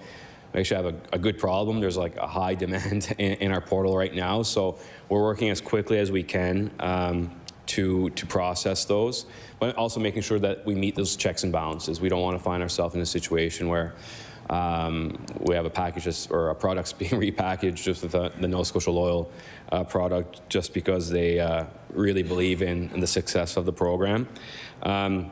We're doing a number of in-store displays. We're doing advertising. We've ramped up our social media and advertising awareness campaigns run by Nova Scotia Loyal. You know, just to give some statistics here, we've seen a significant increase through our Facebook channels, through our LinkedIn channels, through our Instagram channels. Website traffic has increased. So we're seeing that success, and we're not planning on slowing down anytime soon.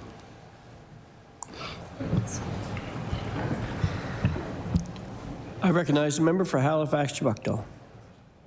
Thank you, Chair. Thank you, Minister. That does clear it up a little bit. I've seen the tent signage. I've seen it in stores, so that's great. This is a moment. This is absolutely a moment for Nova Scotia Loyal. We're in particularly like a food movement, and people want to buy local. People will spend more for it, and so I'm incredibly encouraging of this program because I think it needs to happen, and it needs to happen really now, like right now. The minister did bring up Sobeys and Loblaws, so of course I have questions around a couple big box stores. I do know that I should say that Sobeys, the term with Sobeys comes to the end on March the 31st, 2025, and I'm curious if we are renewing that contract with Sobeys and at what cost. Thank you.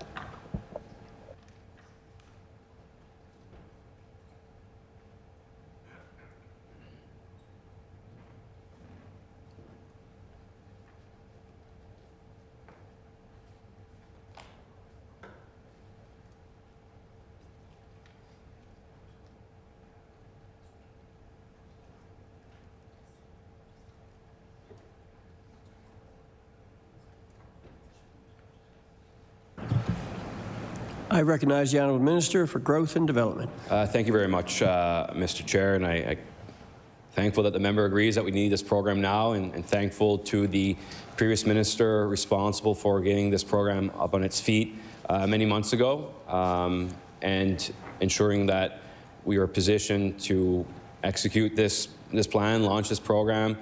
That has, again, evolved so much and will continue to evolve. And it's a movement. Like people see on these different signages and different advertisements, like look for local, and it's to create that mindset of okay, like they might see that before they see the Nova Scotia Loyal logo, but it's to really emphasize whether they're at a store that is part of Nova Scotia Loyal or not, or whether a product is part of Nova Scotia Loyal or not, that they take the time to look for it. I made a Costco run. Sometimes I do Costco runs on my way out of the city before heading home for the weekend, and there was like a whole product in Nova Scotia. They had apples, and they had different products, which is good, important, and it's not everybody that wants to take the time to do that. But going back to that survey data, we want to make it easier. I've personally written to a number of the larger box stores, asking them to join the movement. We've had some positive feedback to date. We'll have more to say sooner than later. But this is truly being embraced by Nova Scotians, by businesses, and regardless of their size. Initially, I think we're again going back to the part of how the program is evolving. We are at a different point in time now with the program than we were 8 months ago. The incentive is there for Nova Scotians to look and support for local. So we will continue with the efforts that we have underway on that. So, investing in the branding, investing in the consumer programs. That includes like the school voucher program, e-commerce coupon codes, consumer show vouchers. The consumer support programs, and as well as the promotion of local events. To address a comment, a positive comment of the member regarding food, there's actually a position, or a staff person rather, from the Department of Agriculture that has been seconded to the Department of Education to look at how do we work with suppliers, how do we work to strengthen the supply chain, and part of that Nova Scotia Loyal movement is bringing in some locally produced foods into our school lunch program, right? So that's work that's underway, vital, I think, and it's creating a sort of a circular economy there. You look at other businesses that are part of the Nova Scotia Loyal program, Terra Beata, that have been supported with government and actually been able to craft, craft's not the right word because they're creating juice, to mix juice for our healthcare facilities and meet, the specifics, the specific recipe or what's exactly asked for from our hospital facilities. So as this program continues to evolve in the days and the weeks and the months ahead, we'll make decisions on the entirety of the program, whether it's incentive programs, if it's marketing, if it's support program, it's branding, and how can we best support our producers. I think that's vital here is, and going back to the announcement we made last week, is making sure that the logo, the labeling can be directly embedded into new packaging and is therefore less labor intensive for brand ambassadors and for retailers to add, and for producers, frankly, to manually put stickers on individual products. I recognize the member for Halifax, Chebucto. Thank you, Chair. My question again to the Minister is, are we renewing the Sobeys contract? Thank you.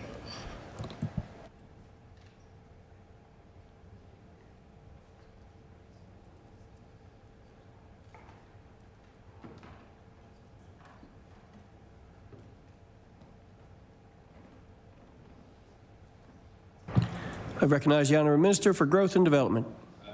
Thank you very much, Mr. Chair. So with all elements of this program, we're currently evaluating and reassessing all those elements, including the current incentive program.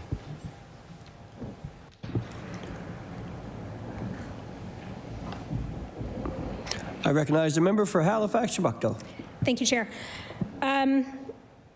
So part of the contract with Sobeys was Nova Scotia Loyal Week at Sobeys. Did that happen? Nova Scotia Loyal Week. Did Sobeys host Nova Scotia Loyal Weeks, and how many?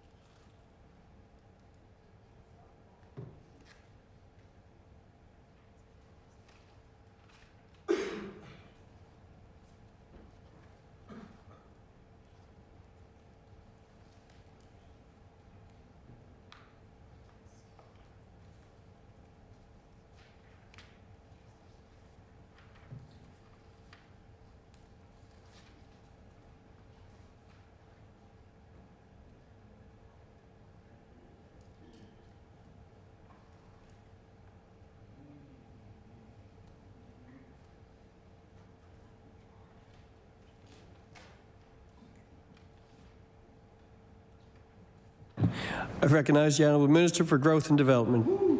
Thank you, Mr. Chair. So the merchandising side of things, that would include the Nova Scotia Loyal Week. We part of the initial or of the agreement that we have right now is that we do one per week. So I believe that would mean 9 since July. So we have point of sale signage on eligible products in 76 Sobeys, Foodlands, and co-op stores in 57 independent retail locations. More to come there.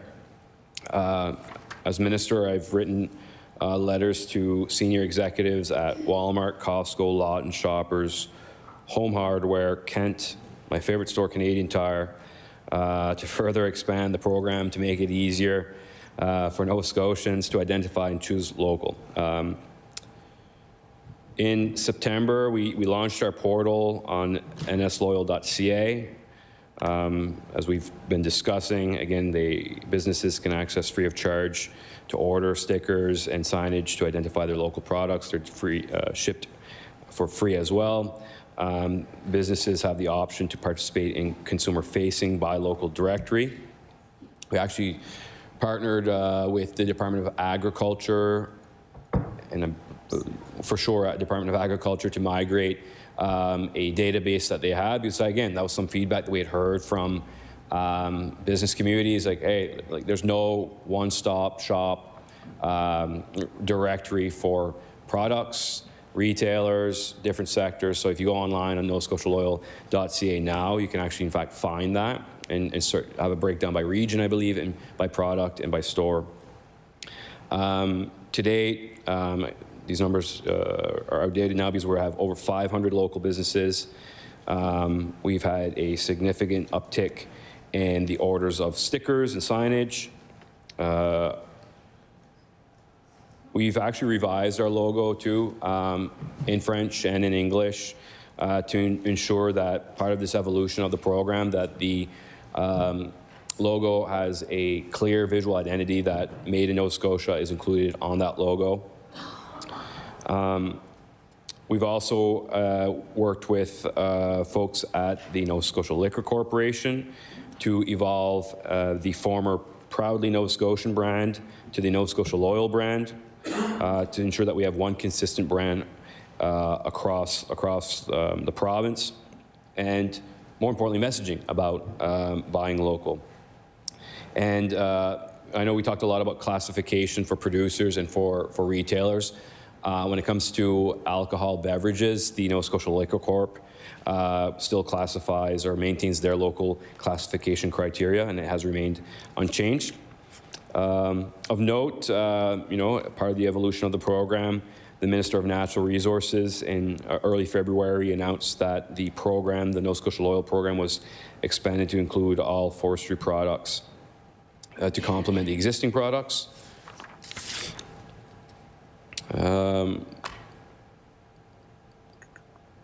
We've ramped up our marketing assets, so we're at Scotia Bank Centre, popular spot.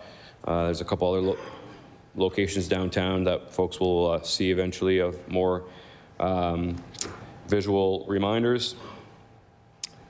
We recognize the importance of the school vouchers. So we're looking at doing that, and as a member opposite pointed out yesterday, doing it sooner than June. So we are doing that as well. And I think it's important that perhaps at that time, and I'll speak with the Minister of Education after estimates, to perhaps talk about how we can include a discussion about what it means to support local and to buy local. So last year, 38% of the redeemed vouchers were first-time visits to farmers markets, popular spots for many.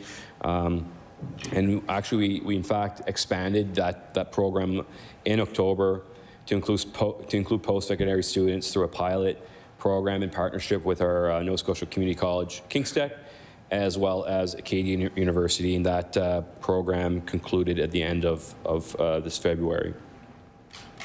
We value the partnerships with our farmers markets, so we have instant cash incentives, so consumers can receive 10% discount when purchasing directly from producers, and we've made investments to support there. We provided this fiscal ending at the end of the month over 60,000 vouchers at 12 events with over 600 local businesses participating in the program. Again, going back to the incentive program, and I'll take every moment I have to talk about what that really meant.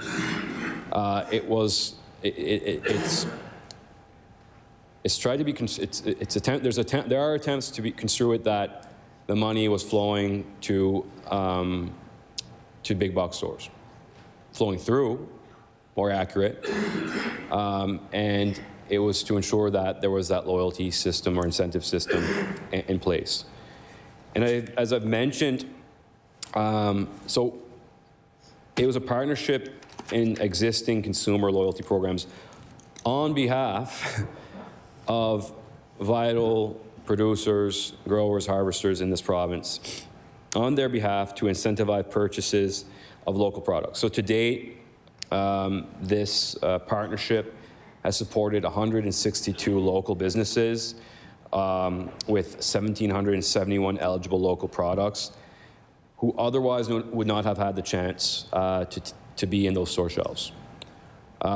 So I think it's really important to digest that and think about what that really means to the bottom line of these producers. Huge. And I had some really good conversations with some of our program participants at the Label program launch last week. I remember speaking with, I believe it was Cynthia from Axogrind that talked about her program or her business, how it morphed from more so of a hobby during the pandemic. And she, I believe, unfortunately lost her job and was required to, well, not necessarily required, made the decision to go all in this business. And, her and the Nova Scotian Lighthouse Cookie Company, or Nova Scotian Cookie Company, make lighthouse cookies. They're really good. Both of those businesses actually support, pardon? Cookies, yeah. Support, I believe is it Mayflower Place? Anyway, they support, the words are escaping me, but a new minus, an organization, a social, oh my gosh. Say it in French, yeah. Social opportunities or social, Flower Garden, yeah, Flower Garden, social enterprise, and in that community. So it's really nice to see and hear the synergies and how interconnected and how much this program has even broader impact than one would initially think about when they go to Sobeys and pick up a bottle of Donair Spice Blend or a drink rim package or cookies or whatever it may be. This has impacts even for folks, some of the clients for social enterprise, which is really really great. So we'll continue to invest or to promote local events. So whether it be the South Shore Lobster Crawl, whether it be Winter Wine Festival, whether it be the Motorcycle Expo, whether it be Saltscapes, whether it be a number of different events that showcase local. We'll continue to partner with them. And during this fiscal, we have attended, or staff have attended, or teams have attended rather, 148 events and engaged with over 113,000 local consumers.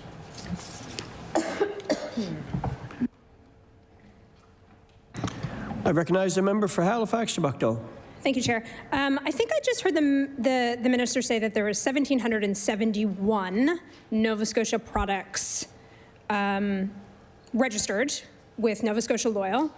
And as I understand it, there was $100,000 announced this week, last week. Man, my weeks are flying together here. And the $100,000 for labeling. I'm just pulling out my calculator here because I'm smart, but not that smart. And I think it was a grant for up to $3,000. If I do the math there, that's, you see where I'm going with this, 1,771 Nova Scotia Loyal products, $100,000 to get the Nova Scotia Loyal sticker on it. I'm not sure there's enough money there to go around, which is a little disappointing because I think it's really important. I think the branding exercise is really, really important to get out there. And I know for a fact that retailers or that consumers are looking for that label now. The minister mentioned the school vouchers. I think they were awesome. I second the point of my colleague that would get them out before June. The former minister for the department also mentioned that we could get them to the Immigration Services Association of Nova Scotia, ISANS. Are there plans on getting vouchers to ISANS as well as the post-secondary and another round of elementary? Thank you, Chair. I recognize the Honourable Minister for Growth and Development. Thank you very much, Mr. Chair, and I think it's the most math I've done since physics in university or calculus in university. So, clean slate, wipe off the whiteboard. I made an error in speaking. The member has a couple figures that are wrong too. So, total budget for the Nova Scotia Loyal Producer Labeling Program, $300,000. I had previously said $5,000 or up to $5,000 per business. Wrong, incorrect. $3,000 up to, so it's up to $3,000, and it's a 70% cost shared grant for businesses. So it wouldn't necessarily be math based on the 1,771 products, and those are the 1,771 products that are in the Sobeys stores, right? So we know that there's other stores that have way more, right? So it'd be per business. So if a business such as, Axe to Grind, I'll take them again, has multiple packages or for multiple different spices and whatever, they'd be eligible for the labeling program once. So this is, again, a pilot program that we stand behind. We estimate that 100 and 150 companies will take part in this. If there is more, we'll, as we have evaluated the program before, we will reevaluate and continue to best serve the program participants. That said, not everybody is going to want to do a complete rebrand of their packaging and will want to still use stickers. Fine, that's great. And some will require the full amount of $3,000. Others will maybe require $500. Like it's not. It is truly like a physics question and trying to figure out what the exact value is. So it's not a simple average. And that said, the feedback on the program, on that element of the program, is very positive.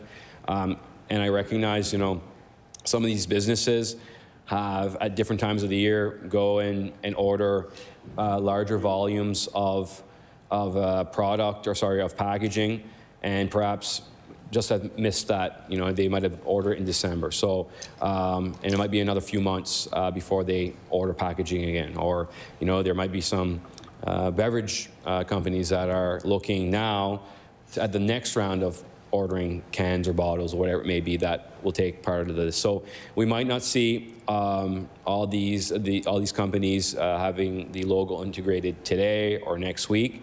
It will probably take time, especially for the companies that have a larger bulk volume of different types of packaging to ensure it fits into the financial capacity of their business. Good answer. I recognize the member for Halifax, Chebucto. Thank you, Chair. Just to go back to a question I just asked, do we think that, no, let me rephrase that. The previous minister responsible for Nova Scotia Loyal mentioned that the ISANs will be getting the Nova Scotia Loyal vouchers and included in the program. Is that going to happen? I recognize the Honourable Minister for Growth and Development. Yes. I recognize the member for Halifax-Chebucto. Thank you, Chair. Thank you, Minister, for that quick answer. So I'm going to go back to the budget again for Nova Scotia Loyal, and I see that $8 million has been designated for the program. I'm curious what we're doing with that $8 million. Can we have a breakdown of the budget, please? Thank you.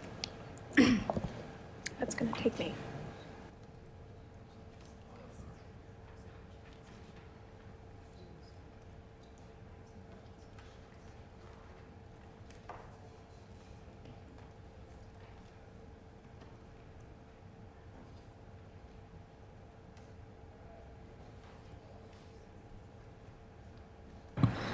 I recognize the Honourable Minister for Growth and Development. Thank you, Mr. Chair. So the forecast, the 2024-2025 forecast for Nova Scotia Loyal, $6 million. I'll remind the House that that was for a partial year of the program implementation. This year, for fiscal 25-26, in this year's budget, estimate of $8 million. So if we look at year to year, so branding, last year we had forecast $975,000, upcoming fiscal $1.3 million, consumer support programs $900,000, next fiscal $1.2 million, consumer support programs $3.1 million, $4.2 million next fiscal, and then the promotion of local events $975,000, and next fiscal $1.3 million.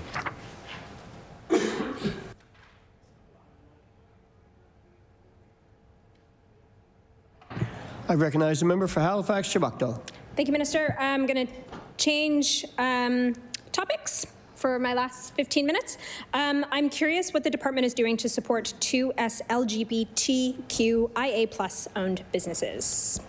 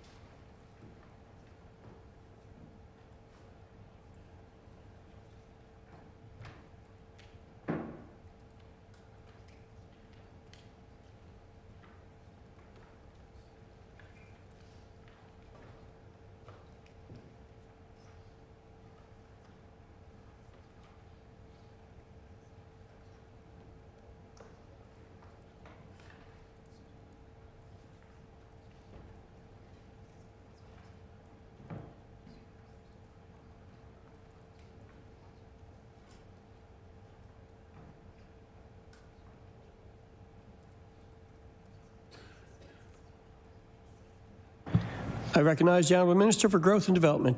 Thank you very much, Mr. Chair. So we fund many organizations that support the 2S LGBTQIA+ community and other historically underserved populations. So I think of our incubators and accelerators as well, Mr. Chair. I got to say there's a wealth of knowledge and expertise and also support available through Invest Nova Scotia for different programs. We actually have a dedicated export development executive at Invest who's focused entirely on working with businesses with diverse ownership, including 2S LGBTQIA+ community. You know, I think of different programs and services to help companies reach new markets outside of our province, which is top of mind during these uncharted waters that we're navigating as a nation. So I think of the Trade Market Intelligence Service, the Export Development Program, which I've spoken at length about, the Market Entry Development Program, been different trade missions, Supplier Diversity Certification Pilot Program, different scale-ups, different workshops, and then as well as the launch of the Export Atlantic Incubator. So obviously, always ready as a government, but also as the Crown Corporation who delivers really important programs to our business community to be engaged with members of across the province and of diverse communities to ensure that we have that feedback and can ensure that they're reflected in future program changes.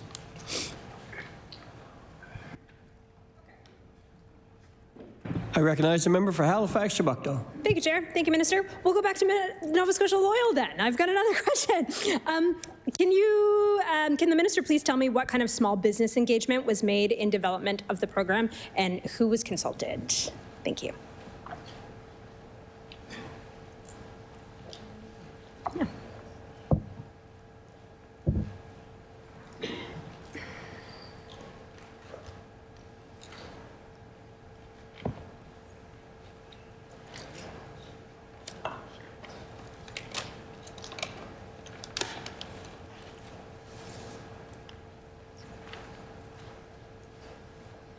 I get more mail here than I do at home.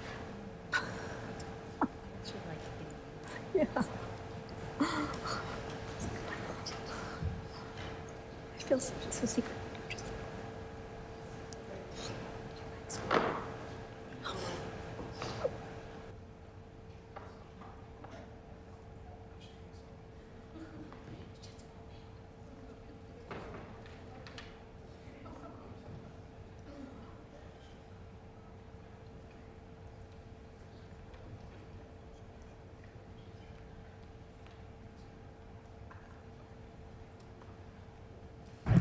I recognize the Honourable Minister for Growth and Development. Thank you, Mr. Chair. So our line for this program, now this movement, was a program built by Nova Scotia for Nova Scotia. And I think we're seeing that pay off today. We've consulted in the lead up to the program launch of last year over 10,000 Nova Scotia businesses, producers, retailers, consumers that truly informed the entirety of the program from head to toe and all elements. So what I'd say is as we continue to evolve and change the program, we continue to consult and we continue to engage and we continue to listen to the feedback of producers and consumers and everybody who wants to share some honest feedback with us. And so, you know, the program that we launched last week for the labeling program is what we heard from producers, right? So that's an important part of the approach. You know, we do a pilot, learn, and evolve approach, and we will continue on that pathway, looking at ways, you know, to get more vouchers, more awareness, more producers, more retailers on board on the Nova Scotia Loyal train, and we're going to keep chugging along. I recognize the member for Halifax, Chebucto. Thank you, Chair. Thank you, Minister. I'm sorry, I didn't hear who was consulted.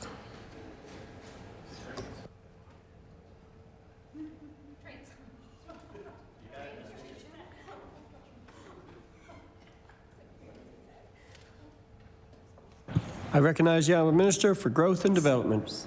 So as I mentioned, Nova Scotia businesses, producers, retailers, consumers, 10,000 of them. I don't know if the member wants the list of them. I don't know if that would be possible, and if it's, yeah, it's survey data, like there's privacy elements to that, so would have to engage with staff of looking at what's the appropriate way to get that information. I recognize the member for Halifax Toronto. I'm throwing this to you. Thank you, Chair. I'm done. My colleague is going to take it from here. Thank you. Thank you. I recognize the member for Halifax Needham. Thank you, Mr. Chair. And I'm just going to ask, I think we have time for maybe one question on housing. I'm in the housing file, and so I'm going to talk about home ownership. The government's housing plan stated that the department planned to explore ways to make home ownership more attainable for Nova Scotians, including by exploring new lease to purchase options. And so I'm curious to know, could the minister provide an update on this? And is the department close to launching a lease to purchase or rent to own program? And we know that there was a jurisdictional scan by the previous minister, and I'm just wondering what that scan showed and what were the key takeaways in terms of policy direction that the government is going to take on that plan.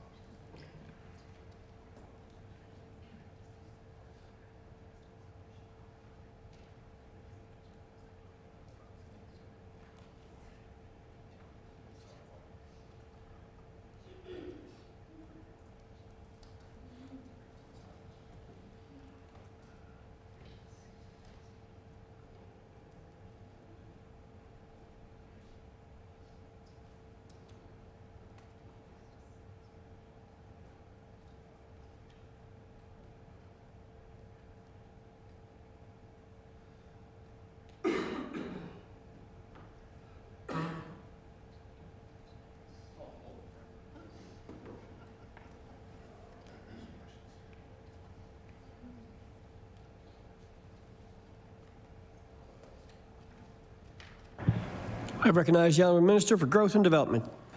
Thank you, Mr. Chair. Appreciate the question from the member opposite. So, you know, we talk often about jurisdictional scans in this House, and what I'd say, like, we do jurisdictional scans to see what's being done across the country or in other areas of around the world. And just because it's done in one other province or another part of the world doesn't necessarily mean it's a good idea for Nova Scotia, or doesn't necessarily mean that government will be moving ahead on that type of initiative, right? So, you know, just because you look into something doesn't mean that you're going to start moving 100% full steam ahead on it. So, but we do J scans all the time. We did them when I was in my previous department. We'll do them in this department. But I think what's important here is that we have different challenges in respective jurisdictions. We have different opportunities in respective jurisdictions. And we got to maximize solutions to meet the needs of our citizens. So with that said, you know, we do a lot to support home ownership. You know, we look at, again, supporting or creating the conditions to build more housing. That includes home ownership, you know, for folks that want to build their own home or buy their own home. Right now, we do still have the down payment assistance program that allows first-time home buyers earning under $145,000 per year to access interest-free funding to put towards purchasing housing. This program was launched a few years ago in 2017, and there have been year-over-year increases in program applications. So it's to cover, it will cover a 5% down payment, interest-free, for the home purchase. It's capped by the purchase price set out in the criteria, so that varies per region. The department changed in January of last year the eligibility criteria by increasing the purchase price eligibility for some home purchases in HRM and East Hants. Current purchase price limits include $570,000 in HRM and the municipality of East Hants, $375,000 in the municipality of West Hants, Annapolis Valley, that includes Kings, Annapolis, and Digby counties, and the South Shore, Shelburne, Queens, and Lunenburg counties. For Yarmouth and the northern and eastern regions, on Cumberland, Colchester, Pictou, Antigonish, Guysborough, and Cape Breton counties, the current purchase price limits are $300,000. In fiscal 21-22 changes, we made changes to the program criteria, including increases to the eligible income and house purchase price gaps or caps, and an expansion of the first-time homebuyer definition to include those having gone through a marital breakdown. You look at the number of applications approved. So when we formed government 21-22, there was applications approved were 50. That's gone up to 190 in fiscal 22-23. In fiscal 23-24, gone up to 290, and this fiscal year, 373. We continue to offer the Family Modest Housing Program, which was launched way back in the 1980s, in the late 1980s, and provides a mortgage of up to $70,000 for households with incomes less than $50,000. We are, as was included in our party platform during the election campaign, looking at a loan guarantee program for 2% of a mortgage. So of course, when we, as I mentioned, looking at maximizing solutions, we have an existing program that targets existing housing cap values, existing income levels. So we don't want to create a copy-paste of a program to fulfill a campaign promise. We want to make sure that we're maximizing those opportunities for new home owners, and look at, sometimes the federal government has good ideas too. And if there's opportunities that we can maximize those opportunities for prospective new home buyers in this province. But recognizing that, yes, home ownership is out of reach for some Nova Scotians, and as a government, we want to ensure that we can help the next generation, next generation, make their dream come true. And that's with initiatives like this, investments like historic tax cuts in our government, in our government's budget this year, cutting the HST, and making life more affordable for Nova Scotians. Order. Time for the NDP questioning has come to an end. Minister, before I recognize the next question, would you and your folks like a recess? 5 minutes, 10 minutes? 5? Committee's in recess for 5 minutes.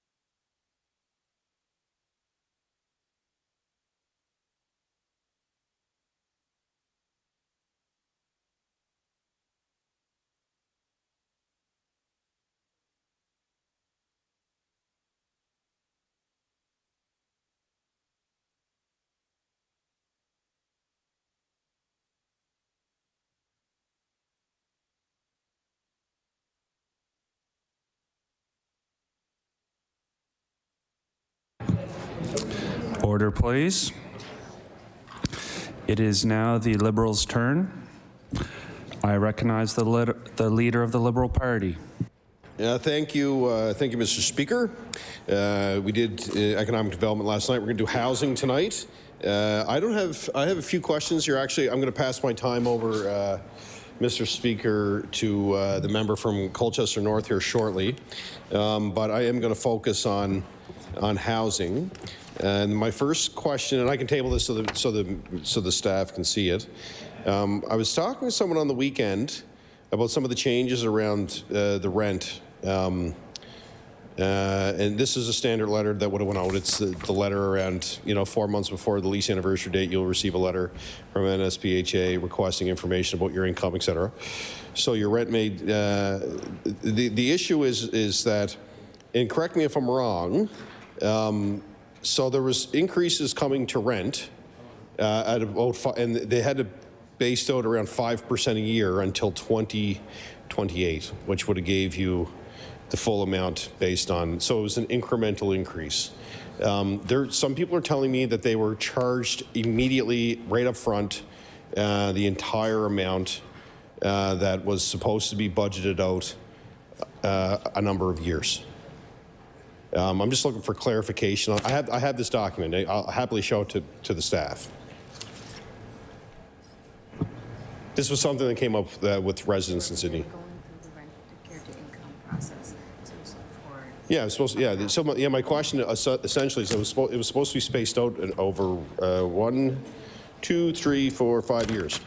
And what I'm being told is that people were charged the full amount right up front instead of it being paced out, which would be a shock for anyone to receive that. So can I get some clarification from the minister and staff on that? And again, happy to present this. So.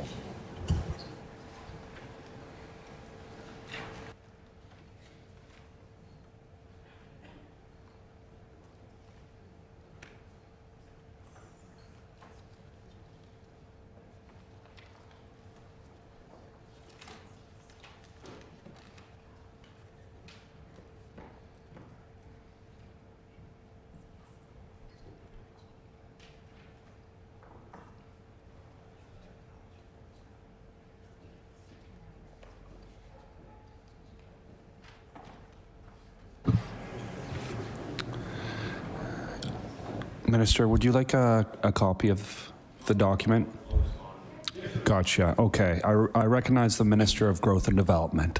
Thank you, Mr. Chair. So last fall, the Nova Scotia Nova Scotia Provincial Housing Agency implemented a standard rent model for all public housing tenants and committed to assuming their heating costs. 87% of tenants were already paying RGI rental rates.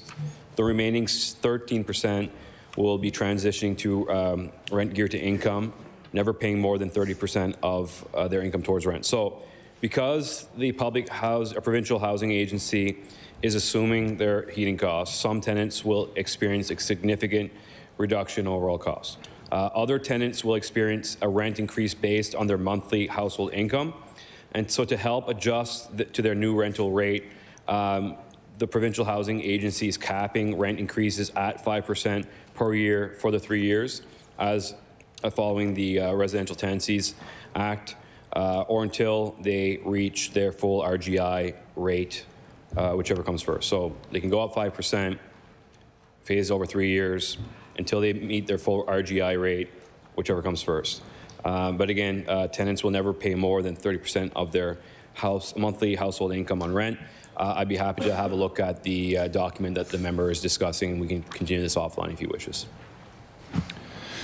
I recognize the leader of the Liberal Party. Yeah, thank you, Mr. Chair, and through you. So the issue is that people are paying, and they're telling me that they've paid more than 5% over that year. So like it was like a big lump sum, and all of a sudden, they reached out to housing, and housing said, well, no, this is a change that we're making. And so this is important. There needs to be some clarification around this because all MLAs may feel this in some case.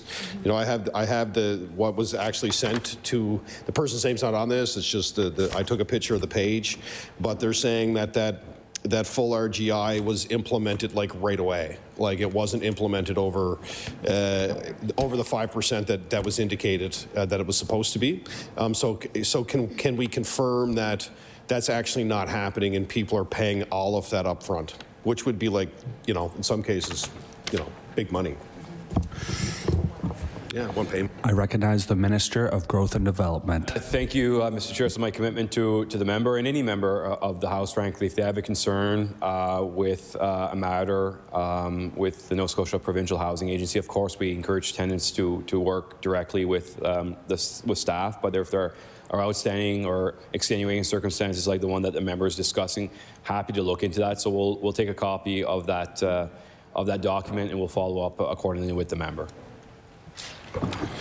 I recognize the Leader of the Liberal Party. Yeah, and I thank the Minister for that. The biggest thing for me in this is just getting a follow-up on it. When you hear that story, I was kind of surprised by it too myself, and I think everybody needs to learn a little bit more about it, and hopefully that's not the case, and that nobody had to pay that all up front.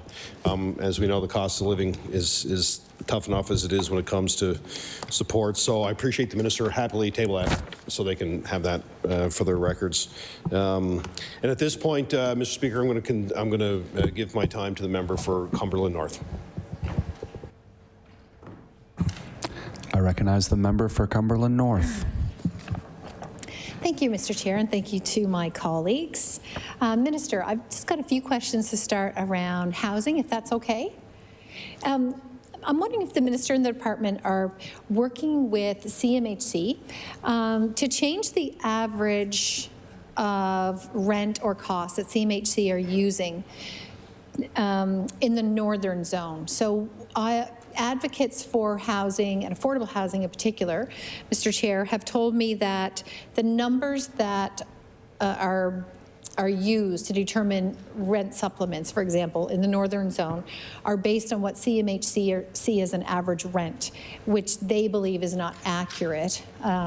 They believe that it's very low, too low, that the actual average rents in, say, the town of Amherst or the village of Pugwash or town of Oxford is much higher than what CMHC are using. And so therefore, when someone applies for a rent supplement, what they're actually eligible for is not nearly enough, Mr. Chair. So I'm wondering, when I've written to the department previous to this minister, they basically said it's not within their purview, it's a federal thing, it's with CMHC.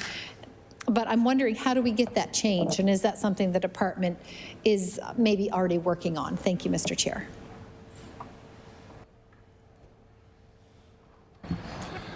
I recognize the Minister of Growth and Development. Thank you very much, Mr. Chair. So average market rents are a point-in-time, evidence-based piece of data. It's based on federal data, which is released annually by the CMHC in their rental market survey.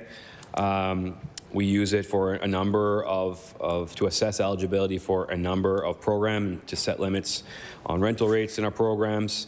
So, for example, as the member noted, rent supplements are calculated based on the actual rent up to a maximum set below average market rent.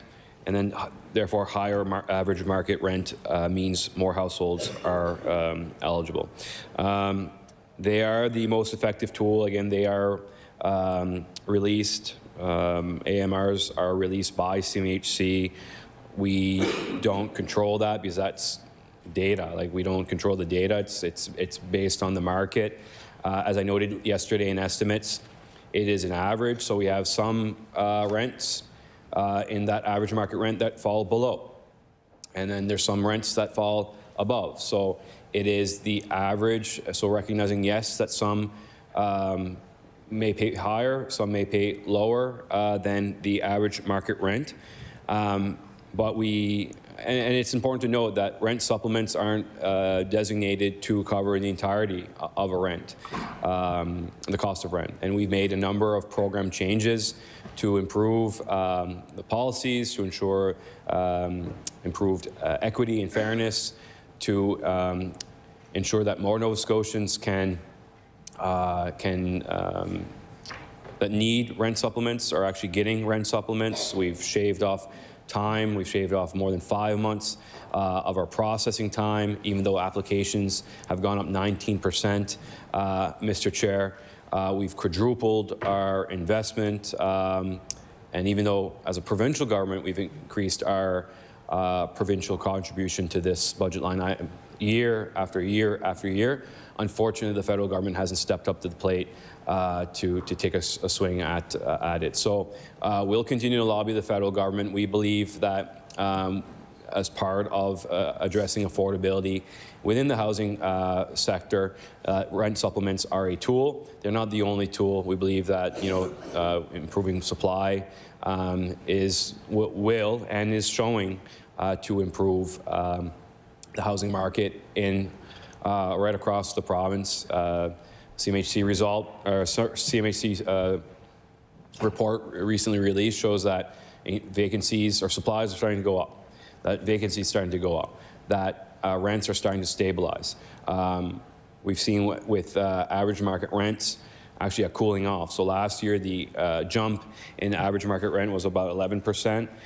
This year here is about 4%. So that's, even though it's an increase, it's still showing that 7% difference, that there's some cooling off in the market. And I'd say it's proof that our housing plan is working, that our efforts of government to make investments in the housing stock across, or the housing market rather, across the province, working with community organizations to not only create but also preserve housing, including affordable housing, is working. I recognize the member for Cumberland North. Thank you, Mr. Chair, and thank you to the minister and the department. And I do appreciate the minister's response, and I realize that it is federal, CMHC, but it is really hard when you see the numbers that they're using and just knowing that how far away they are from reality. And just for an example, I'll share this with the minister. Like recently helped a young person, not that young, but a person who was moving from a difficult situation and had trouble finding housing, and they did find some housing for this person. It was a motel that has now been made into small bachelor apartments. And so just picture what a motel room, the size of a motel room. Now I will say it was clean, newly painted and clean, and a new tub unit, nice bathroom, but really small, like a motel room. And this person was paying $1,200 a month. And that was all included, but still, Mr. Chair, that just seemed like such a high number. They didn't even have a real fridge. They had a small bar fridge, and the bar fridge didn't even have any racks in it. But hot plate, no stove, hot plate, and I was just really shocked. So, and this person is eligible based on their income for a rental supplement, but a rental supplement that they're able to get is quite small in relation to the $1,200. So basically this person has no money for food, Mr. Chair. So is 100% relying on the food bank for eating. And I know that all of us here in the House have situations similar to that, and all of us are taking people out and buying people food when necessary and helping out. So I know that this is a situation that all of us probably have experienced, but it is hard to see. I will ask another question to the minister relation to housing, and I'm wondering if, and I apologize if the minister's already answered this question to others or the opening remarks. The Granny Suite program, I'm wondering if he's able to share with us how many people have applied for that program and how many people in the province have taken advantage of that Granny Suite program. Thank you.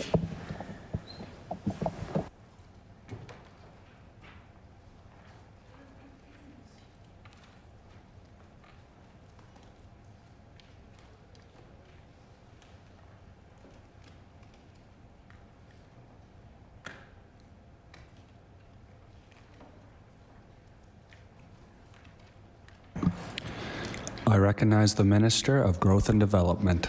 Thank you, Mr. Chair. So in our current housing market, we recognize that every home that we create or we create the environment for is needed. Every unit is needed. There's been a high demand or high interest in this program, and we'll continue to move forward. So the secondary and backyard suites incentive program was announced in October 23 and then launched later in November of that year. Under the program, tenants must be either under the household income limits for affordable housing stream or have a family relationship and meet the age and disability requirements. So that's for the supportive housing stream.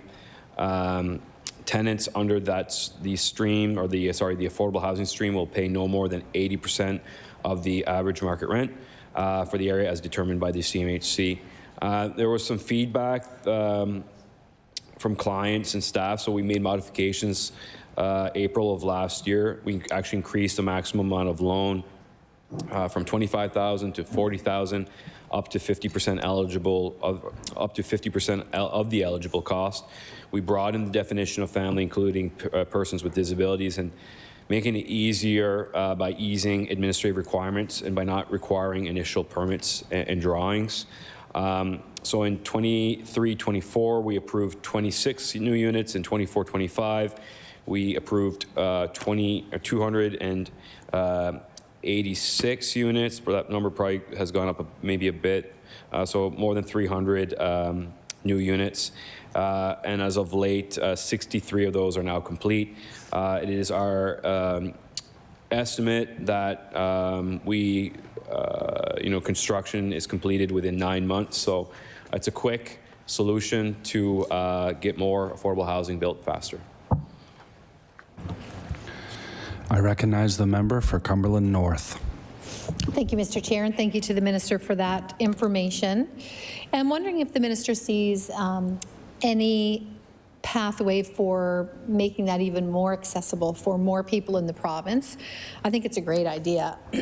And some of the feedback that was given to me is that I believe, I could be wrong, Mr. Chair, but my understanding is that there's only one place in the province that papers can be filed for this program. So some have shared with me they felt that that was a bit of a barrier. A lot of personal health information has to be, health is always on my mind. Personal financial information has to be shared, like basically all investment information, anything at all that that an individual may have. So when the information was filed, they felt that there may be some security concerns because there was no stamp, like saying that the information had been received by the office where it was taken, and there was just some concerns shared around that about significant personal financial information is being shared with that office, and some concerns about security there. So, but I do think that it's a really great idea. We have a business up in our area, and the Minister's probably familiar with it. And if he's not already been, would love to invite the Minister to come up in the Pugwash area. It's actually an old industrial building that used to be owned by Seagull Pewter, which was a really successful company back in the day. And they made pewter products, obviously, in Pugwash. But then when things went offshore, that building was vacant. Anyway, a local entrepreneur purchased this massive building and was building sheds, and now is building small homes. In fact, some of them qualify for this Granny Suite program. And so they're doing tiny homes, they're doing cottages, they're doing small homes. And I don't know if the Minister's had a chance to come up and visit that business, but I know the owner and the local people would love to host the Minister and just show him. And I know that it's quite a business, and it's quite an operation to go in and see.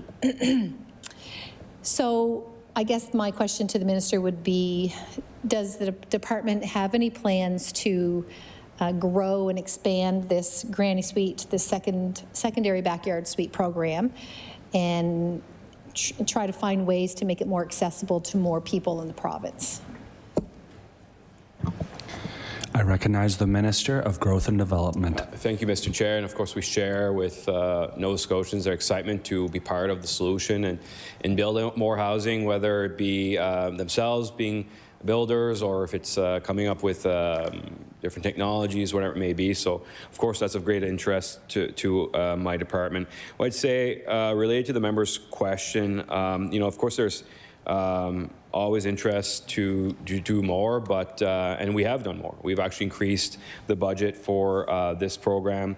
Last year was $6.9 million, and this year's budget is $10.4 million to enable even more secondary and backyard suites to be built.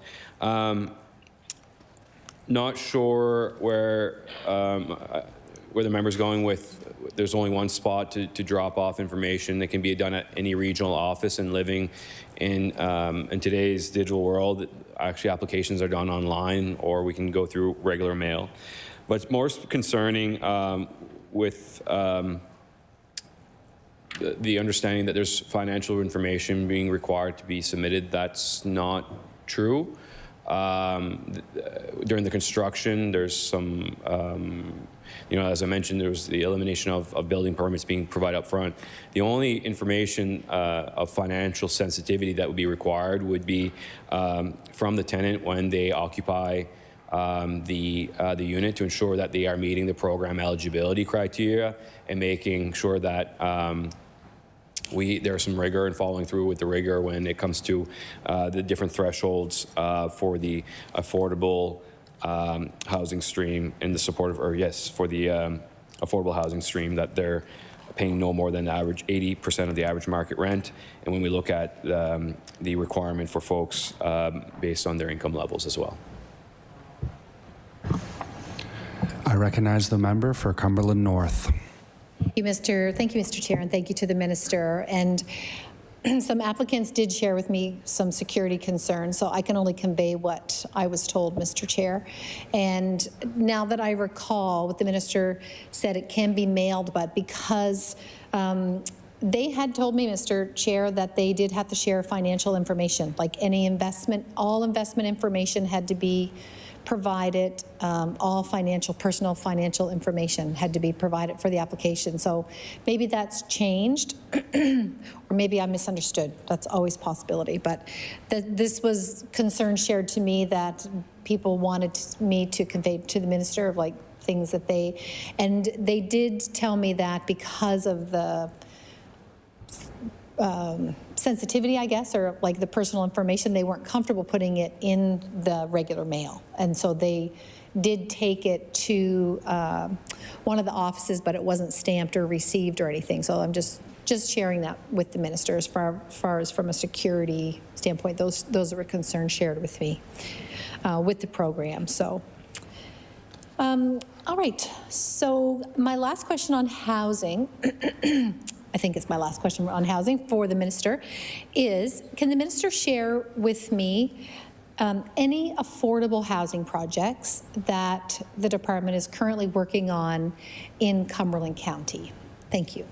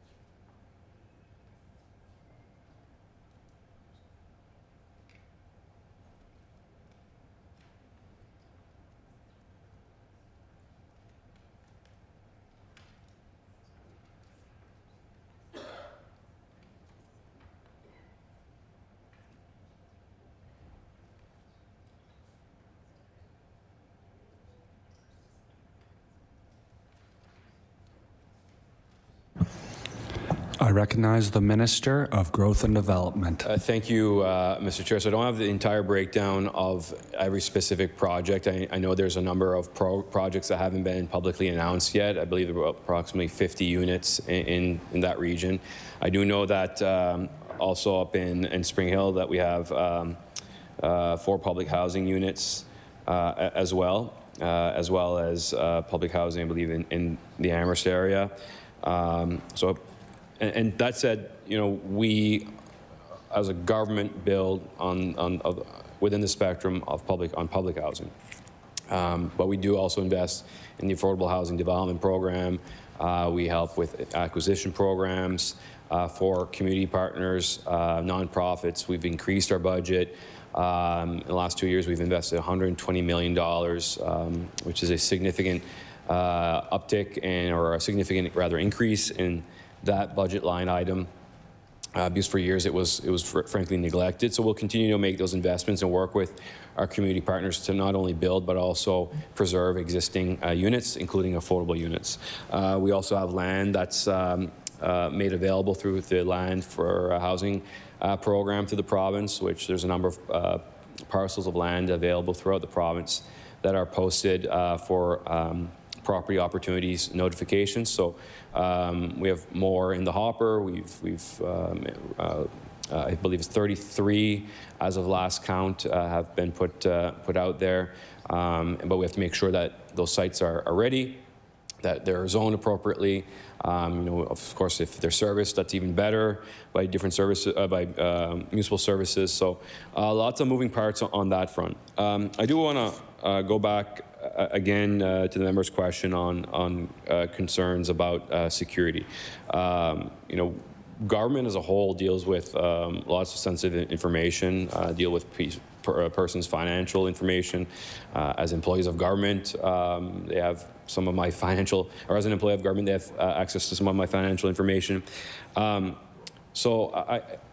even as MLAs, we help through our constituency offices deal with financial situations as well. A program that we administer through housing is the home adaptations program, where yes, we actually ask for financial information, including notices of assessment, T4s, proof of investments.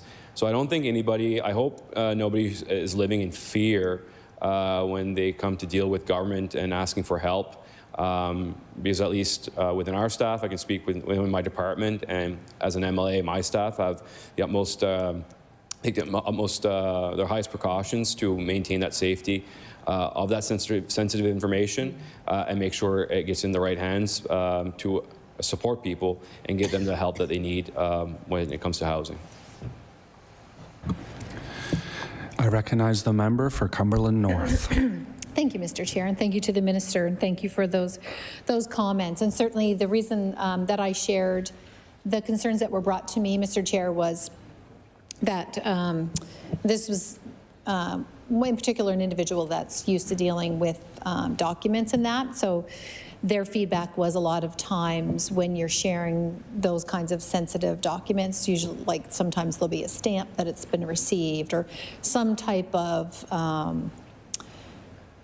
documentation or something, that those papers. So I did just message the person to confirm that I heard correctly. So what they shared is that in the application they did have to provide bank statements and investment documents, that they had the funds for a mortgage confirmation letter for the secondary suite. So hopefully that helps explain. Some other feedback on the secondary suites is that there's no conformity in Nova Scotia between municipalities. So HRM allows 925 square feet, for example, while East Hants is 860 square feet for a secondary suite. And their suggestion is that it would be maybe better if all municipalities were the same and there was conformity throughout the province. So I'll just share that feedback with the Minister. And so going back to the affordable housing question, certainly the reason that I'm asking the question of the Minister is because it is something that is very, very important. And I will share, it's not something I knew a lot about before I became an MLA. And certainly I know and value the importance of housing as a nurse and working in healthcare, but I never really understood the public housing and affordable housing and all the different types of housing. And I also didn't fully really appreciate how many people living certainly in our area can't afford housing, and how many people would not have a place to live if they didn't have public housing. So certainly I can say as MLA for Cumberland North how grateful I am for all the public housing that we have in our area, both in the town of Amherst, in Wallace we have Remshag Villa, in Pugwash we have some, and throughout the town. So certainly we're very grateful for what we have. And the department staff work closely with my MLA assistant, and I'm sure with all. So grateful for that, for sure. And I know we have some incredible nonprofits in our communities, such as the YMCA in particular. They were able to get funding for a duplex or a fourplex, I guess. And my understanding is that they also have another project on the go. So I really wanted to ask that question, and I'm sure the minister knows the need and the demand here in the province, but I wouldn't be doing my job if I didn't bring that up. So I guess maybe I'll just finish off that question with, just to clarify, I know that there was some public housing, affordable housing money allocated for Spring Hill, but just to ask again, is there any money that the minister knows that is allocated for any affordable housing, like new builds in particular, for Cumberland North? So that would be the area from Amherst through to Malagash.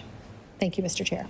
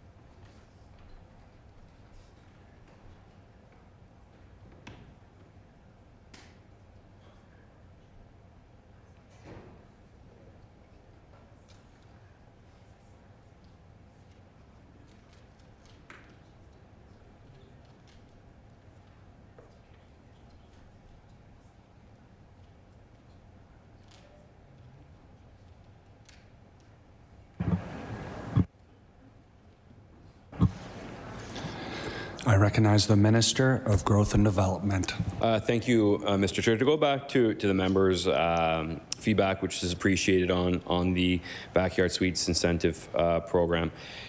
There, like with any program, there's some eligibility criteria. There's rigor to make sure that the money is getting to the right people and that we're avoiding fraudulent cases, right? Like, so in this case where we are lending money to Nova Scotians, there is some rigor to ensure checks and balances, like if they were going to the bank, right? So, you know, again, I appreciate that some folks may have some concerns dealing with some financial information, but again, we have to make sure that we're we're checking off the right boxes, and we're maximizing a finite resource to support as many Nova Scotians as we can. Related to municipalities on their zoning, every municipality has different zoning impacts, where short-term rentals can go, where residential can go, where commercial can go, where natural or where resource can be, like, or is. You know, we recognize that it differs by municipality, and of course we encourage municipalities to make it easier to build more housing and encourage development in their respective jurisdictions. So to the member's question, yes, we are investing in public housing. So a total of 515 new units that have been announced over the last 18 months. We have made investments in rent supplements. I know we've talked about that at length so far. Again, it's and those two items are tools in the toolbox, and they are not a tool for everybody, and they're not a tool that's going to fix the housing challenges in our province. That said, we know that they are meaningful. Those tools, when swung right, they bring meaningful impact for many Nova Scotians. So for years, rent supplements or future investments in rent supplements or maximizing and modernizing our rent supplement programs were like sort of brushed off and put in the corner of a desk, like a few other things. But since we formed government, we've revised those policies, ensuring improved fairness and equity for Nova Scotians, and to ensure that that Nova Scotians, frankly the most vulnerable Nova Scotians that are in need of a rent supplement, actually get it, and trying to do that quicker.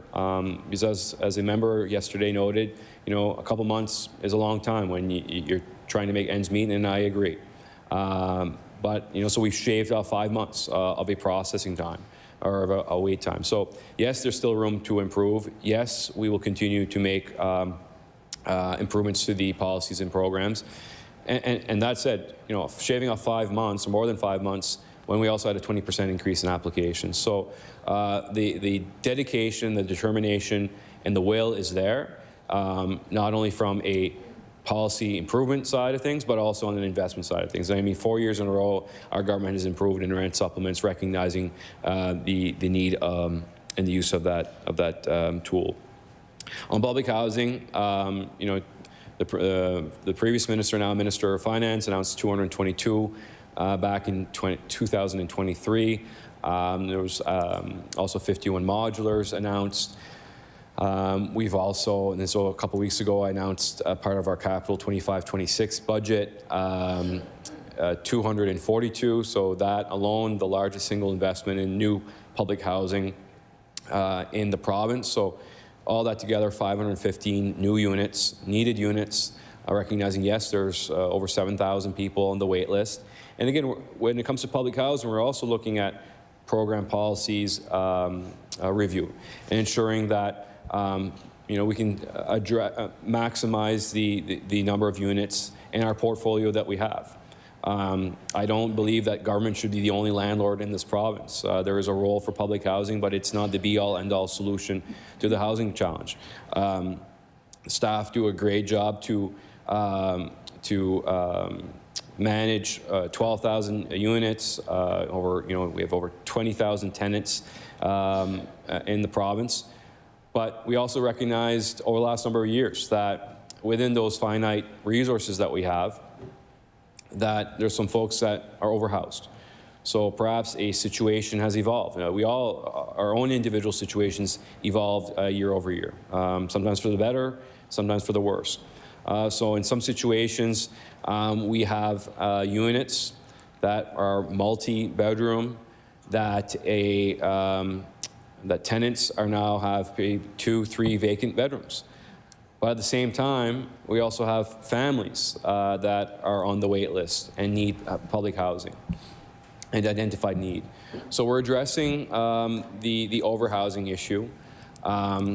That's important to do to maximize what we already have, and recognizing, yes, we will be building more, and that takes time. And on that, also on public housing, there's other opportunities to maximize what we have. For me, it comes down to making sure that we can get people into housing quicker. We have priority access for folks, women and persons fleeing gender-based violence. We've made some efforts there as well, to support folks experiencing homelessness, Mr. Chair. So lots in that wheelhouse that's underway, and it's positive work to get more people housed faster, and ensuring that we're meeting the needs of today, right? And those are going to evolve during my time here, and with the next minister, going to evolve in the next 10 years. And I hope that future governments, regardless of political stripes, will continue to maximize these resources and maximize the full potential of the portfolio and programs and the policies that govern the agency. On the affordability side, again, as I've mentioned, we have different programs to support our community housing partners. We have the Affordable Housing Development Program. So, in the last few years here, Mr. Chair, so in 2022, 2023, we invested $37 million, which was for 15 projects, 321 units, and 262 of those being affordable. And the community housing numbers, there was like 203 units and 8 projects. Last fiscal of 23-24, we invested $44.5 million for 13 projects, 276 units, 204 affordable, 164 units, and 6 projects were with community housing partners. And then this fiscal, we invested $22 million for 12 projects, 335 of those being 335 units, 184 affordable, and then if you break it down finally again, 288 units and 8 projects in the community housing. So in budget 25-26, we've included $24.2 million that is broken down into 2 different streams. So the Affordable Housing Development Program that supports our community housing partners, and also a dedicated $10 million stream for student housing development program. We work, again, as I noted, with to make provincially owned land available. We're supporting the Preston Area Housing Fund with supports there. And those are just some of the initiatives. We know that there's a number of projects underway, many of which haven't yet to be publicly announced. Again, I believe there's 50 units overall in the members' area, in the members' region, that have not yet been announced, but very much looking forward to share this good news, share with this good news of community partners. I mean, they are really doing amazing work. I was at the Housing Summit in January. It was one of my first events, and recognizing the true impact that our community housing partners are making on the ground. They are some of our best landlords in the province. No offense to the Nova Scotia Provincial Housing Agency, but they are some of the best landlords in the province, and they are doing the good work. So the success that we've talked about in our housing action plan is not the success of myself or the department or the previous minister or a minister before that or future ministers. It is truly the success of community. It is the success of Nova Scotians, because we recognize, we are the first government to recognize that we need a housing plan. It's been a long time coming. So over between 2023, 2028, investing $2.3 billion to support more housing. Couldn't do it fast enough. And as I've mentioned before, we are meeting or exceeding all of the targets as outlined. I previously published the latest, actually the first progress report. It was a snapshot in time for the first 18 months, and we're meeting and exceeding all of these targets. And that is a testament to not only our government's commitment, but also the will of government to address what we're experiencing in the housing market. So when we look at housing, we look at the entire spectrum, from folks experiencing homelessness and needing support in a certain environment, to transition homes, to long-term care facilities, to public housing, to home ownership, whatever that may look like. We've cut miles and miles of red tape. We're sharpening our scissors again to keep going, Mr. Chair. We want to break down these barriers. We've talked a lot about breaking down barriers with interprovincial trade. We also need to break down barriers to construction.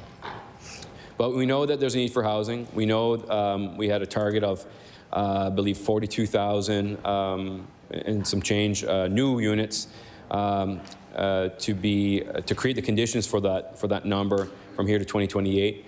And I'm proud to say that we're at 125% of that 2028 target. That doesn't mean that we're slowing down, that we're going to stop. It's pedal to the metal. We will leverage any opportunity to do more. We will leverage every penny, every nickel, every dime that we have to do that, to maximize and work with other, other levels of government. We have partnerships with municipalities. We have, through the federal government, through funding streams available there. And we want to make sure that the investments that are being made in Nova Scotia are delivering results.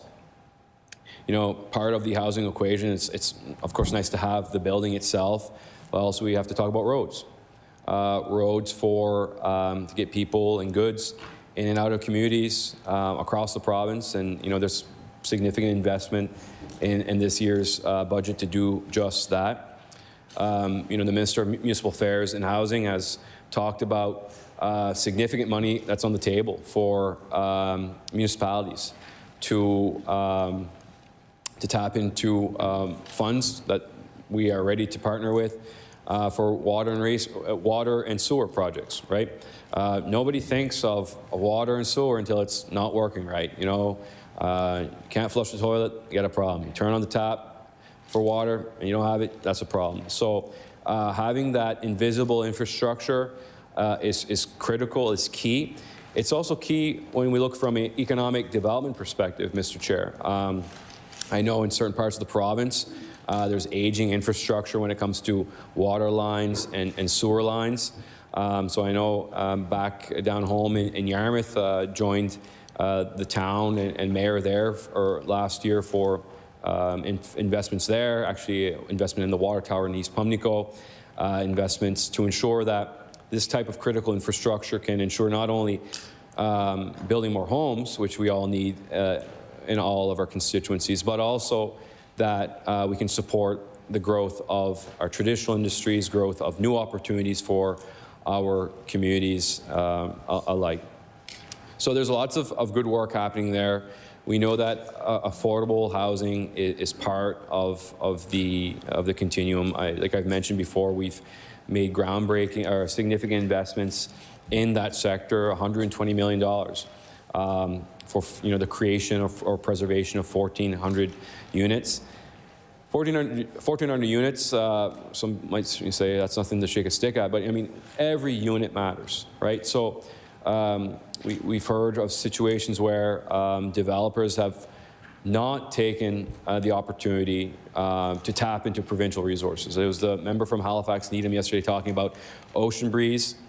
And listen, I think all members in this House can agree that when we lose a unit, regardless of their cause, whether it be for a fire, whether it be a developer having different plans, and it has a negative impact on the housing market, that has some dire consequences for Nova Scotia. So we're ready, like staff are ready, phone call away, to look at projects, work with developers, work with nonprofits, work with our community sector, work with municipalities to leverage funding that we have. Government's not the only one swinging the hammer here, and there's a role for everybody, and we welcome the opportunity to build more housing for all Nova Scotians even faster. I recognize the member for Cumberland North. Thank you, Mr. Chair, and thank you to the minister. My question was, and I'll just ask the same question again, is there any affordable housing or public housing being built in Cumberland North? And I'll add to that question, the minister mentioned about provincial land that's available. Is there any provincial land available in Cumberland North? Thank you, Mr. Chair.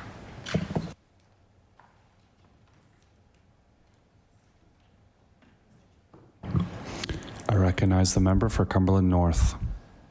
Thank you, Mr. Chair. I will just add I do have a commitment, so I will cede the rest of my time to the NDP colleague. Thank you.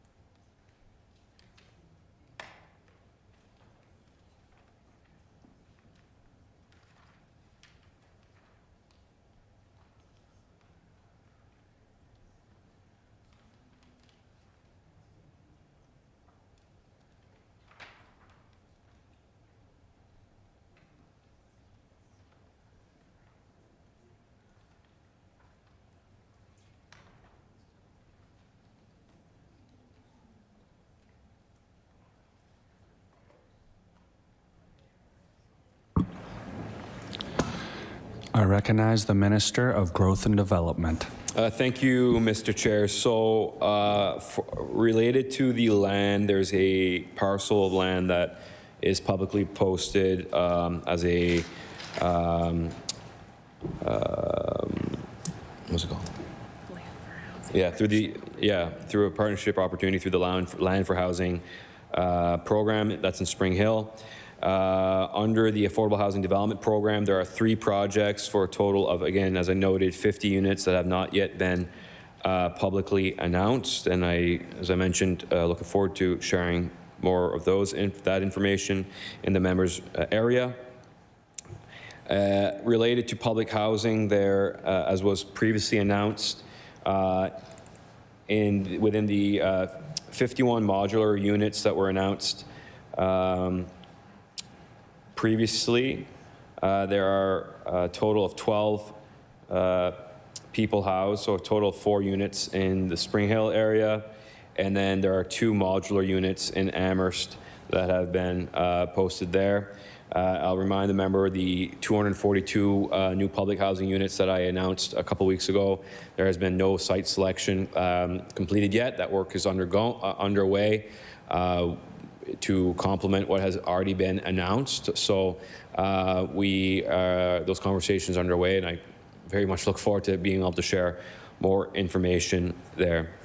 You know, I have a lot more appreciation and growing understanding, I should say, for community housing. And I think, you know, the government's investments there to increase the amounts committed and also disperse in the last number of years, you know, for a total of over 120 million in the last 2 years speaks volumes. You know, we recognize that we also need new supply. You know, I just mentioned about supply in public housing, but across the board. And I think it's important, part of these budget deliberations, to note, as of January of this year, $27.6 million has gone toward 12 community housing projects. So that's for 335 total units, 184 of those affordable. The year prior, we had $36 million to support new community housing projects, and that would be to deliver 164 new units, 128 of these affordable. And, you know, we talk about housing across the spectrum. You know, our government has addressed housing for healthcare. So out of those numbers, we had 112 housing units for healthcare workers. The fiscal prior in 2022-2023, we invested $32.5 million in 8 community housing projects to develop 203 units. Again, 171 of those projects, or rather those units, affordable. Talked a bit about the Community Housing Growth Fund, and that's another important fund. So 103 projects have been awarded for $4.1 million. 18% of the funding has been awarded to groups representing Indigenous people and people of African descent. And then we actually dedicated $2 million of that investment for Black-led community housing initiatives. We look at, you know, preservation, but also upkeep is important, Mr. Chair. So through the Rental Residential Rehabilitation Assistance Program, that's a tongue twister too. It provides financial assistance to upgrade the condition of existing rental units to preserve affordability. This fiscal, so ending in December 2024, $985,000 has been dispersed for 45 units. $4.6 million budgeted with a target of 190 units. So again, when I say there's money on the table, there is money on the table, right? So government we will do our part, and we will always want to do more. But I think it's important that when we're talking about programs and we're asking questions, for all MLAs to know that yes, there is money on the table, and we want to partner with people to be part of the housing solutions in this province. So that's another good one.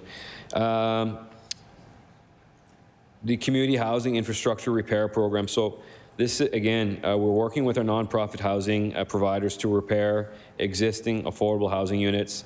A tremendous amount of work had gone into to this program to support 230 units up until this January for an investment of $7.8 million. The year before that, we did an investment of $9.8 million for 187 units.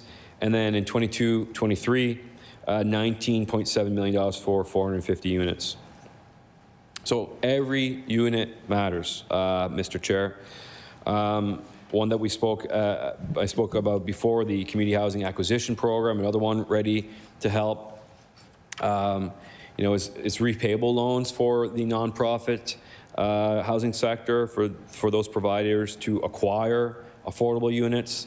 If they're on the market, we want them to remain in the market. So that's a program available. So to date, over $29 million has been loaned to preserve 495 affordable homes. 176 are considered supportive housing units targeted, towards our most vulnerable.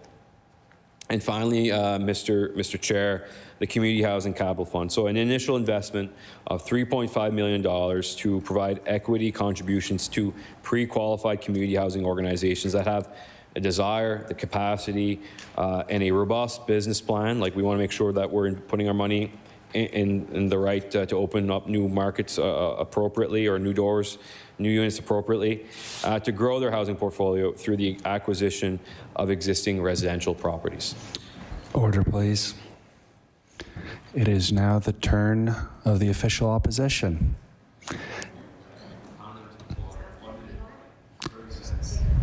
We will take a short recess.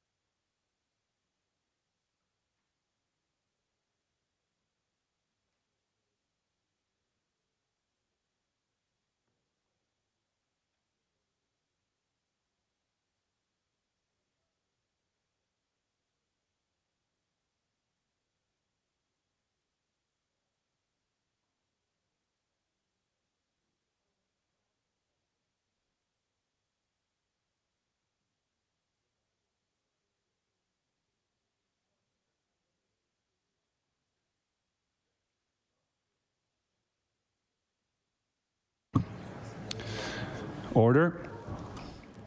I recognize the member for Halifax Needham. Thank you, Mr. Chair. I'm just going to touch back on housing and just kind of go back to home ownership again. The minister did give some details about the launching the lease to purchase or rent to own program. I'm just curious to know why it was in the housing plan if we weren't going to even explore it or create a policy in place for that.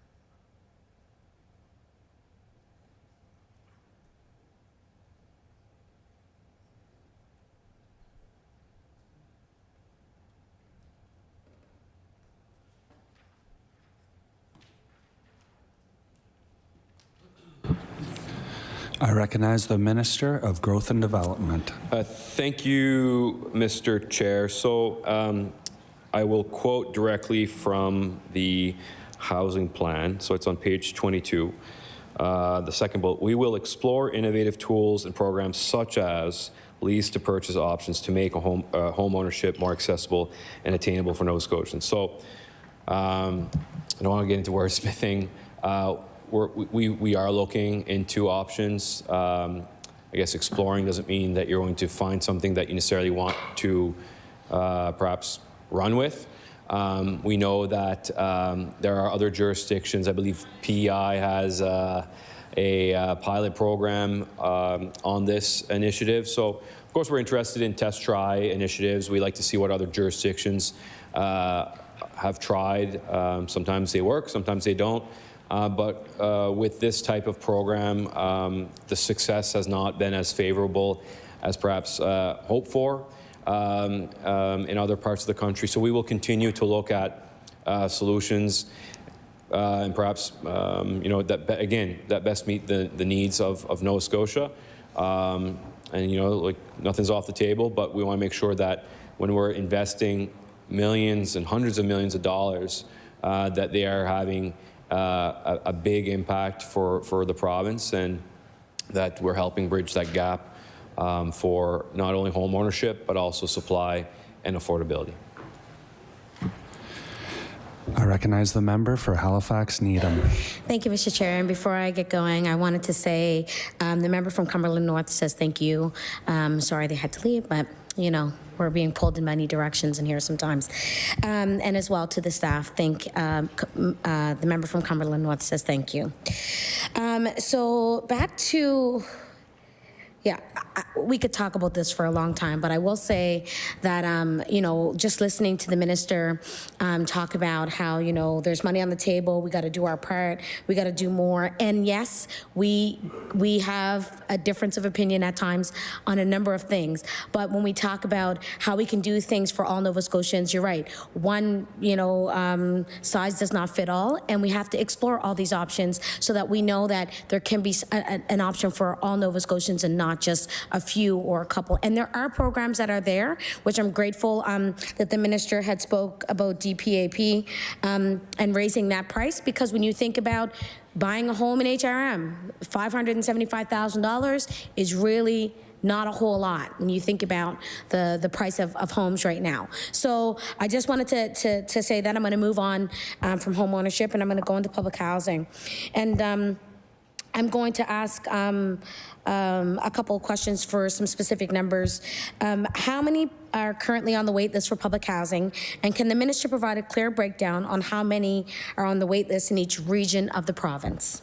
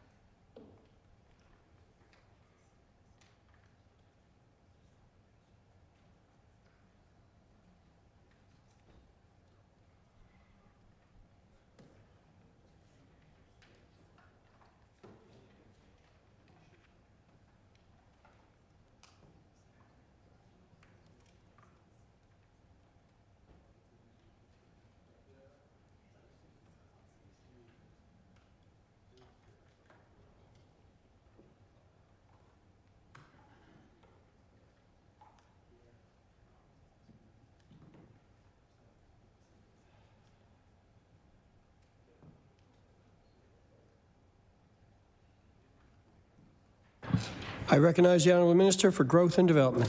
Thank you, Mr. Chair, and I've seen you again. So I remind everybody that the Provincial Housing Agency operates and manages over 12,200 public housing units in more than 2,000 buildings across the province. Our buildings vary in size to meet the needs of tenants across Nova Scotia, so sometimes we need a multi-unit complex, residential complex. Sometimes it's a standalone residential home.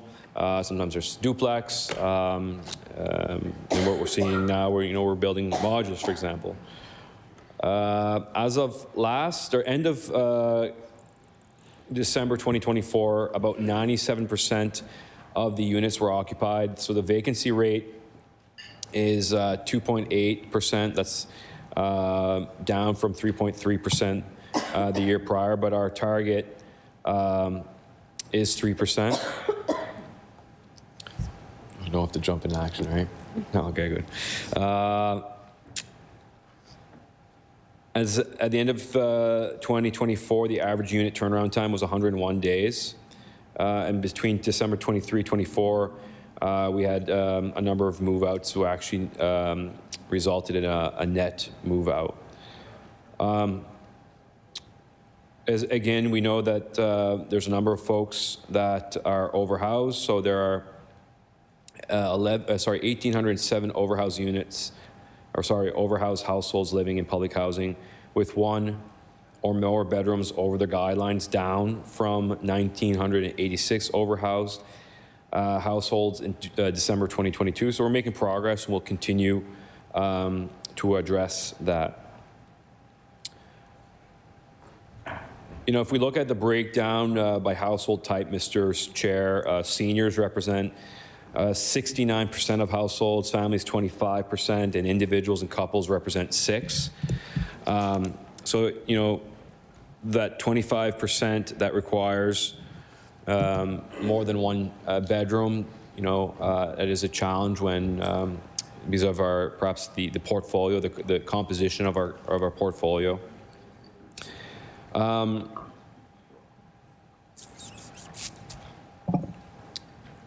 Thank you.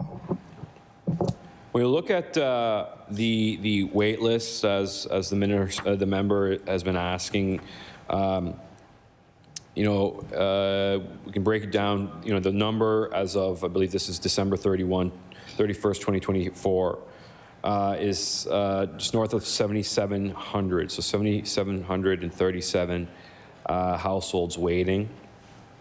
By region, there's obviously, based on population, there's more in Halifax here, about half of that. So about 3,456, in Cape Breton 1,095, Northern 1,541, and Western 1,645. And all this data here, of course, informs the department on where future public housing builds will take place. We have seen the wait list, some fluctuation in the wait list, and we've actually also supported a number of Nova Scotians with priority access, which I've talked a bit about. So folks experiencing family violence, we supported 56 households there. We supported 147 experiencing homelessness, and then 10 living in inadequate housing, and 7 need to be closer to life-sustaining health services. And our current priority access wait time is about 8 months for housing since receiving priority status. And we'll continue to work to shorten that timeline. But that said, Mr. Chair, there were some questions during QP the other day about accessibility. We know that a number of our, the majority of our clients, of our tenants rather, are seniors, many of which who want to age in place. So we look at ways to support them. There is a increasing number of folks that require, that are asking for accessibility upgrades, so we're doing that. If we look at the average of our, the average age of our buildings, on average it's over 40 years old. So they require, yeah, on average, right? It's like average market rent, higher and lower. We're going to be adding some new ones soon here. And, with age, Mr. Chair, requires some significant upgrades. We've done some roof and window replacements, updates to HVAC, electrical systems, and elevators. But I got to say, in general, most of our buildings are assessed to be in fair condition under the Facility Condition Index, meaning there is noticeable wear and tear that needs to be addressed. But most importantly, the buildings remain safe for the tenants. We're making more units accessible. We actually, and also trying to preserve these units. So in fiscal 24-25, the Provincial Housing Agency committed over $48 million to undertake 924 projects in 733 public housing buildings. And the focus of these projects was to preserve and maintain the existing housing stock and to ensure a longer term stability of that public housing portfolio. So, for example, work underway is to address building repairs urgently needed at Mulgrave Park. There are many, many others. There's 923 other examples, Mr. Chair. We're implementing some energy efficiency programs, 182 energy efficiency programs in over 174 buildings, impacting 1,900 units. So that's a significant number of units. When we look at our overall portfolio, it's 12,200. So we have a energy and emissions management plan. We want to reduce our public housing portfolio's energy consumption, decrease our greenhouse gas emissions in alignment with our provincial targets, Mr. Chair. As of last March, this time last year, we invested over $14 million to create 51 barrier-free units and complete accessibility upgrades to an additional 165 units to meet accessibility targets established in the 9-year National Housing Strategy bilateral agreement. And moreover, Mr. Chair, over the next 3 years, the Nova Scotia Provincial Housing Agency will invest another $9 million from $9 million from federal contributions and $21 million from provincial contributions, that funding under the Affordable Housing Fund to support even more efficiency upgrades to an additional 900 units by December 2026. And of those 900 units, Mr. Chair, 180 units will also receive accessibility upgrades. So what I'm trying to paint the picture here is that we know that, again, every unit matters. We know that with aging infrastructure that upgrades have to be made. We're making those upgrades. We know that there's more Nova Scotians that want to age in place. We want to support them by doing so. We understand that we need to make some HVAC improvements. We're doing that, Mr. Chair, recognizing that we want to put our money where our mouth is and decrease our greenhouse emissions, Mr. Chair. We are doing that as well through these investments. These investments are in Nova Scotia. It's in a portfolio that is that we're trying to maximize and ensure that at the end of the day, we improve fairness and equity for the tenants, for the Nova Scotians on the wait list, and that we can get more people into public housing faster by implementing these policies for the betterment of the province. I recognize the member for Halifax Needham. Thank you, Minister, for that answer. It actually got me checking off things already on my questions that I was going to ask.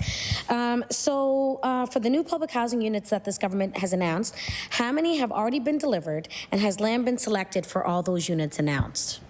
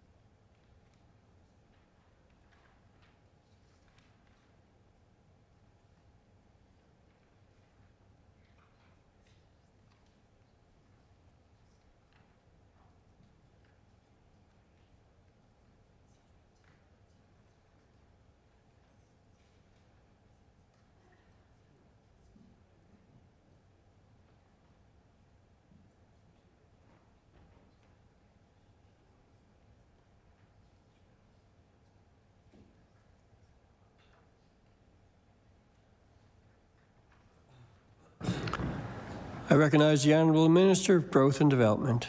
Thank you, Mr. Chair. So we know, as we've been discussing over the last 7 hours in estimates and during our time in the session, that we need more homes, we need more deeply affordable homes, we need homes right across the board. And Mr. Chair, that's why the initial announcement, so if you take the 51 modulars and the 222 new units that were announced by the previous minister, they will provide housing to more than 700 individuals, and families. In fact, we're actually using modular housing design, which builds to open more housing faster for Nova Scotians. It's a quicker solution. Of those 273 units, 100 of those will be fully accessible. To dovetail my last response there, Mr. Chair. Modular construction allows site prep and factory assembly to happen at the same time. So again, going back to what we were talking earlier today when the Minister of Agriculture was saying we can do two things at once. Well, this is something we're doing, two things at once. We're doing the site prep and we're building the homes and making it happen faster. And it minimizes disruption and actually ensures higher quality control at the end of the day. So the 222, those are multi-story modular buildings that represented it's represented through a multi-year investment, $83 million under the National Housing Strategy bilateral agreement. The province footed $58.8 million, and the feds, the CMHC came through with the other $24.2 million. These will be 222 new rent geared to income public housing units in multi-story buildings across the province. They're going to both address the capacity that we need, the accessibility targets that we've identified, and helping our province exceed its 9-year goals in the the bilateral agreement. The sites were previously announced, so Mr. Chair, I know you're really happy with that. There's 22 units being built in Glace Bay, 12 of those to be barrier-free. An additional 56 people will be housed. The tender has been awarded and target completion is summer 2025. Can't wait for the warmth. Another project ready to be, or slated to be completed in summer of 2025. And the tender has also been completed is the project located in Lower Sackville. So 20 units, 10 of those will be barrier-free, housing approximately another 40 people. In Kentville, 11 units planned, 5 of those will be barrier-free, 25 people approximately would be housed. That tender has been awarded and will be complete by fall 2025. Granatang, depends how you say it. How do you say it? I wonder how it's, yeah. 11 units planned, 5 barrier-free, 32 people housed. The tender is currently open. Target completion of summer 2026. Bridgewater, 21 units planned, 10 of those barrier-free, 94 people being housed. The tender's open, and that project as well as target completion of summer 2026. Lower Sackville, 100 units planned, 30 of those barrier-free, approximately 300 people, people being housed. That tender is open, and the project is slated for completion in summer of 2028. Bible Hill, 7 units planned, 3 barrier-free, 20 people approximately housed. The tender is queued, so it's ready to be posted summer of 2028. And then Halifax, 30 units planned, 5 of which barrier-free, 90 people approximately will be housed, and the tender is also queued. And that project is also slated for completion in summer of 2028. So that's 222 units, 80 of those barrier-free, 657 people being housed upon completion. The 51 units, Mr. Chair, so single-family and multi-unit modular buildings. So the province had invested almost $20 million to build 51 2- and 3-bedroom modular housing units. These will be operated by the the provincial housing agency as rent geared to income public housing units, and provide new homes for approximately 170 low-income individuals and families. In fiscal 23-24, 8.1 million was invested for 25 modulars.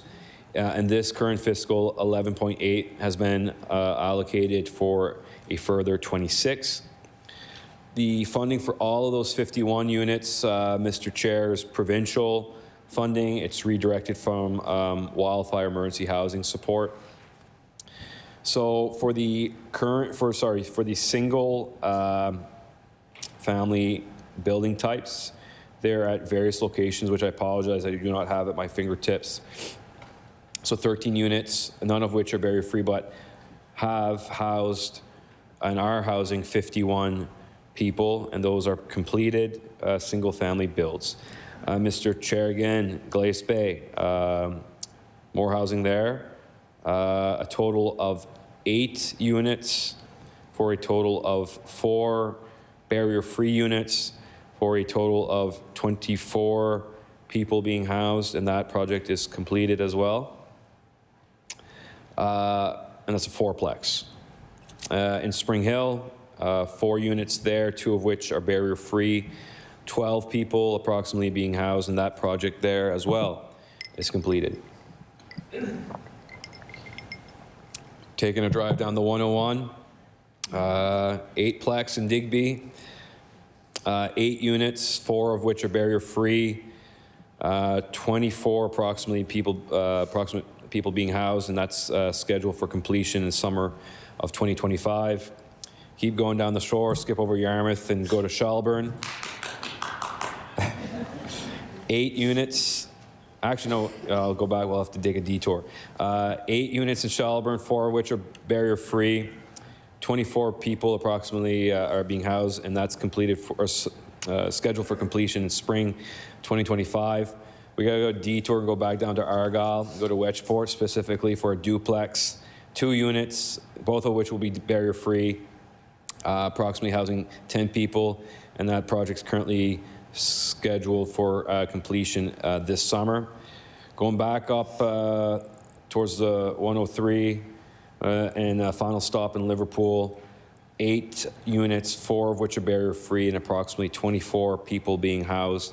And that project as well is scheduled for completion in 2025. On the 242 units, I know, Mr. Chair, you want them to be all in Glace Bay, but I'm sorry to say, without having a plan, not going to happen.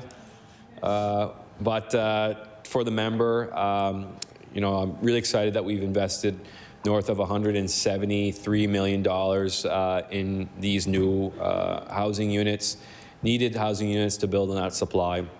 Work's underway to look exactly where they will be constructed. Of course, we're looking at provincially owned land because that's easy to deal with, but we're also looking at land that's serviceable, that's already serviced. And you know, if there's opportunities to partner with different property owners and municipalities, you know, we'll certainly entertain that. You know, there's been some questions about math, and that's what budget's about, math, Mr. Chair, and I'll go back to the math equation or math formula yesterday about doing the 173 divided by 242, and it gives you $500,000. But again, let's remember that I respectfully submit that's not a fair representation of the cost to build door to door. We know that some areas we will need to acquire land, other areas we will not need to acquire land. there's areas that will have to have parking lots. And we want to make sure that what we're building today, that we don't find ourselves in the similar situation of chasing our tail in 40 years' time. I won't be here, Mr. Chair, but that we meet the gold standard of today's building standards. So if it's on accessibility, if it's on energy efficiency, whatever it may be, Mr. Chair, we want to make sure that we're meeting the mark and that those units are there for generations to come and have a positive impact on the housing supply. I'm happy to get off the tour bus for a moment. I recognize the member for Halifax Needham. Thank you, Mr. Chair. I've done this drive multiple times, so I'm used to it now. I want to say that based on what I asked, how many that were announced and how many have been delivered, from my calculations, and I'm only just and I'm just being nice about the numbers. It seems as though under 40 of them are actually ready to be in right now, out of 273. I know there's work in progress, there's tenders out, and there are projected timelines for 2025 to 2028. But my question was, how many are ready right now? Because when I think of an announcement, I think of, oh my goodness, something's ready. It's almost there. We're getting close. We are so far from where the number is stating to where we are based on the information that I'm getting. So I wanted to be clear, because I know the minister said, the math, not quite mathing, but I do know that 136.4 million divided by 242 units is 563,600 or so a unit. And so if we have nonprofits that can build them for $400,000 a door, then I think, maybe we might want to explore those options. So my next question is, many seniors are falling through the holes in this government's housing plan. And we heard from the minister speaking about seniors needing a place just in the previous commentary. And we've seen an increase in the number of seniors experiencing homelessness, to the extent that one of the province's pallet shelters is now senior specific. Are the discussions in the department on how to specifically support seniors to ensure that they do not become homeless? Because I know that there are a number of units that are going to be one bedrooms. So I'm just curious to know, based on the wait list, based on the numbers that we know that there are seniors that are homeless or experiencing homelessness, are we working towards making sure that seniors actually have a place to call home so that they don't have to be out in the streets?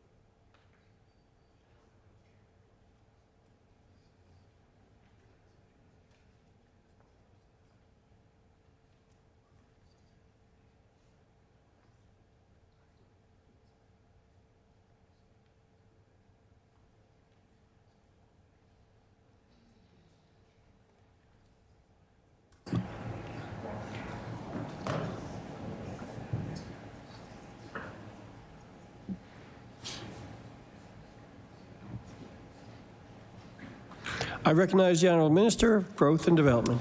Thank you very much, Mr. Chair. So there's actually quite a bit here to digest and to talk about. So on, again, every unit matters. We need to, and we are taking action to prioritize upgrades to, let's talk about public housing again, and to ensure that the safety of our tenants is of utmost importance, and also of utmost importance, as well as looking at how to improve tenant comfortability. So I know I went through a number of investments that we're making there. So we need to make sure that the stock is kept up in a safe condition. So again, Mr. Chair, we know that 69% of our 12,200 tenants are seniors. So if you do quick math, that's over almost 8,300. So when we're doing these investments in public housing, they are investments in many of our, or the majority of our tenants. So we'll continue to do that. Again, we know that seniors, and not just seniors as well, are asking for accessibility or accessible units. So as I mentioned before, we are making investments there to meet the needs of our tenants and address long-standing issues. Mr. Chair, also, we spoke earlier this evening about the the secondary and backyard suites program. And there's actually a stream dedicated for seniors there. So Nova Scotians can benefit from this program, get a loan through the province to build a backyard secondary suite for a senior. So again, it's creating more affordable housing even faster. The average construction time is 9 months. I know the member referenced, that we've made announcements on housing, and there's been a number that have been completed. I know things take time. If only we would have announced these, let's say 10 years ago, we'd be perhaps having a different conversation. But the reality is here we are today. There are limitations. Like we can run, and we are running, but you can only run so fast, Mr. Chair. There's things that are out of our control. Like there's capacity issues within skilled workforce, for example. There's there's some implications for you can only build so, even though modular is faster, you can only build so much, Mr. Chair. There's supply chain issues. So we're not letting those challenges slow us down or get us down. We will continue to move forward as fast as we can. And I rhymed off those timelines. And listen, if we can go faster, we will. We recognize, the staff recognize the need to go fast because it's not just about building a building. It's not, it's a roof over somebody's head. It's a new, safe, and affordable place for them to call home. So we know the urgency there, Mr. Chair. When we look at other initiatives, to keep, all Nova Scotians, and I know the member was asking specifically about seniors. Nobody wants to see anybody, see them move into a situation where they're experiencing homelessness. We've done a lot of work to increase the budget for the Home Repair and Accessible Adaptations Program. I know it's a highly subscribed program. I know through my constituency office, we help a lot of people, and primarily the senior folks that are seniors. I think 70% of the population, or of those that are assisted through this program, are in fact seniors. We've made the investments. We've looked at changes to remove different barriers to increase the stock and preserve units, like I've talked at length about. And this program here is just another way to continue that progress. So for folks that may not be aware, this program here allows low-income homeowners to complete necessary health and safety repairs, and even accessibility adaptations, helping them remain safely housed, and extending the life expectancy of their property, and helps them stay in their home. We want to help folks, and in this case, seniors, stay in their home. A lot of success with this program. Very popular, as I mentioned. High demand, Mr. Chair. The largest uptake of the program is in the Western region, and for reasons that there are higher rates of home ownership, and also, unfortunately, the highest percentage of those in core housing need.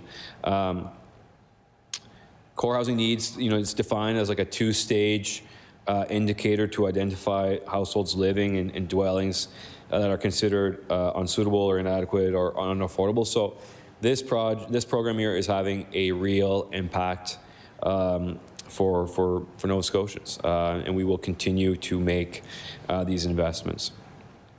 A couple years back, in 2022, an external consultant was hired to review the program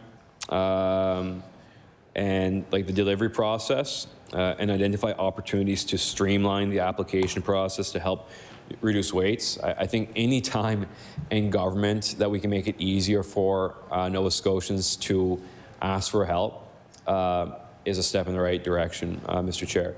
I know with previous programs that I oversaw, they were sometimes cumbersome, and we want to make it easier. So, looking at income verification through through the CRA, so make it easier instead of submitting a bunch of paperwork to government, that we can streamline and get money into the hands and the pocketbooks of Nova Scotians that need it the most. So, of course, we will look at opportunities to reduce wait times, and the first phase of recommendations will be actually implemented early this fiscal year that's coming. We've seen not only an increase in the uptick of the program and the demand for the program, but over the last 5 years, the average loan amount has also increased. And people might say, well, gee, why is that? So on average, the loan amount has increased over 24% to $12,531 per household. And as we've discussed many times before in the House, so when we're discussing construction, the impact of inflation, the impacts of the pandemic on supply chain, and other consequences there's been a rise in costs of materials and labor. So as of last year, Mr. Chair, to date, we've assisted over 1,971 households. So if we were to do quick math of, I don't have my calculator, but 70% of that, that's a lot of seniors that we're helping. And so we'll continue to invest in this program here. With rent subs, Mr. Chair, again, one of the tools in the housing toolbox that's important for Nova Scotians. We've actually, part of our review of our policies across the board, bless you, has been to look at increasing and broadening the program for seniors. So before it was up to 95% up to of their rent up to average market rent, and now it's 100% of their rent up to average market rent. So we know that there's so much more to do, Mr. Chair. I'm happy of the work of the department. It's a real privilege to be able to be here with staff in the gallery to, of course, help answer some of these questions, these very important questions. But these are dedicated public servants that are really putting have put a lot of work into this program, into this action plan, and believe it, and are excited to see the results, and excited to see when we have a CMHC report coming out talking about increased supply, increased vacancy rate, rent stabilization. When you have Statistics Canada saying year over year our housing starts have gone up 38%, that's even though the work's not done, it's really a positive sign that the hard work that they've been putting in for years now is paying off. And I want to extend my appreciation to them for their efforts on this. And it is across government too. Like, it's when we talk about building homes, it's also building the secondary infrastructure, if you will, on the Minister of Municipal Affairs spoke about water and sewer upgrades that through a capital program, investment program that municipalities could tap into to do necessary upgrades to those services, expand those services, and create more space for Nova Scotians to build more homes in those respective communities. We know transportation, Mr. Chair, is an issue across this province. Especially here in the city, there's some good times and bad times to exit and leave the city, or enter and exit the city. But that's work as well. It's important to get people and goods across the province in a safe and timely manner, and that's work that's done across government. Led through Department of Public Works, partnerships with municipalities to get that done, Mr. Chair. So we know that the work will continue. There are historic investments in this year's budget to support that work. I think it's one thing to talk about numbers and figures, and we've done a lot of that the last a couple of days. But by golly, Mr. Chair, I think it would be hard. And that's a direct quote from the Minister of Natural Resources, and check answered, by golly. It's tough to. It would be tough to not support a budget that has investments to continue progress that we are seeing, not just in the progress report that I announced last week, but also reports that are published by other entities. And I'm not talking rentals.ca either. I'm talking about the CMHC and Statistics Canada.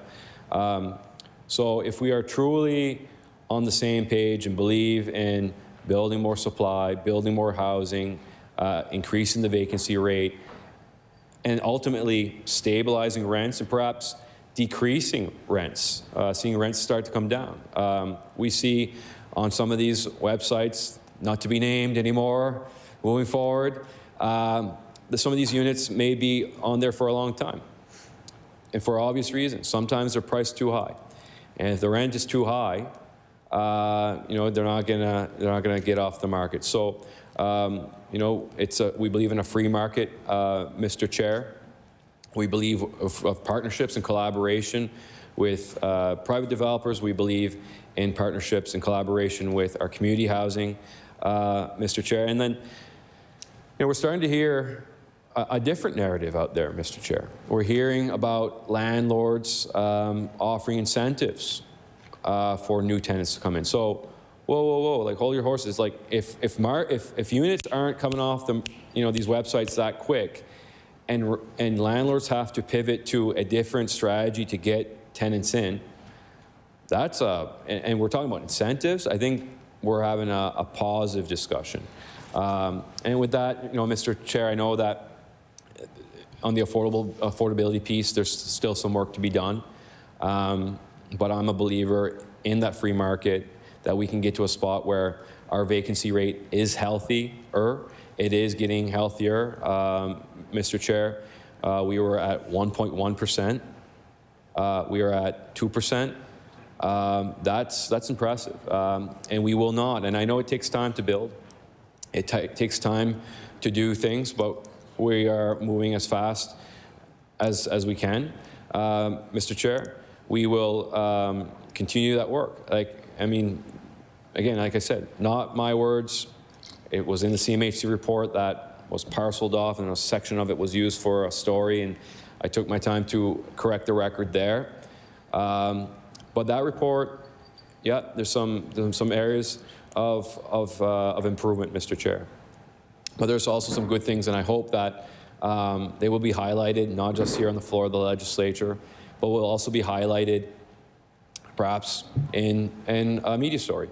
When we're talking about increased supply, increased vacancy, rent stabilization, Mr. Chair, this is positive. And, you know, we will not back down, Mr. Chair.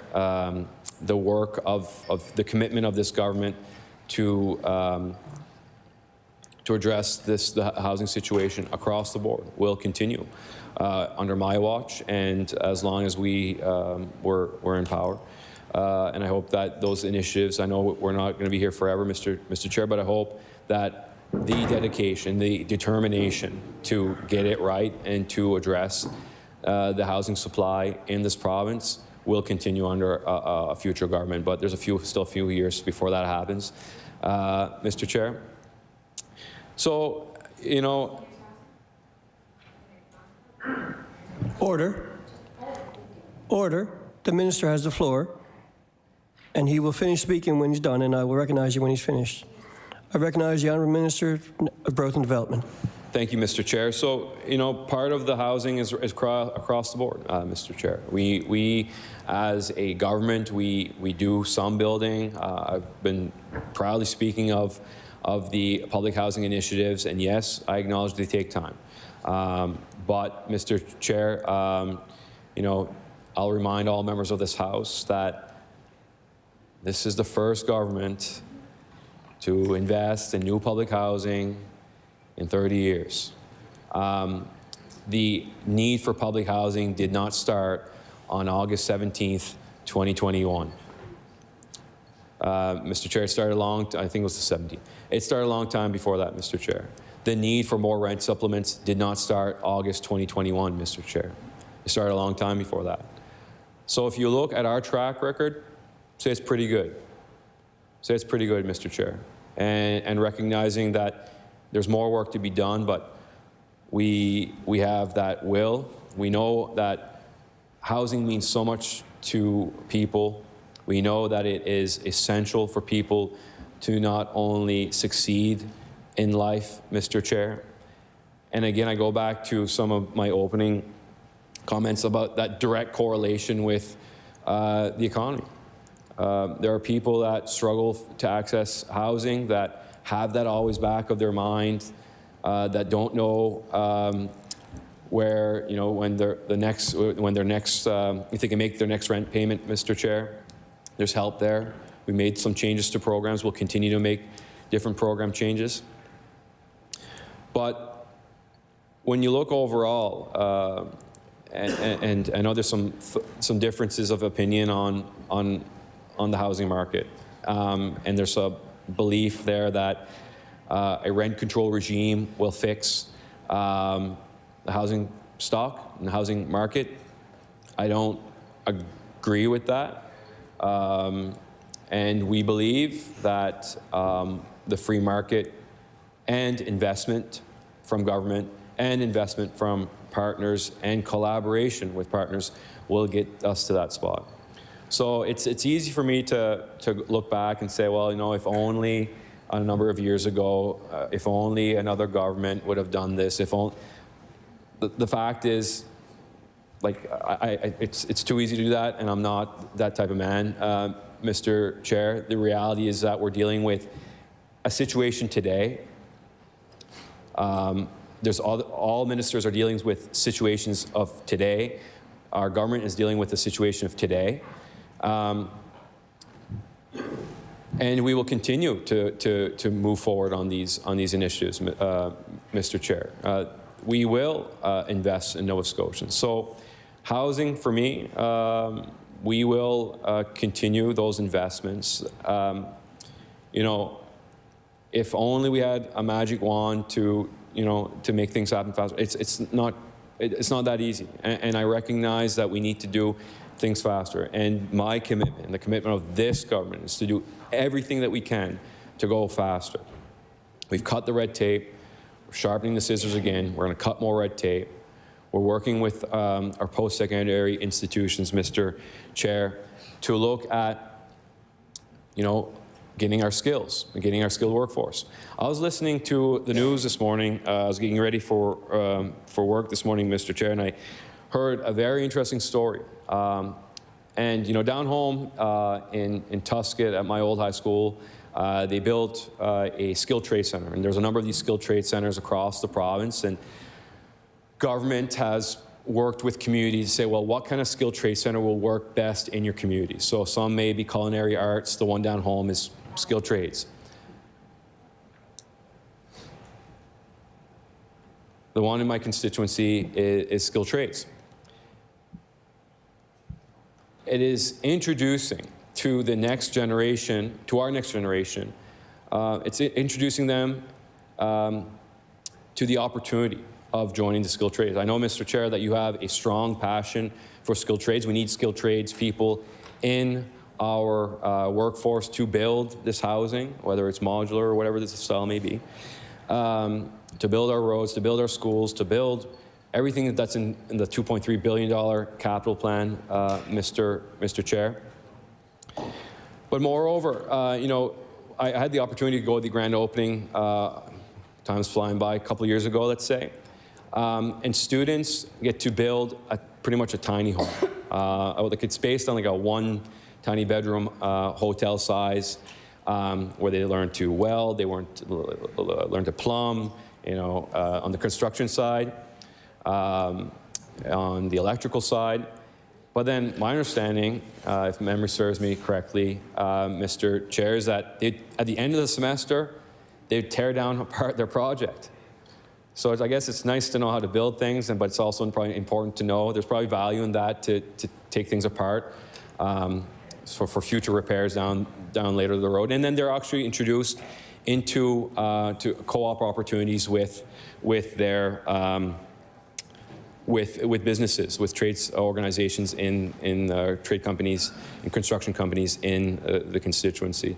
But tying it back to this story is that, in fact, in the Annapolis Valley, they're building homes. The students themselves are building homes that are actually going into the housing market. I think that's very impressive. I believe the homes are going into the Windsor area. Kudos to them. That speaks volume that, you know, grassroots and, you know, that the next generation can actually have a positive impact to this. I'm just wondering how much time I have left, Mr. Chair. So with that, Mr. Chair, I'm going to move resolution. No. Order. Order. The Honourable Minister of Growth and Development has the floor. Okay, sorry. I apologize. I thought time was ticking away. I'll read my resolution after. So that, Mr. Chair, I know that those students there are having a positive impact on housing in the province, and I want to thank them and their teachers to move forward on this effort. Order. The time for the NDP questioning has come to an end. I don't see the Liberal caucus. Recognize the Government House Leader. Thank you, Mr. Chair. I want to thank the Minister for a very detailed response. But I see that, so my question is around public housing and the investment in public housing. So I know that the Minister had mentioned that already. So I'm just wondering, there is an investment in building new, but are we also looking at fixing and renovating the stock that we already have?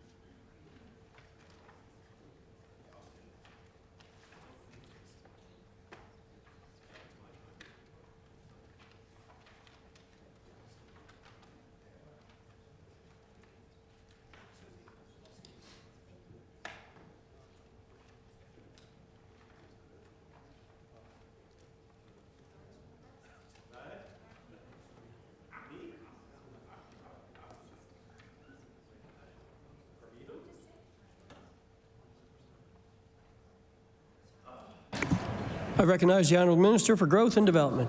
Thank you very much, Mr. Chair. So appreciate the question. It's an important one because, again, every unit matters. The average age of our public housing buildings are over 40 years.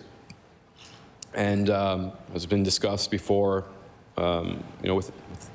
with aging infrastructure, we need to do those upgrades. So in fiscal 24-25, we've committed $48.1 million to undertake 924 projects in 733 buildings, and that's on the preservation and maintaining the existing the existing public housing stock.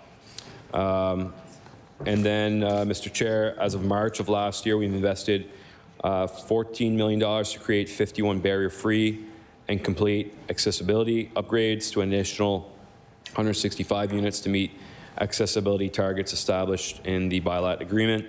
And then over the next 3 years, Mr. Chair, we will invest a total of $30 million. So that's 21 from the province, 9 million from the feds, under the Affordable Housing Fund to support efficiency upgrades for an additional 900 units by the end of December 2026. And of those, 180 will be fully accessible, or sorry, will also receive accessibility upgrades. I recognize the Honourable Government House Leader. I cede my time to the NDP. I recognize the member for Halifax Needham. Thank you for the member from Halifax Atlantic. I truly appreciate it. I have some really interesting questions that I really wanted to kind of get forward. And it was unfortunate that the minister filibustered the majority of the questions and evaded the question that Nova Scotians wanted answers to. So I have a ton of questions that I would love to hear from the minister. And one of them, actually, this was something that was given to me by CBRM. And the question, not the question, but it's about, there was a survey, 64% of respondents are renting from the secondary market, which is not purposely built for renting, which is omitted from the CMHC official numbers in CBRM. I spoke about CMHC's numbers yesterday, and I got a lengthy answer from the minister then as well, but it's creating many issues for residents, including making them ineligible for rent supplements and downplaying the cost of rent in the CBRM. 2/3 of respondents say that they could not easily find alternative housing if they lost their home, and many of them who are suffering from poor housing conditions stated that they're afraid to report concerns for evictions. So there was a report done. I have the report. It was already tabled here in the House in September 2024, but that was just one account of the CMHC information that doesn't reflect all of Nova Scotia. And so I wanted to make sure that that was on the table, because as we've been hearing from the minister, the multiple investments, which is absolutely amazing, which we need investments to be able to help our province grow and continue to do the things that we need to do. But it was just really strange that, you know, I'm asking questions about seniors housing. I'm asking about how many investments or how many programs are available for seniors, and then I hear a number of other things that, that come forward. And I wanted to say back to the announcement question that I was saying, you know, we have all these announcements, and then yet we have, the numbers don't reflect the announcement. I mean, the minister gave an analogy about something, and in my head, I was thinking, no one says that they win the race if they haven't ran it yet. So that's what we hear when we hear announcements consistently. So I have a number of things that I wanted to talk about. When we talk about core housing, we talk about housing that's a necessity. We talk about housing that is what we think housing is a human right. As the NDP, that's what we consider, because as the minister had spoke previous, housing is healthcare, housing is education, housing is all of these factors when it comes down to the importance of everyday life here in Nova Scotia. So, I know this answer to this question because I have asked it, and the minister has answered it multiple times through many different facets. And so we know that there is a demand for public housing in the light of the increasing cost of market housing. We understand that that's what's happening. We understand that, there are a number of announcements with the increased numbers that they're going to be building 273 units, public housing units, but out of those, 40 are available now for families. families. So we heard about the community housing acquisition program, to help community housing providers preserve and expand the supply of affordable housing. But we didn't hear about how many affordable units were supported through this program. We didn't hear what the average rent of these units are. We didn't hear the majority of the units that were supported through the CHAP are single-room units. And so I was thinking, are they by design or are they by coincidence? Because, we need to expand the program. We need to make sure that there are larger units to produce for 2 to 3 bedroom units for these folks. So, I'm curious to know whether or not the CHAP program is going to be producing affordable units for families, and what other programs in the department that the department is producing 2 or 3 plus bedroom units that offer housing for lower income families so that they can afford that.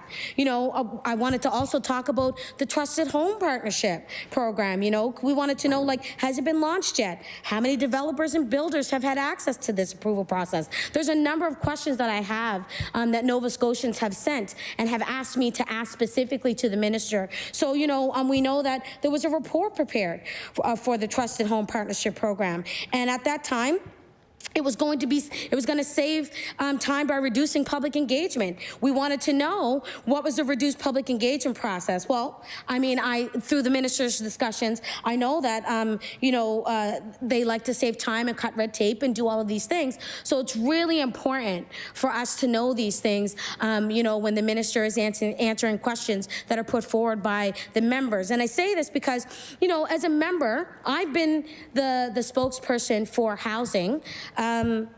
This has been almost my 4th year. I've been elected in 2021. So my 4th year as the spokesperson for housing. So I'm not a stranger of the acronyms and the programs and the things that are happening. And so based on the plan, when I asked previous about the housing plan, I knew that there were these programs there. And the minister, based on what the minister had spoke about for the multiple hours that we've been here, I've heard a number of investments, which is great because we hear the announcements all the time. I've heard the amount of money year by year that has been invested into this province, but we don't actually see a lot of the things that have been said that they're going to do fast and quick and on time or producing for folks to be able to see the fruits of that labor. So I know that it does take time, and I do understand. I mentioned this to the minister yesterday when we spoke about how we know that there is a skills trade shortage. We know that there's a number of things that play factors into this. But at the same time, we can't continue to say that these things are happening when they're not. Announcements can't be made about 273 units when 40 of them are online. That doesn't actually give a snapshot of the picture that Nova Scotians want to see when they hear these announcements. So back to my questioning, I wanted to say that, one of the guiding principles in this government's 5-year housing plan outlines the importance of ensuring African Nova Scotians have access to appropriate and adequate housing. And I did hear the minister speak about African Nova Scotian opportunities for housing. And I don't know if the minister knows this. I know this, but across Nova Scotia, the rate of core housing need is nearly double for Black Nova Scotians. So I just wanted to, hear from the minister about where in the budget is the government investing to improve housing outcomes for Black Nova Scotians? I know the Road to Economic Prosperity has reports on this, and they've spoken to this, and I know that they brought this forward to this government. And we wanted to know how the minister's measuring success on the goal to improve African Nova Scotians' access to adequate housing. Are there specific metrics to measure? Because we know that with anything that we do, there should be a metric that we measure to see how well or how much more improvement we need to be doing in order to do that work. And so when I think about, what is the overall assessment that's being undertaken? Does the minister know roughly how many affordable units are being created that will benefit Black Nova Scotian households? I didn't hear a program that was specific to Black Nova Scotian households. I heard about a grant, I heard about funding available, but I never heard about, affordable units specific for Black Nova Scotians. So then my other questions was about the home sharing program. We heard multiple times in the last session about Happy Pad. And I was just wondering how much was spent on Happy Pad in this last fiscal year. How many Happy Pad contracts were signed in the last fiscal year? And is the department looking into why this program did not perform better? Like I said, metrics, measuring success. Is there an assessment being done? Are there any internal reports documenting what worked and what didn't work with the efforts to boost home sharing? And, you know, what are the average rent costs of the leases? Because this stuff was all online. I actually went on Happy Pad for one of my constituents because they themselves were actually looking for a place to live, a place in the city, in HRM. And I'm telling you, I had to call the number, which transferred me to BC, which gave me a whole different perspective of the cost prices that were not what was actually Nova Scotian. So it was really interesting for me to do that test call to find out that Happy Pad was not specifically here in Nova Scotia. And I would just like to know, how was that? How did it work? What were the average rent costs in the leases? How many leases were signed? Did we know on average, you know, were the leases above or below the average market rent? Is the government looking into a longer term contract with Happy Pad? Are there any other home sharing companies that we might have to look forward to, you know, put forward by this government? Because, you know, these are all really important questions that Nova Scotians have actually wanted to know about. And I say this because as an MLA for Halifax Needham, I know people know I take my job very seriously and I love my riding, and I'm telling you, anytime somebody sends me a message, I will ask that question. So one of my thoughts is, you know, people ask me all the time, how come you don't know this information?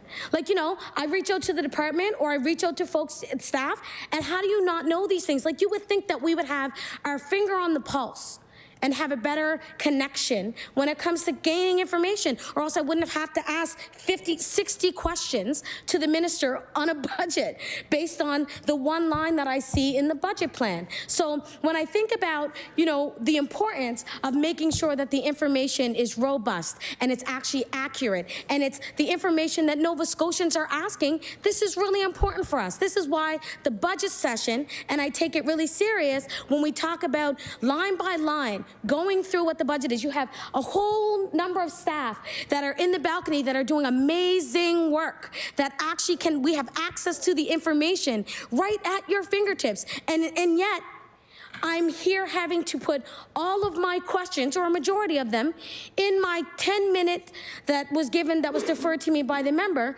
to be able to make sure that these questions are on the docket, because this is what Nova Scotians expect of me during the budget session. So I say this not because I want to be like difficult, because I said this yesterday. I am not here to be difficult. I'm not here to you know, make it look like this is what it is and this is what it isn't. What I'm here is asking specific questions so I know the information. If you've watched me while I've been sitting here, I take notes. I take notes so I can refer these notes back to the people that have sent me these questions. And like I said to you earlier, I take my job very seriously. So when we are sitting here and we have everybody at our fingertips that can answer the questions that we have put forward, or even deferred and say, oh, I'll get that for you later, or I'll table it another time. To me, that's very important, because in no other time am I able to get this information through any other access point. So I say this with true respect and true humble work that I do here, is that when we are here to do the business of the people, we should be doing just that. And I understand I like to talk. But when I have questions that I have to have answered, I would really like to at least have a try. Thank you, Mr. Chair.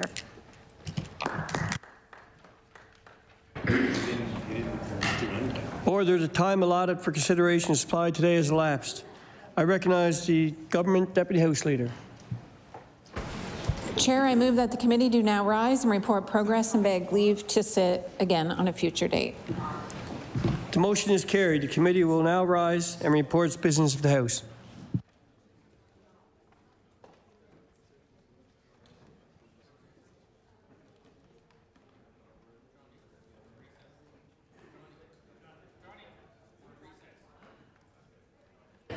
Committee's in recess.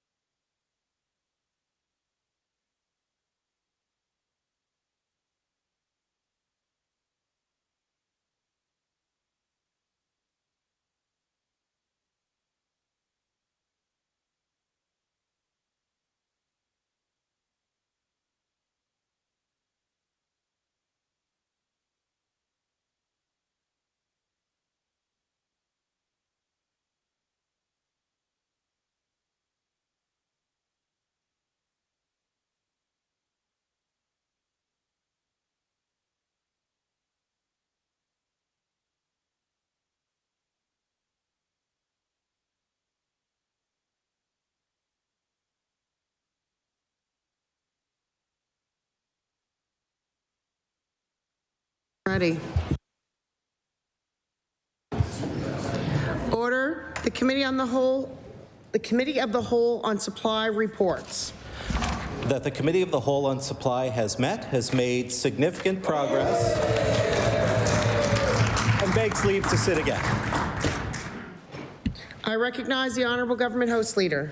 Thank you, Madam Speaker. Would you please call order of business private and local bills? Private and local bills. I recognize the Honourable Government House Leader. Speaker, would you please call private and local bills for second reading? Bill number 48.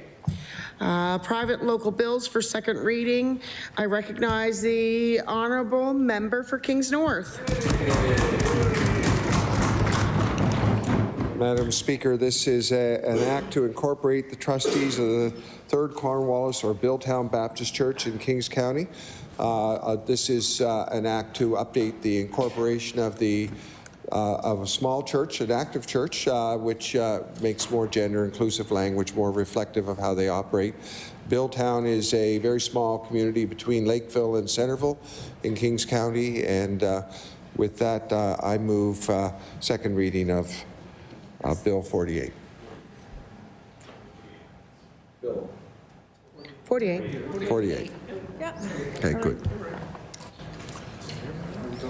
Well, seeing no other speakers, the motion is for second reading of Bill 48, an act to incorporate the trustees of the 3rd Cornwallis or Billtown Baptist Church, Kings County, an act to amend.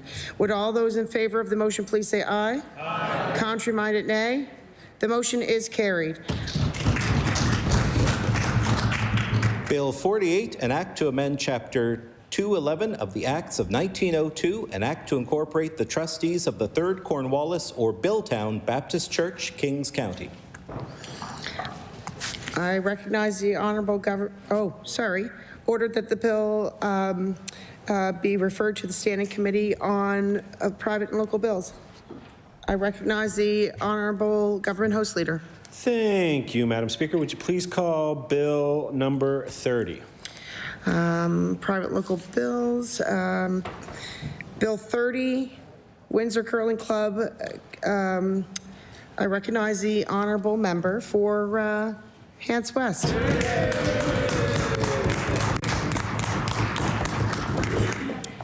Thank you, Madam Speaker. I move that Bill 30, an act to authorize the Windsor Curling Club to convert to a society under the Societies Act, be read a second time. The Windsor Curling Club in Windsor has been a staple in our community for 117 years. It suffered a devastating fire and rebuilt in a new building. The Windsor Curling Club was originally at that time, 117 years ago, incorporated under the Companies Act prior to the Societies Act, and have requested that the Windsor Curling Club be changed from a company to a society.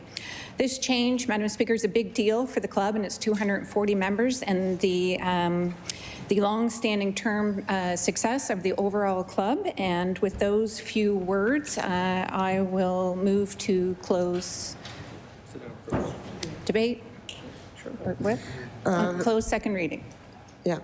Thank you. The motion is for second reading of Bill number 30, Windsor Curling Club Continuation Act.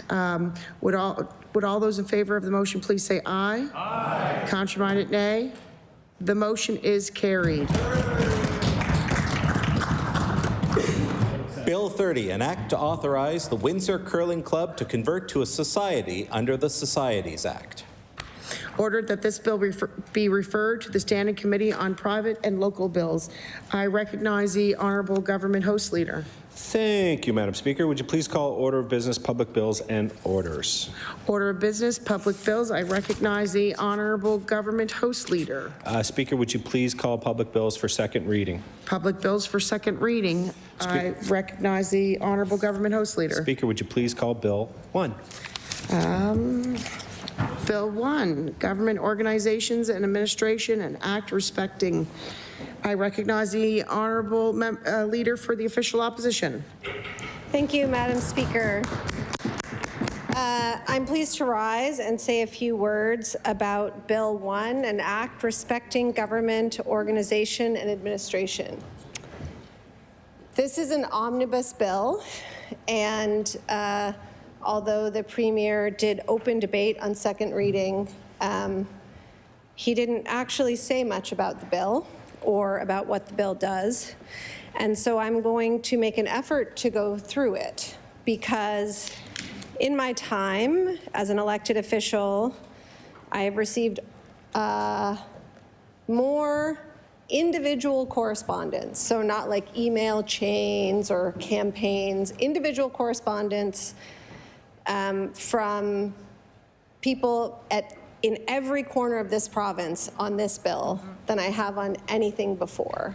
And still it's coming in, and still people I don't think actually know what's in it. And I'm going to be honest, omnibus legislation exists to obscure.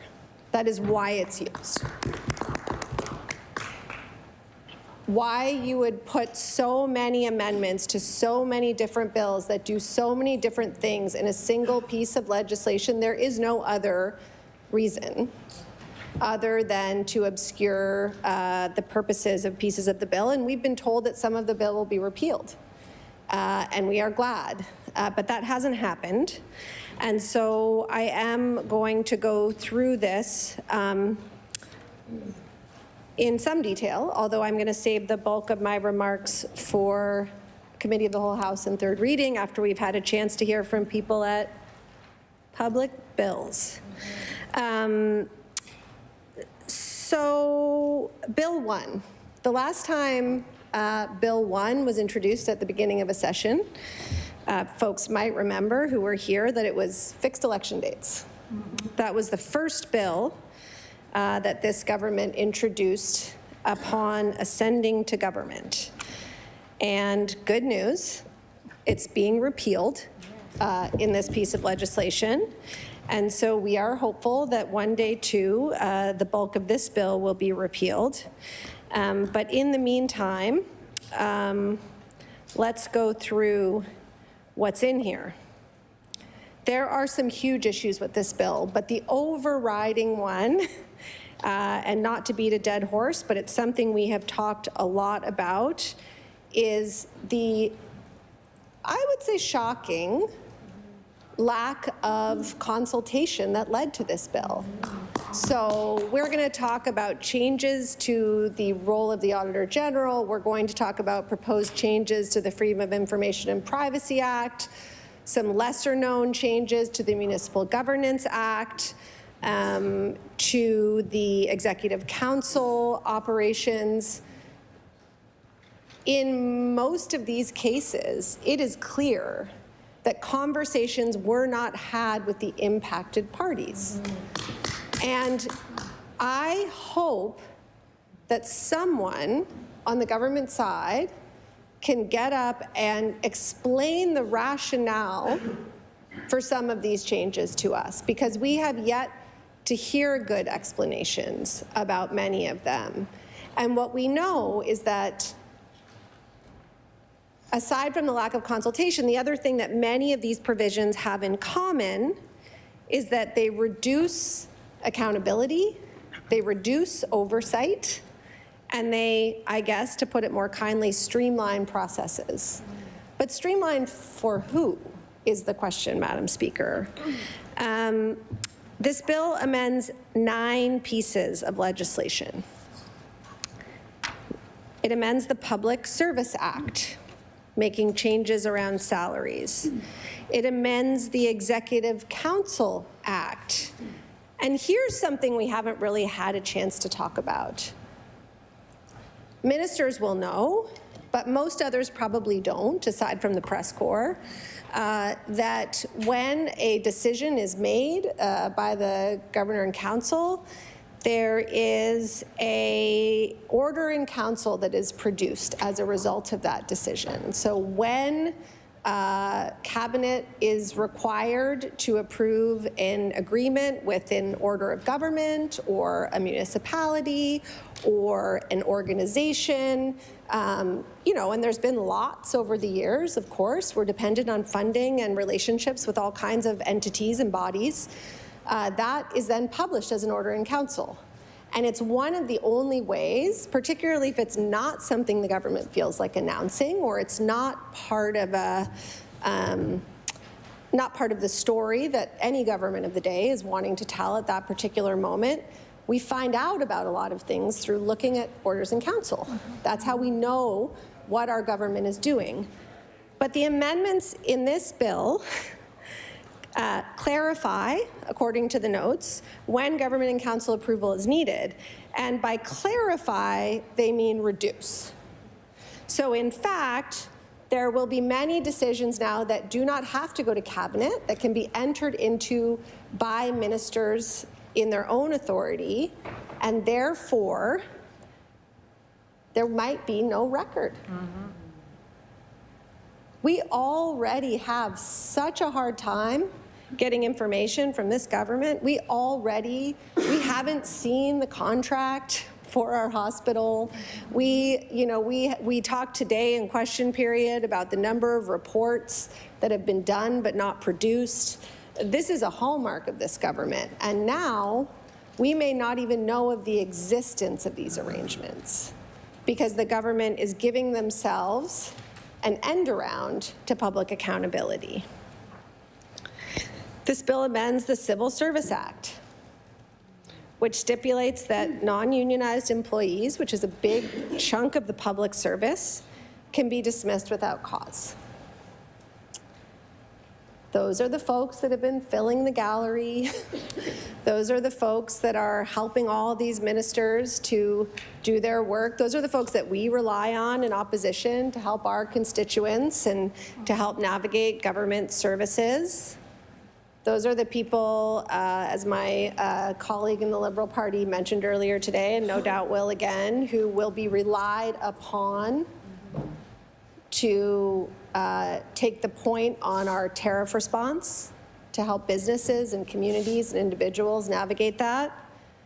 And those are the folks who, in our nonpartisan public service, we also rely upon to give the government good advice. And so while we have a majority government in this House, and I think every member in this House is a respected member of the community that they serve, has been elected to this House for a reason, because their constituents like them, and more on that later. Most of us don't have experience in government. Like, most of us don't actually, I would suspect that most ministers don't, I mean, Minister of Justice aside at this moment, because we have a lawyer in that role, but most ministers don't come to a cabinet position with a great deal of experience about the minutiae of the bureaucratic wheels that grind through that department. We rely on the public service for that. We need their expertise. And yet, there is an implicit threat to them in this legislation, and not just in this legislation. This provision is of a piece with the language around problem stretchers and problem solvers and the letters that are going out. And while it may be good intentioned, it is not being perceived that way. It just isn't. It's being perceived as a threat to people's livelihoods.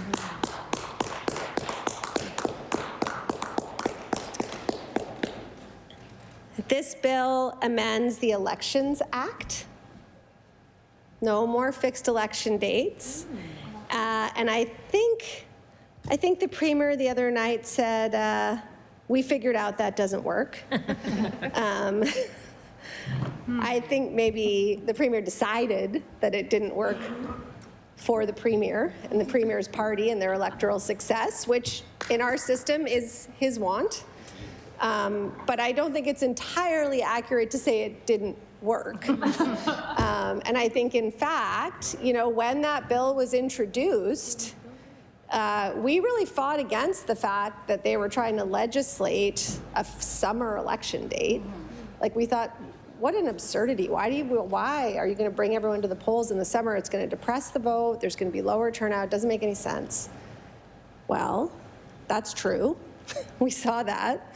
But what it does do is it creates certainty. It allows Elections Nova Scotia to plan. And it allows Nova Scotians to have an expectation of when they're going to the polls. And the snap election this time, combined with the Canada Post strike, was like the worst possible example of what goes wrong when you don't have that certainty on the heels of a municipal election, right? So the number of people who didn't know that there was an election, who didn't know where to vote in particular, was astounding, and we saw that in the overall turnout. And I think it's pretty sad and it's pretty cynical to think about, to not take every opportunity we have to engage people in the public process. And again, this is one provision, but I think what we see in this provision is a hallmark of this bill, which is less information for Nova Scotians. And in this case, it's information about when they have the opportunity to choose their elected representatives.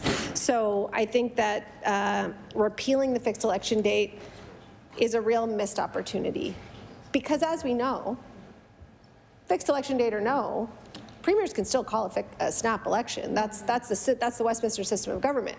They'll always have that power.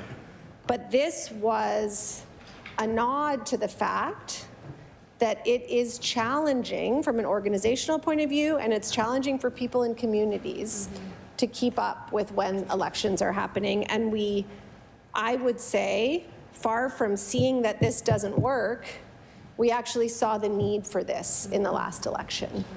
I know that the government probably doesn't hold that view because they came here with this resounding majority.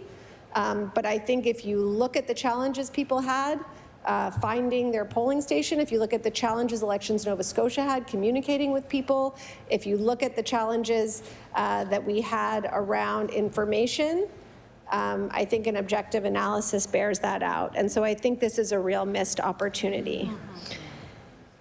And now we get to the changes to the Auditor General Act.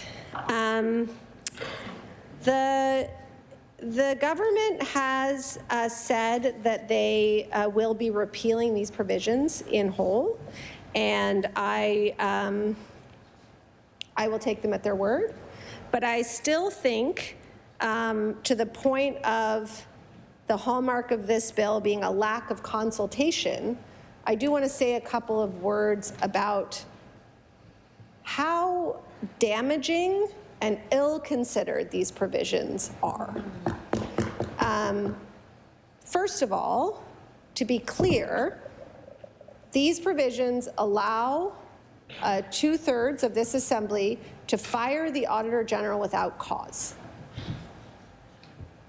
The Auditor General, who is responsible for informing the public, for being a watchdog around public spending, could be fired without cause. There is simply no rationale for that. We're told that it's to align with other jurisdictions. That has been refuted, including by the Auditors General in the jurisdictions that were named, which I think are 2. But it's just not true. It's not an alignment of 2 other, I mean, we've been told for years now that we can't have NDA legislation because only 1 other province is doing it. Why don't we align with them? I just think the whole alignment thing is a total red herring. I think it is to have less oversight. The other provisions here would allow government to keep confidential reports of the Auditor General. When those reports are meant, yes, for government, and they are shared with government in advance of being published, but also importantly for the public. You know, a lot of time and money and energy and social media is spent on discrediting the voices of the opposition. And we are in a partisan environment. And in that partisan environment, the cut and thrust of political debate, you know, not everyone's gonna, most people won't pay attention. Some people will pay attention. Some people already know how they think. Some people are very partisan or not partisan or care about one issue or another. We rely on third parties. And so those third parties are the Auditor General, those third parties are the media. Like, we need some, and I know this seems quaint in the age that we're living in, but I still maintain that we do need some unbiased, respected sources of information. And in this formation, in this House, as an independent officer of the legislature, the Auditor General is that source. And so to make the changes proposed in this bill to that office amounts to one thing and one thing only, which is reducing accountability of government decisions and government spending. And I'm going to table some articles that came out just to sort of confirm, just by headline, what I'm saying. So Nova Scotia government giving itself power to fire the Auditor General. Nova Scotia Auditor General says she could not do her job if Houston government has power to fire her. Nova Scotia moved to allow firing of auditor without cause should be seen as threat, says Watchdog. Accountability at stake, says Auditor General, as she urges Houston government to scrap changes to her office. Auditor General's university report in limbo as Tories bring forth sweeping changes in bill. Nova Scotia Information Commissioner says government threatens right to access records. Oh wait, I'm on to the next topic, hold on.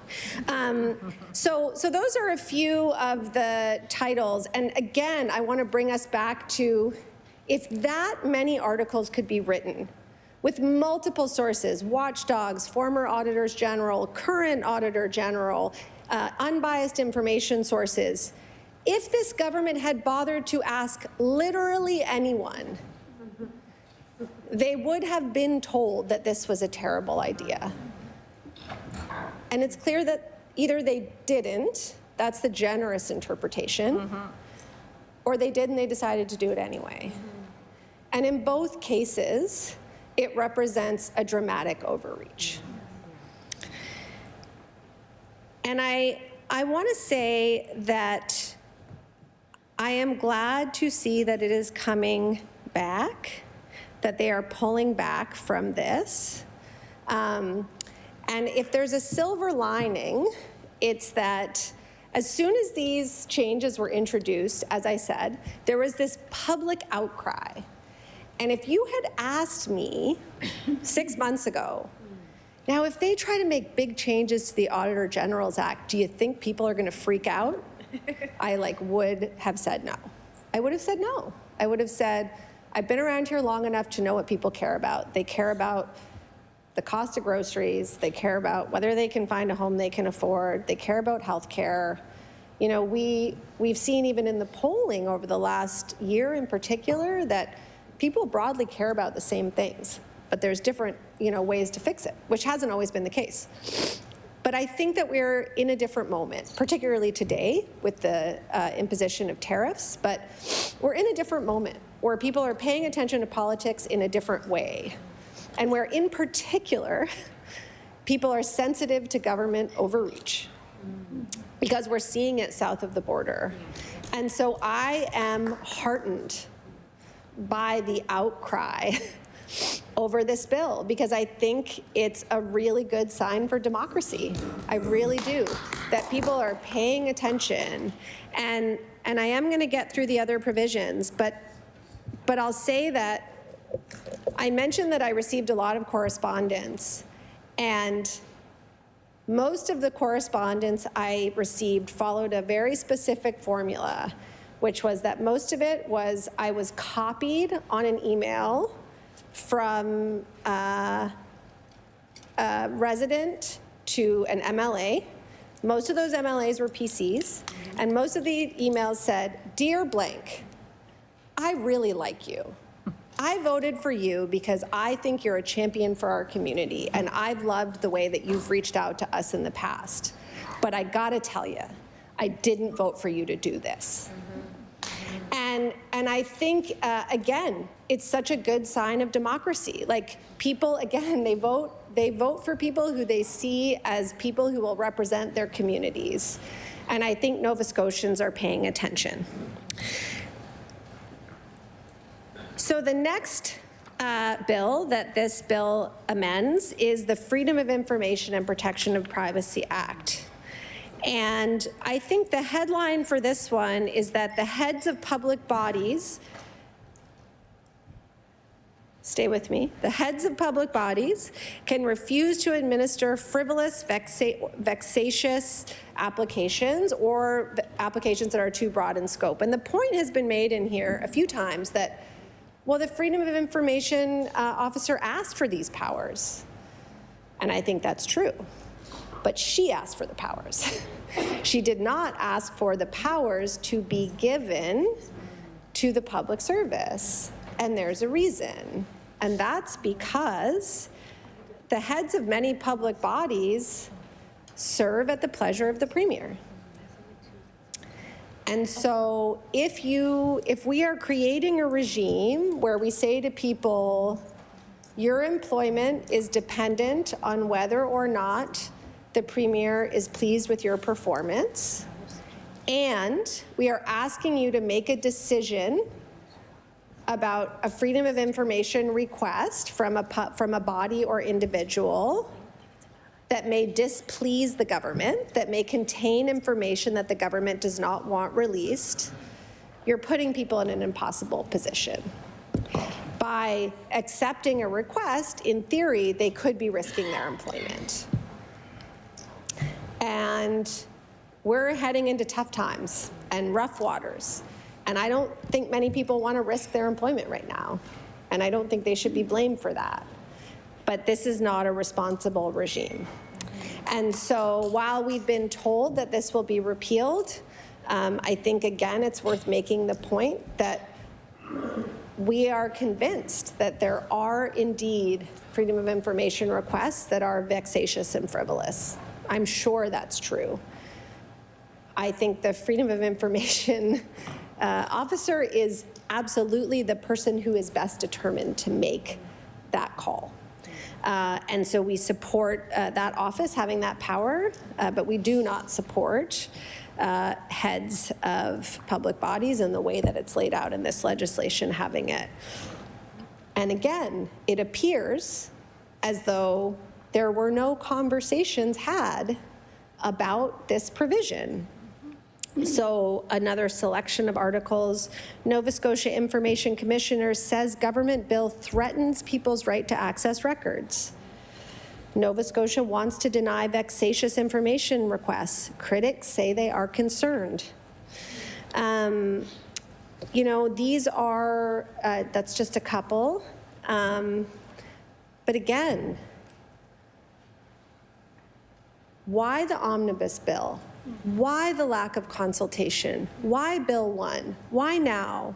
The Premier in his remarks the other night said, you know, this is about the issues of the day. We wanted to bring forward the first bill to tackle the issues of the day. And I will tell you, not a single Nova Scotian I have spoken to thinks that these are the issues of the day. Not one. Not one Nova Scotian has ever said, you know what? I think we should be able to fire the Auditor General. Never had that conversation with anyone. Never, ever. And so I think that it's disingenuous to present this as though this is an issue about the issues of the day. And, you know, the Premier in his remarks the other night also referenced Law Amendments Committee. I'm not sure why. I think he was speaking to ways in which this is connected to Resolution 5, which the government passed, changing the rules. And in his remarks on this bill, mentioned that he didn't think a bill had ever been amended at Law Amendments Committee. And this goes to oversight. This goes to, you know, the Resolution 5 was number 1, Bill 1 was number 2. Here's a list of 295 bills that have been amended since the year 2000 in the Law Amendments Committee. And that is a fraction of the time that the Law Amendments Committee had been in existence. And so I think it's important that we put the facts on the table in this chamber. I really do. And I hope the Premier's listening, because he has said many times that once he hears a good idea, he'll take it. But I'm not convinced that that's true. And yet we will continue to try to present the information as we understand it and as we hear about it from our constituents. And I'm almost done. So there are amendments to the Municipal Governance Act, and I'm hoping we'll have some representation on that in public bills. It seems that there are some provisions that would create the same powers for freedom of information requests at that level as they do here. I don't know if that was requested by municipalities or not. I'd be very interested to hear if that's the case. There's a change to the Private Ways Act. I also have lots of questions about that. I suspect it relates to the government's surprise natural resource strategy that we've all been learning about in the last little while. It removes the government essentially from private land disputes. I think my colleague will talk about this a little bit. We're not really clear what impact that will have, but I'm hoping we will again hear about it from government at some point. The House of Assembly Act is amended in a few ways, and the Members Retiring Allowance Act is also changed. So MLA compensation is dealt with in this, but also MLA pensions are dealt with in this. And certainly I know that there have been a number of retired public servants who have also pointed to their desire for a cost of living increase after a long, long time. And a lot of the changes in this will result in a change to MLA pensions. So I think that's a conversation that folks are asking about. And that's a summary of what I've been able to digest of this bill. And I will tell you that there's a lot more in here. So, we get these little explanatory notes on the bill, and they're not entirely accurate and they're not entirely clear. So, there's lots of things where it says this clarifies. When it doesn't clarify, it substantially changes. And so I would urge people to spend a little time with this. This is, one piece of legislation that, again, essentially seems designed to sort of cast a pall over public information, the public service, access to information. And I just want to come back to where I started and say, this is not an issue of the day. This is not something anyone asked for. This is a very well-known political playbook. First session, term 2, majority government, bring the bad stuff. It happens all over the country. It's happened in Nova Scotia many, many times. Do the things that are unpopular at the beginning of the second term of a majority government. By the time you go back to the polls, people will have forgotten. Maybe that's a good gamble. I don't know. We'll see. But I still think the government has to answer the question of why. And I started a little exercise last week as I was trying to manage my inbox. And I started just writing down the name of places that people were emailing me from on this bill. And this is probably about a third. But I'm just going to read a few place names. So Waverly, West Hants, Bedford, Halifax, Sunridge, Spryfield, Berwick, Dartmouth, Truro, Blandford, Lunenburg, Shelburne, Preston, Sheet Harbor, Head of St. Margaret's Bay, Woodlawn, Paradise, Annapolis Royal, Queens. Definitely a handful from Cape Breton, although they didn't make it onto the list. And so I want to just close by saying, surprisingly enough, if your constituency wasn't mentioned, it doesn't mean I didn't receive an email from there. But I want to just close by saying that surprisingly enough, this is a bill that Nova Scotians care about. These are things that Nova Scotians care about. We are seeing the dismantling before our very eyes of what many would have called the greatest democracy in the Western world, the United States. It's gone, pretty much. And it didn't take very long. And we still have ours.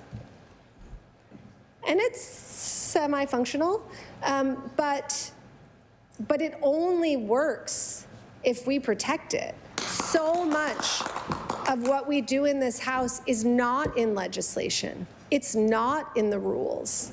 It's convention.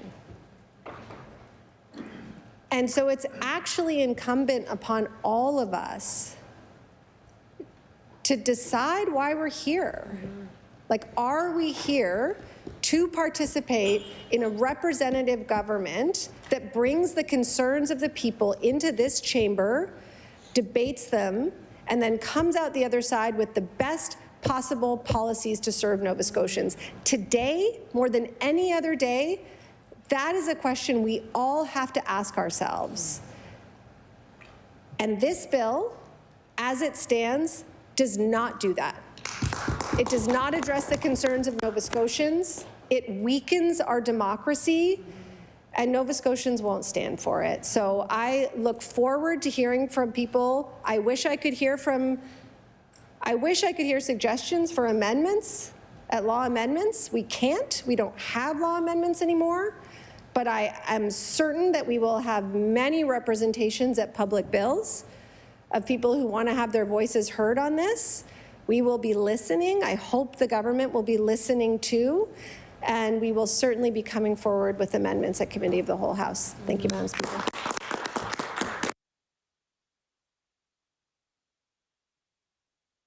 I recognize the honourable member for Sydney, member 2. Thank you, Madam Speaker. I'm honored to get on my feet and provide a few comments about Bill 1. Some of it will be a bit of a reiteration from my colleague from the NDP, but nonetheless, I really call this bill the bill of unforced errors.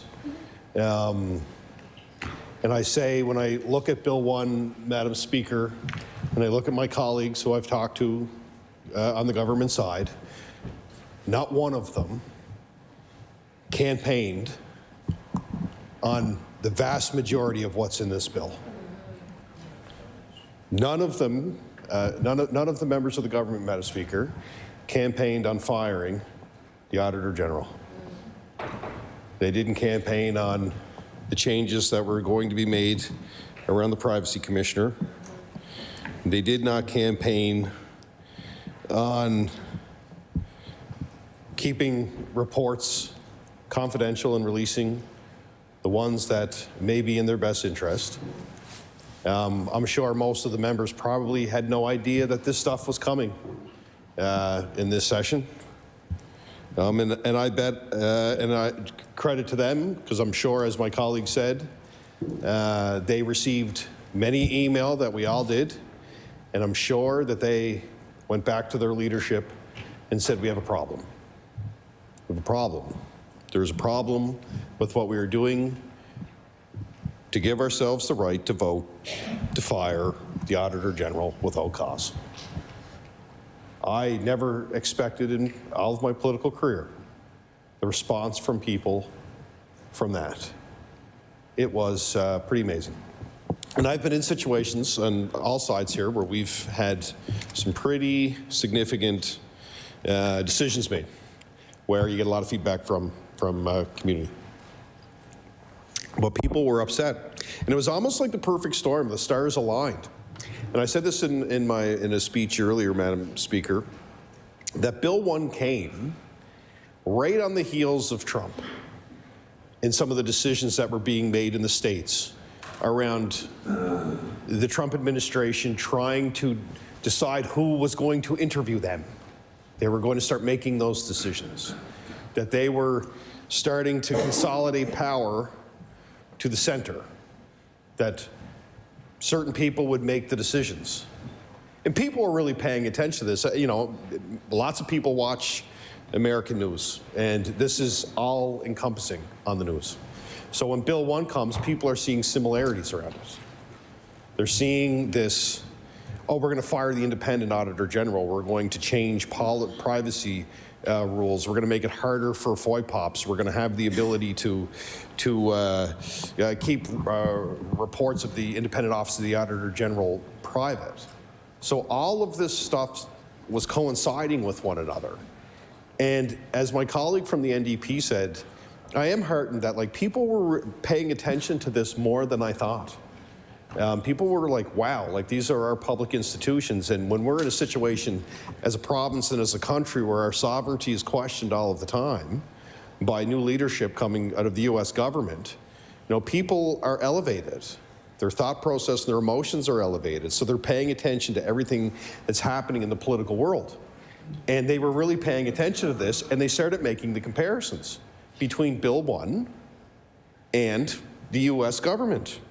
And people can disagree with that, but ultimately, when you put this much in a bill that takes away independence, that takes away transparency, that limits the ability for debate, of course people are going to ask questions. They're going to ask questions, and they did. And I'm really proud of people for doing it, because it was ultimately the public that made these reversals happen. So congratulations to the people of the communities across this province, because in a supermajority situation, it is very difficult to be on the opposition side, you know, and be hopeful that you can make change, because ultimately the government can come in with a 2/3 majority and do whatever they wish. So, again, there's lots to unpack in Bill 1, and as I said, many of the changes have come as a result in the government stepping back. But I'm going to say this again, and I said this earlier today. There is one more the government can pull back.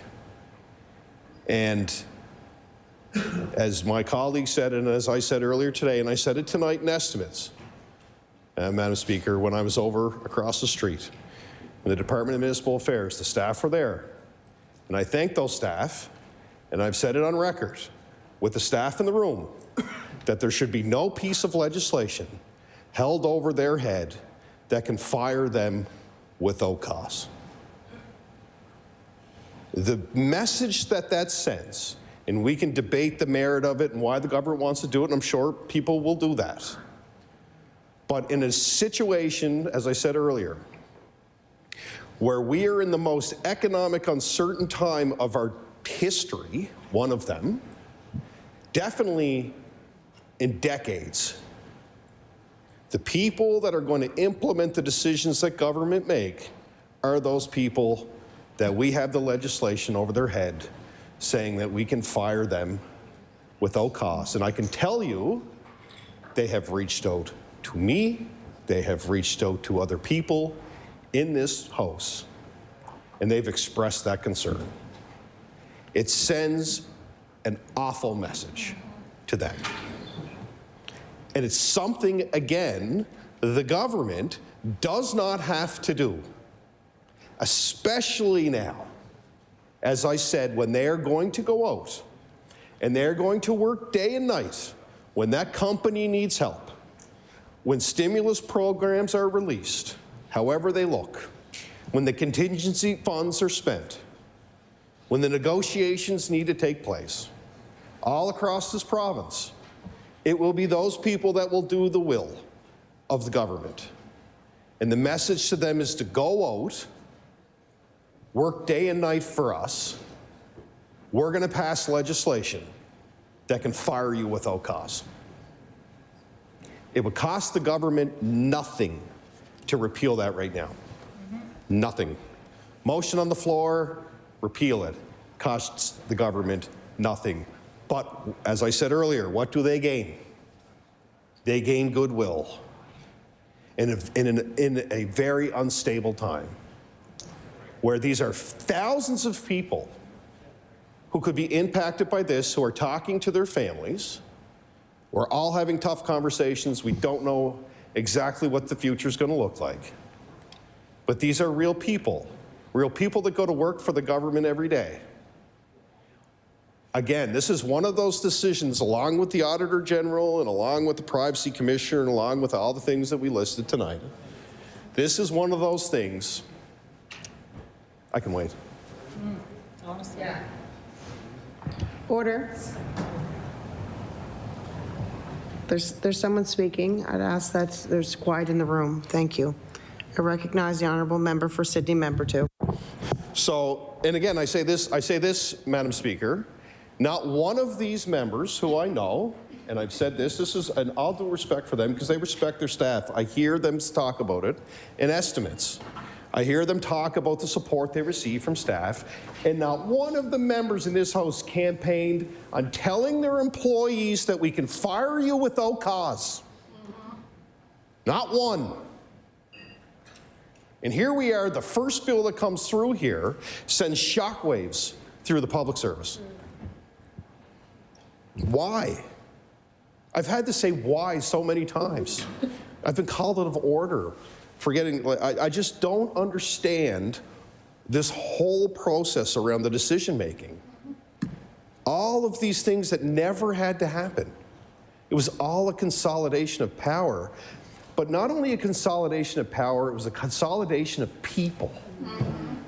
What you're doing with this with the public service is you're telling the public service you're all on notice.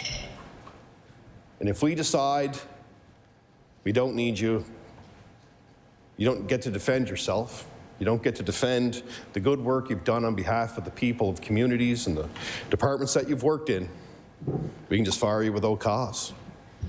Sad. That's not who people are in here, Madam Speaker. Known people for years in here. They'd never campaign on that. They respect the staff. They're the same people that support all of us in here, whether we're government or not. And they do a good job. And of course, governments will make changes around departments and how departments flow, and we can have that conversation. Again, that's part of what I would call the unforced errors of this session. But if anything tonight, my colleague was excellent in her response to a lot of the things. I've mentioned the same things. But the biggest thing for me tonight was to get up for those people. To get up for the people that do the work. To get up for the people that when we're all gone are still going to be here, that have families in the thousands, that will expand and develop programs, that have done it for their entire career, and that are going home now after work, talking to their families, and legitimately saying, am I going to have a job? Am I going to have a job? I do my work every day. I perform well every day. But now I have a government that wants to fire me for no reason. Sad. Why? Why? Why are we having another conversation like this about something that is absolutely ridiculous to think about? There's no value in the government doing this, except just sending the worst message at the worst time to the people who work for us. So that's why I really wanted to get up tonight. We're going to talk about this bill again. There will be public submissions, which I think will also help the debate. But please, I'm going to use, I think please is parliamentary. Please, I'm begging, Madam Speaker, through you to the government, change this. Change this. You changed the Auditor General. You repealed it. You've repealed a number of things since this bill has come through, to the point where I don't even know exactly what's in the bill anymore. Oh, I used that, sorry. Madam Speaker, it's my, go ahead. The last speaker used, said government members by names. We're getting a little relaxed in here, so I recognize the honourable member for Sydney member. Speaker, and Madam Speaker, I'm not coming at this in a huge political debate pointing my finger at the government. I'm just asking humans to do the human thing as the people who are elected in this province and send the right message to the employees that we are about to ask to go to the line for government again. After pandemics and storms and hurricanes and floods and everything that has been thrown at us in the last 10 years, the staff of this government, of multiple governments, regardless of political stripe, have stepped up 300% to do the work for the people. All I'm asking is for the government to take a second sober thought like they did with the Auditor General, like they did with the Privacy Commissioner, and like many other things in this bill that they've pulled back, pull this back. Pull it back for the people that work for you, and pull it back for the people, as I've said multiple times, are about to go to the wall for all of us and go to the wall for Nova Scotians when the new programs come out and one of the most economic difficult times of a generation. Thank you, Madam Speaker.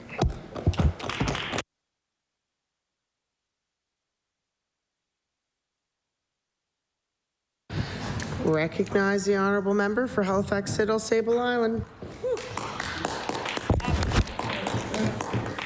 Thank you. I'm just jumping up for a couple of minutes, and specifically because I really want to talk about what happens when draft legislation is perhaps not well thought out, perhaps is not subject to consultation, perhaps really has unintended consequences and creates unintended concern and worry. And so I'm going to give one very specific example. So in Part 5 of Bill 1, under the Freedom of Information and Protection of Privacy Act, and again, this may change, we don't know what's coming forward, under Clause 18, it talks about the head of a public body may disregard one or more requests for correction of the applicant's personal information if the head is of the opinion that the requests are trivial, frivolous, or vexatious. And there's a couple of other subclauses, but you get the idea. That the head of a public body may in fact refuse to update somebody's information. And so maybe that's not what it means, but these are the questions, the types of questions we have, and I want to understand what this means. Because I have been contacted by folks who are very concerned about this and what this means in terms of being able to have their name and pronoun recognized and their name and gender recognized. And again, given the environment and the ecosystem of which we are part of these days, that's a very real concern. It's a very real concern. I don't think that's the intent of this government, but a bill becomes a law. We know how that all works. And thus it's sitting there on the books. And so if we really don't know how our bills are being developed, if we don't understand the consequences, we are not being responsible with our lawmaking responsibility as members of the Legislative Assembly. So that was really all I wanted to bring tonight, but I think this is a great example of really rushed legislation that just wasn't ready and had no consultation on our analysis. I recognize the honourable member for Timberley Prospect.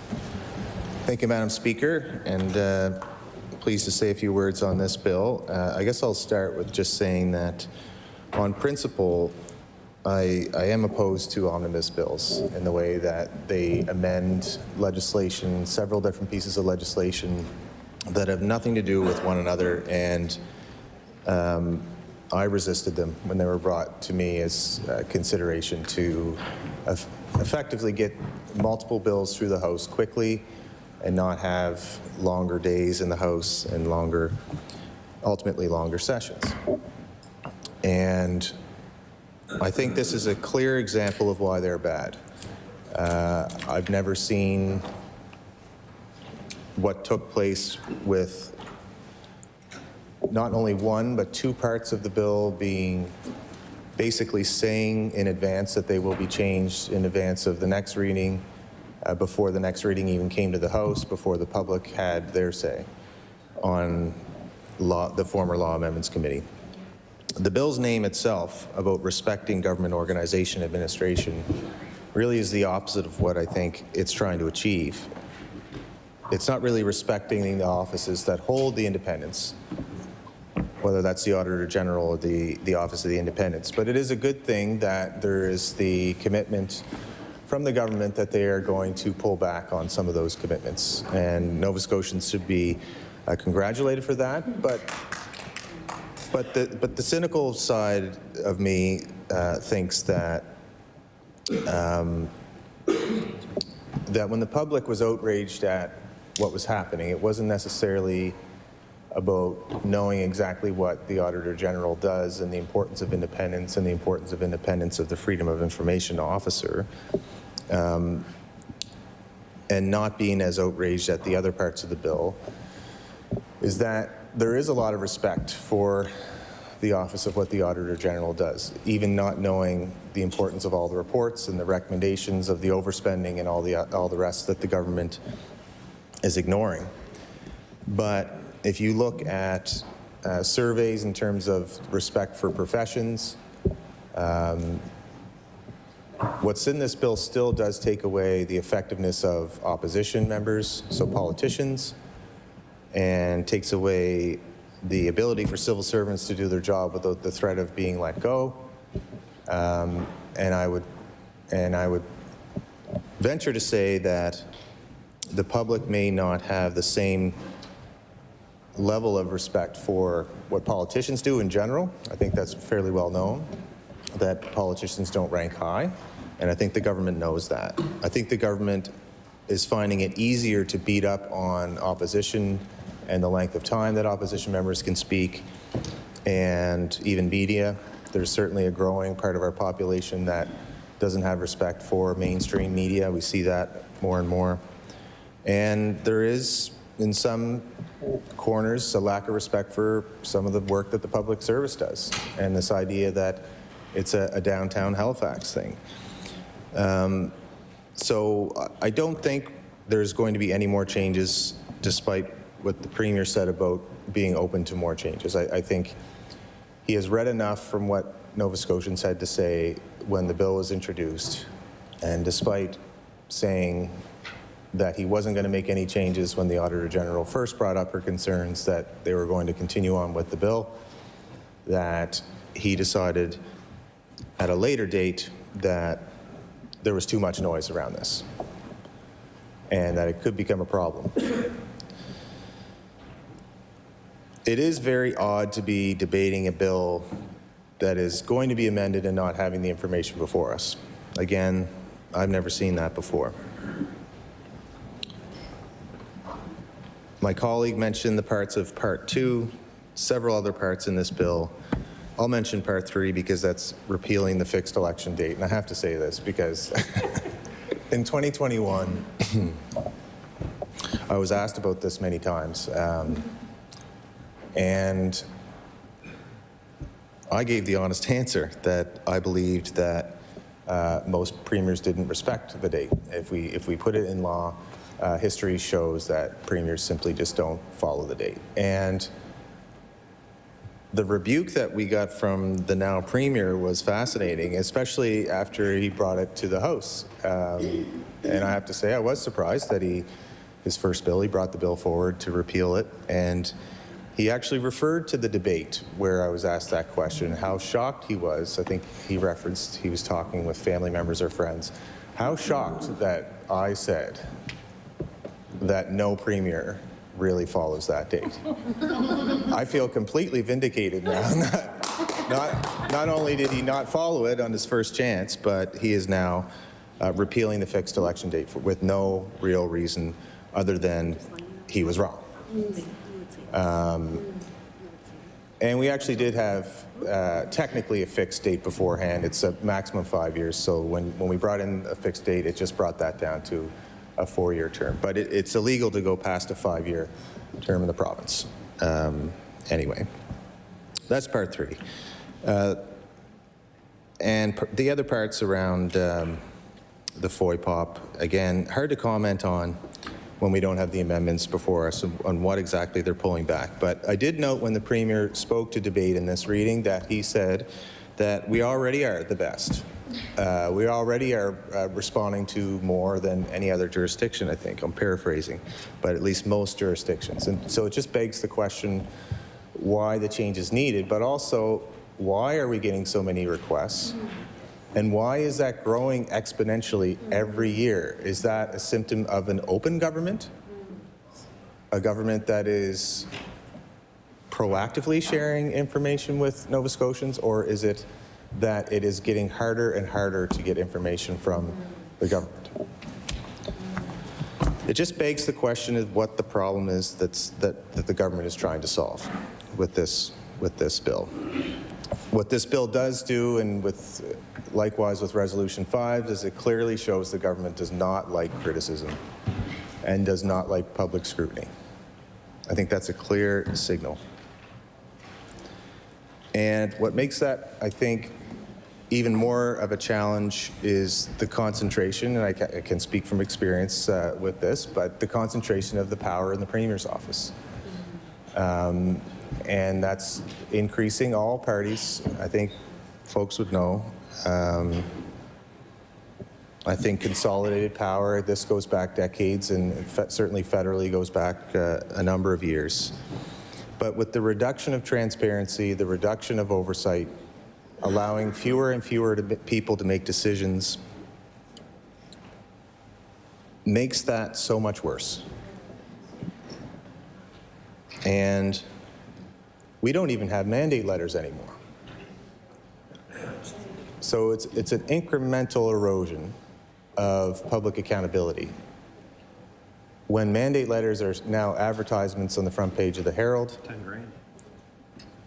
And are completely not respectful of the myriad of issues in different departments and what they should be working on and focused on. And it's just a pattern of other issues and other actions that are taking place, even aside from the legislation, but terminating Communications Nova Scotia, concentrating that within the Executive Council, which is concentrating it in the Premier's office.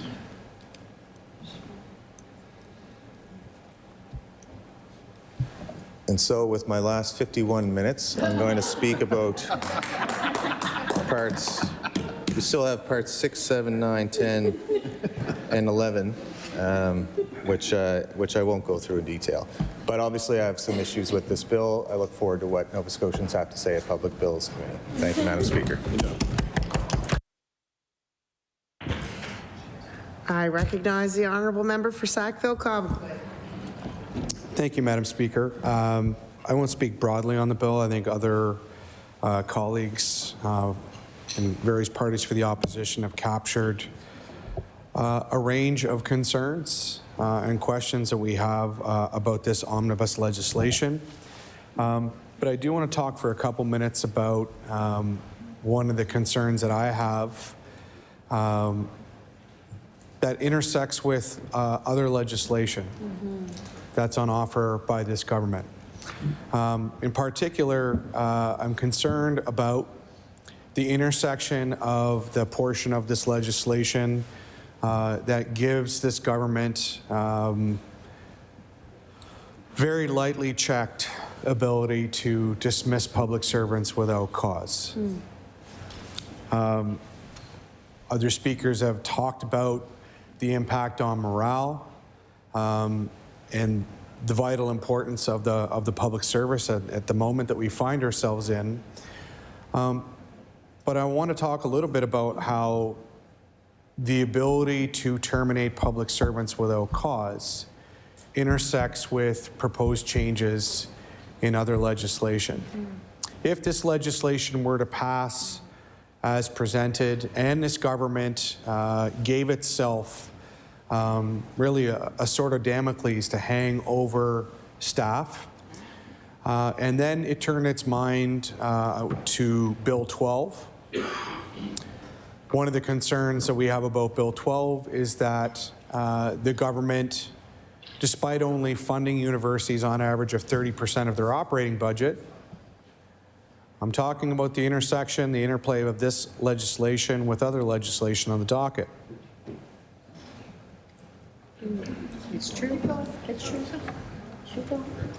So, if we pass this legislation, we come to Bill 12, where the government intends to give itself the power to name up to 50% of the composition of any university board. And those positions won't be filled through the governor and council process. They will be appointments by the minister, and they will be public servants. And I want to sit with that for a minute, because members of boards of any kind have a fiduciary responsibility as a board member to act in the best interests of the entity that they are a member of the board for. But it raises questions about whether or not public servants who need to worry about whether or not they will keep their employment if they do something other than what they are directed to do by a minister or a deputy. It raises real concerns about whether or not public employees that exist under this kind of control can discharge the duties required of them as board members of universities. So this legislation doesn't only impact the things that have been addressed already, its tendrils creep into other legislation. Its tendrils reach into other sectors above and beyond what's explicitly outlined in Bill 1. It has particularly and potentially pernicious effects when it comes to university governance. The fact that a minister is going to employ employees that can be fired without cause to carry out priorities in decision-making concerning university governance and programming. And if they fail to execute that duty in a manner that's satisfactory to the respective minister, they may not have a job. And that's not a good thing. So before we move on, second reading is an opportunity for us to think about or raise questions that we have about the potential impact of a bill if we pass it as is. Before we move to public bills to hear commentary from the public and concerned parties, before we hear from expert witnesses, before it comes back to the committee of the whole, this is the appropriate time in the legislative process for us to sit with questions that we have about impacts that a bill may have. And whether this impact is intended or unintended, it is a problematic impact. Should we pass Bill 1 as currently constituted, it would have negative ripples in other legislation that we will soon debate in this House. And if both pieces of legislation are passed as currently constituted, it could have dire impacts on the way that universities in Nova Scotia work. And so for that reason, I think it's important just to flag this concern at this point in the process. I realize I could have brought it up on third reading in committee of the whole. But I think if we are truly in the spirit of the process at second reading, going to sit with the things that maybe give us pause or make us feel uncomfortable, it seems to me unwise to sit on this input at this point of the legislative process. So, Speaker, I thank you for the opportunity to speak in second reading, and I look forward to what we'll hear in public bills on Bill 1, and conversing more on this in committee of the whole when it goes back to the House. Thank you.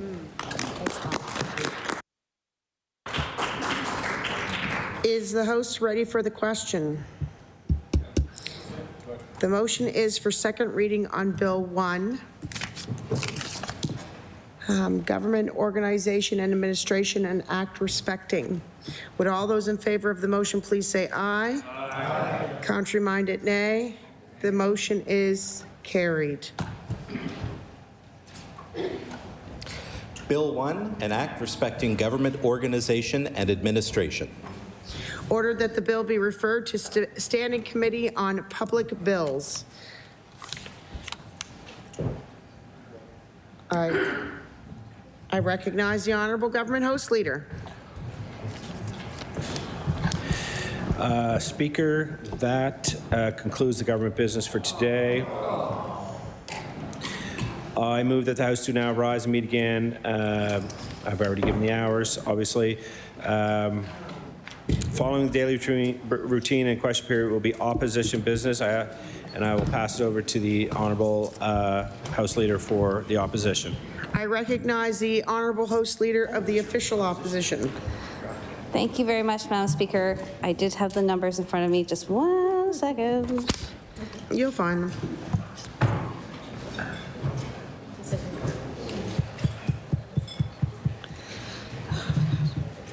Oh, folks.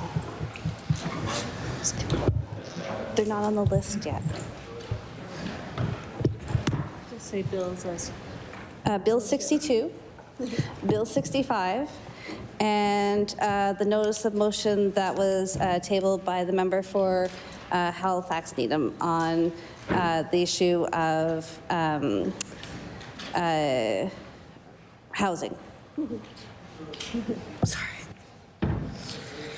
The motion is,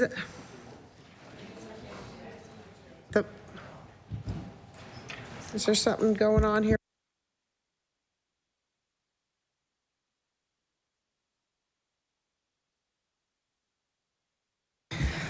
The motion is that the host two rise and meet again on Wednesday, March the 5th, between the hours of 1 p.m. and 10 p.m. Would all those in favor of the motion please say aye? Aye. Contrary-minded, nay. The motion is carried. We stand adjourned until tomorrow.